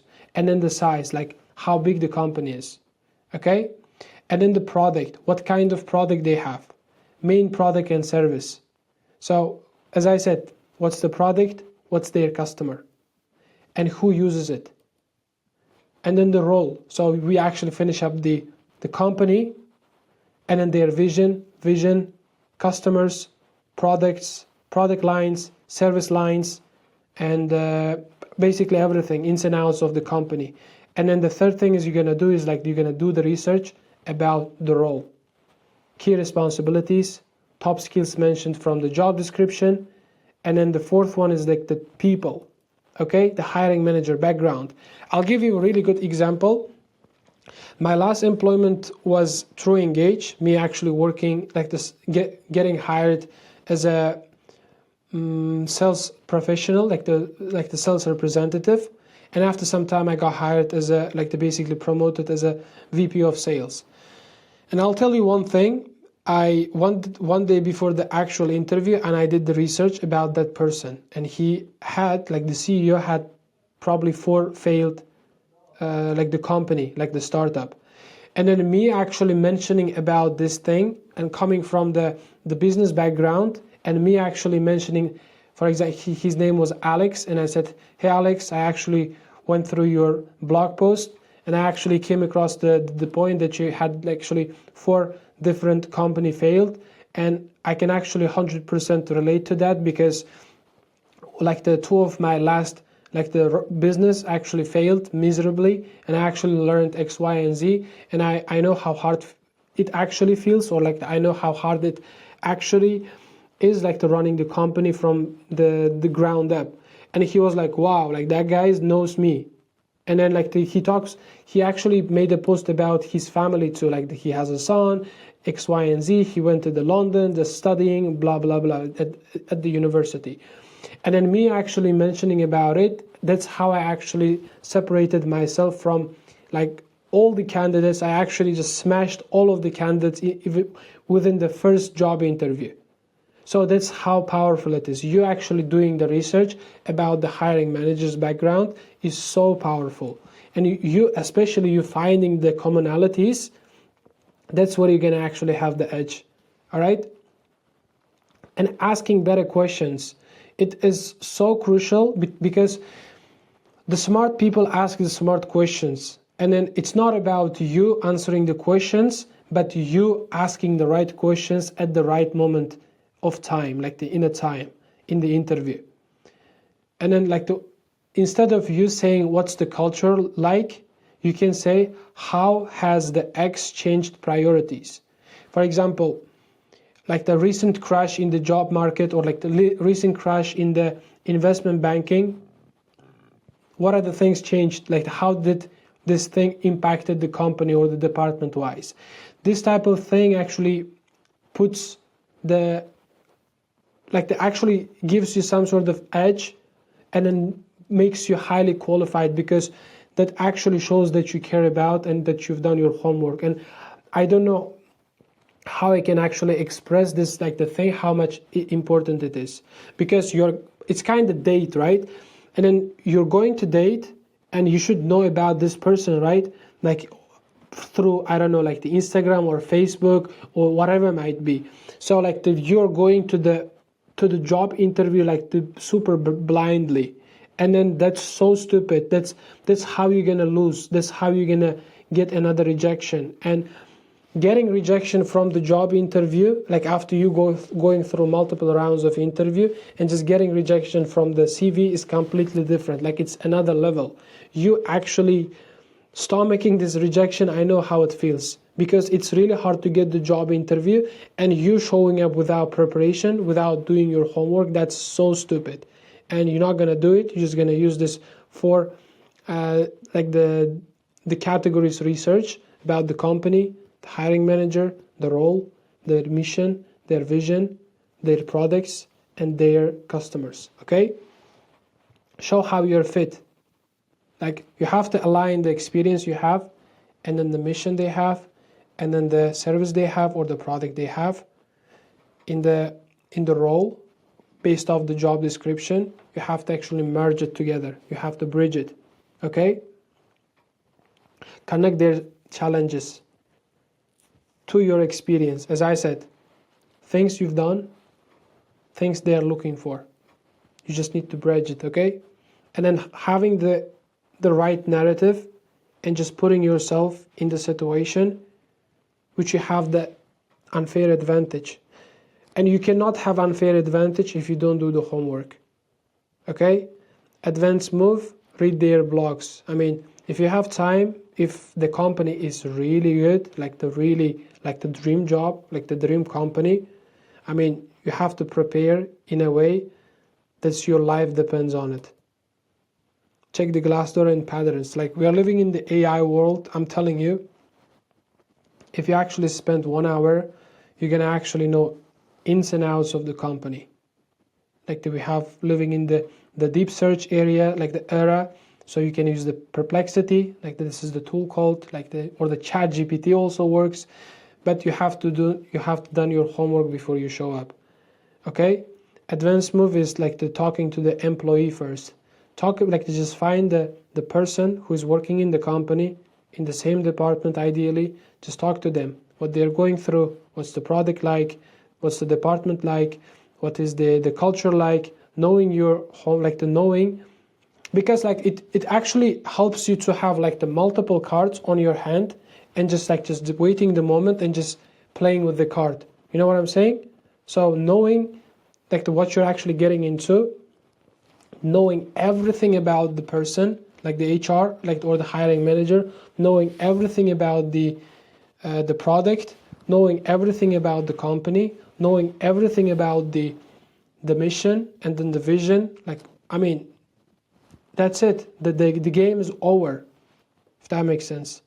And prepare the 30, 60, 90 plan.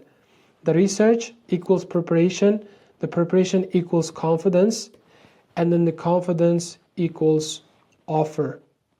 You cannot be confident enough if you don't know about the company. And you taking your time, doing your own homework, shows that you give a shit about the role. And then it's nothing worse than showing up without knowing anything about the company and then the role, let alone the person who's having the interview. So in the next video, we are going to talk about post-interview follow-up template, which actually helps even more, okay? So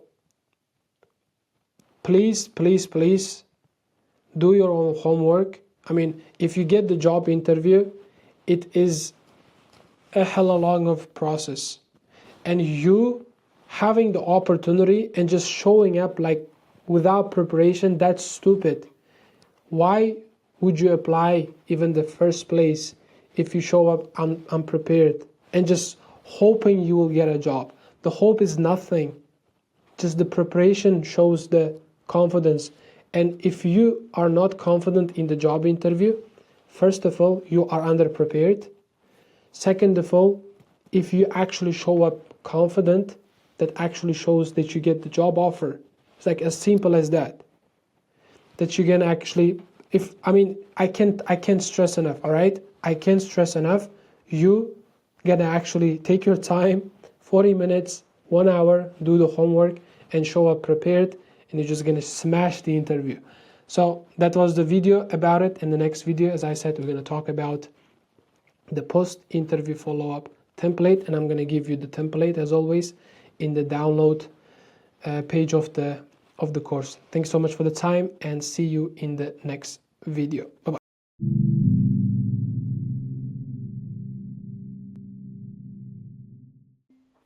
Welcome to the one of the last lessons of the interview basics model we have in Capital Career Club Premium. And in this video, I'm going to actually talk about the post-interview follow-ups, and it actually helps you to show that you care about the role. And probably 90%, 95% of people, or the people who have been in the job interview, even don't send the email or the follow-up message after, or like the follow-up email after the job interview. And if you actually apply, or just if you actually send this follow-up after the interview, post-interview follow-ups, you can actually put yourself in 5% of the people or the candidates who have been through the interview, which actually helps you to show that you care about the role. The most candidates don't follow up, and then follow-up actually signals that you care about the role. And then it actually reinforces your fit, and then it keeps you top of the mind, because if you think about it, you're not the only guy, or you're not the only girl fighting for this role. And you're like the number one objective, how you're going to separate, or how you're going to put yourself in the situation that you can differentiate yourself from 9 other applicants or 9 other candidates in this role.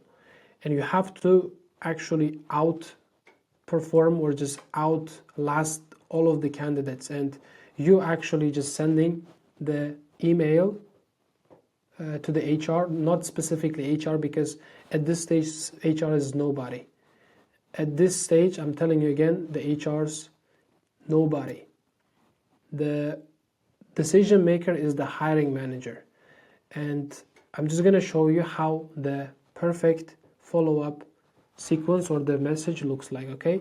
The generic follow-ups do nothing, and great follow-ups add value.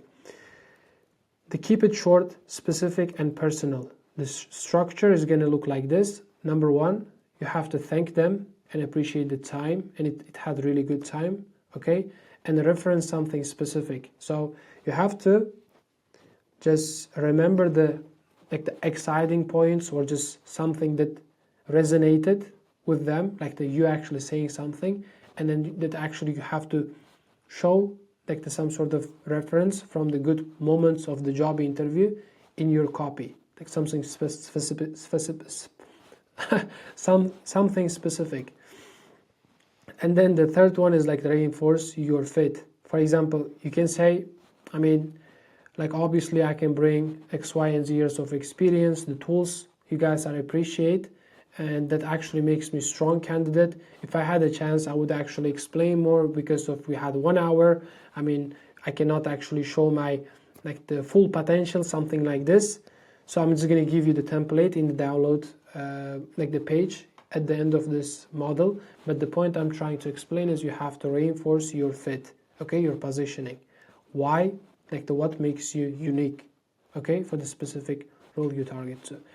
And then the last one is the clear next step. You have to show the next step, I would like to talk more if you are interested, or if you need it, or just give me the contract, stuff like this. You have to show the appreciation first of all, and then like you have to bring some sort of specific moments reference from the actual interview.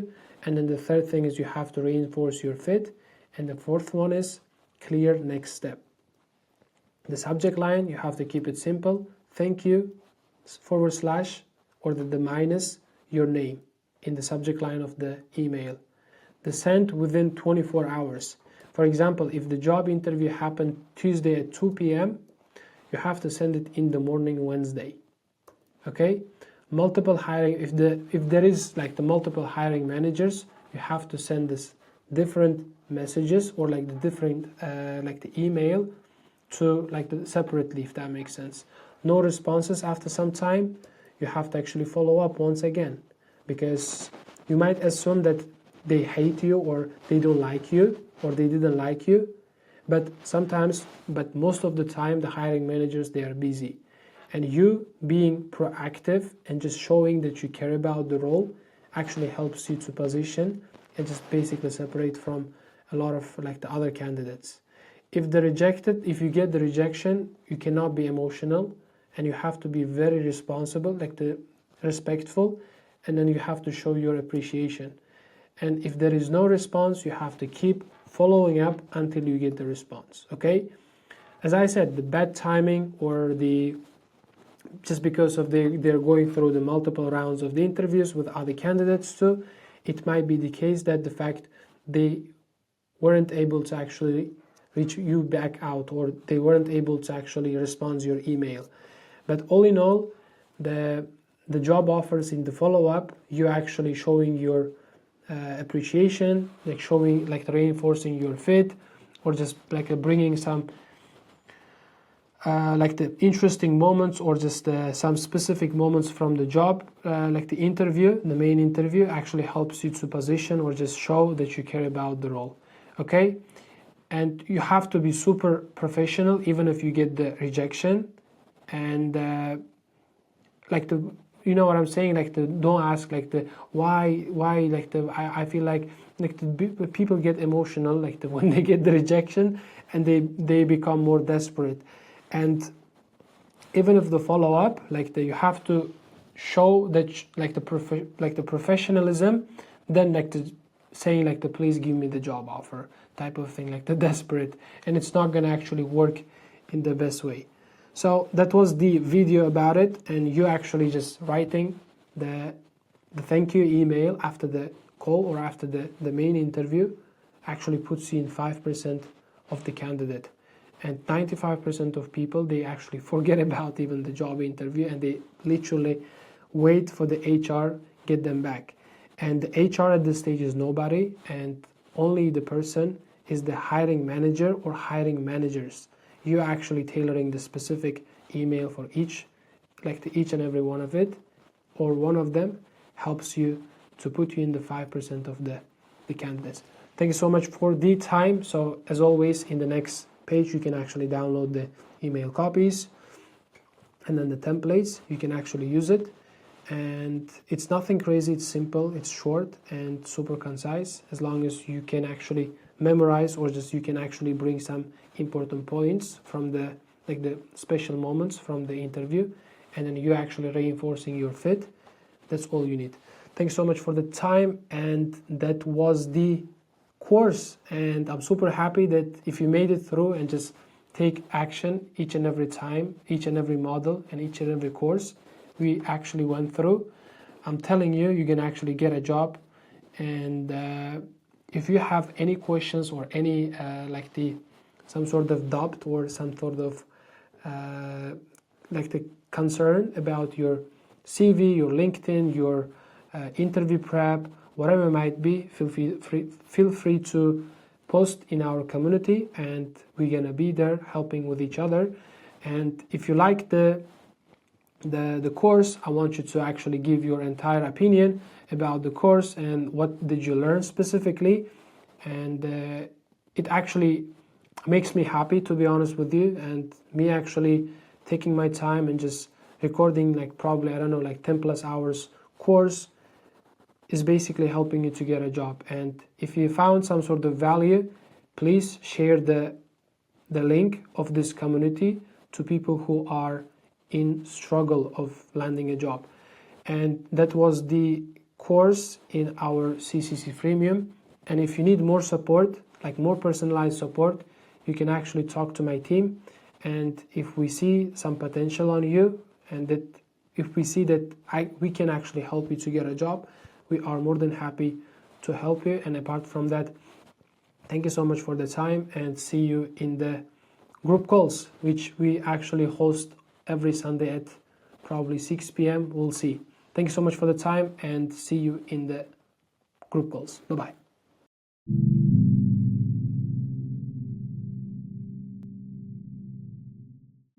I'm gonna wrap up the course. Finally, we made it. If you are watching this, congratulations. You went through all of it, and you're the champ. And you will get a job if you actually take action. And the information itself is nothing if you don't actually put in the work. And that's how it is. And that's why you see a lot of professors in the Vistula University. I'm not actually hating the professors, but they have the knowledge, but they don't take action, and they are teaching about business, and they don't have any idea how the business works in the real world, apart from just knowing the theory. I know the fact that some of the professors, they have real businesses, but the point I'm trying to explain is, if you don't take action, you don't win in this life, and that's how it is. If you are here, you already know interviews is not about talent, it's about preparation, stories, and then the framework that you use when it comes to your expressing your experience. And the worst thing that you can do right now is basically waiting for the dream interview to come to you and then just Googling around one night before the actual interview happens. Instead of you actually juggling around, what if you actually download 20 most asked questions from the potential employers in Poland and start to do the preparation before the actual interview happens. And when the interview comes to you, so you're gonna be completely ready. And on top of that, you can download the STAR method framework, so you can actually put all the stories, personal stories that you have in the right framework that actually resonates with the hiring manager or potential employers. On top of that, we can actually conduct the weekly coaching calls, 12 p.m. on Sunday, where you can get to practice with me or just with someone, and then I can actually give the feedback on your answering. So you can always join to the community in the description down below. It's completely for free. In this course, as I said, I actually covered everything from the foundation all the way to the interview preparation. And I want you to join, as I said again, to Capital Career Club. It's completely free, so you can actually download all the resources that I actually went through in this course, in 5 different courses, right? And on top of that, you can actually join to the community. On top of that, you can actually connect with them, people who are in the trenches like you, trying to get their dream job in Poland. So you can get to see with me, like to interact with us, and which actually helps us to hold with each other accountable, keep showing up every day. Potentially, it actually helps us to get the job offer faster than ever. So see you in the community and see you in the group coaching calls. In this document, basically you can actually find the 20 questions chit list. You're going to find the behavioral questions, you're going to find the situational questions, you're going to find the company fit questions, you're going to find the resource star building, like the star story builder, and you're basically going to find everything here. The post interview follow-up email, and the company research template. What else you're gonna find? You're gonna find the follow-up email script. As you can see, everything is right there. You just can download it. You're just gonna find it in this like the section. If you're watching, you just go through all the way down to the resource section, so you can actually download it and start to use. And if you actually found valuable this, like the free course, I want you to help me to spread this message, or to spread this like the valuable content or just valuable course to those who are struggling in getting into corporate companies here in Poland. And if you know someone, even like one person, please send this community link or this community URL to somebody who can actually start to watch, and just we will be able to actually help them, like even like the small chunk of the the process, if we can actually help them to optimize or just help them to get job interviews, like more job interviews, or help them to prepare for the job interviews, or optimize their LinkedIn profile, or just learn another like the distribution channel. It might be like the outreach or LinkedIn or CV. So please help me to spread this message to people who are struggling. And when I actually came to Poland, there wasn't nobody who actually take my hand, just hold my hand and just show me how to actually getting into the space. But it took me a very long time, and I know how it feels. And I talk to people, and the pain points you have, or the struggles you have, it might be financially, it might be mentally, it might be like the pressure from the family, and I know how it feels. And me actually like trying to put everything into one place and just providing free value, that's my one of the biggest goal that I have. And I want to actually get 50,000 members to our community, and I want you to help me to achieve my goal in 2026. And that was the end of the course. And so we are planning to actually conduct the Q&A sessions every Sunday, and I'm not sure when we're gonna actually schedule, but I'm pretty sure as soon as we actually decide when we're gonna actually schedule this, like the Q&A sessions, you're gonna definitely see this in our community. If you come to the calendar section, let me save this. If you come to the calendar section, as of right now it's 12 p.m. If it works for our community members, so we're gonna actually schedule every Sunday at 12 p.m. so where you can actually ask questions, bring your CV, optimization, LinkedIn optimization, how to prepare for the job interviews. So I will be able to actually talk to you one-on-one, and you can actually bring any question you have, and probably we're gonna hold it for 1 hour, and you can get the personalized feedback. And apart from that, I want you to be active inside our community and just take a massive action and just get a job. And please share like even small wins inside our community. That actually makes me so happy. And apart from that, that is pretty much it. And thank you so much for being here. Bye bye. See you in the, not bye bye, but see you in the group calls.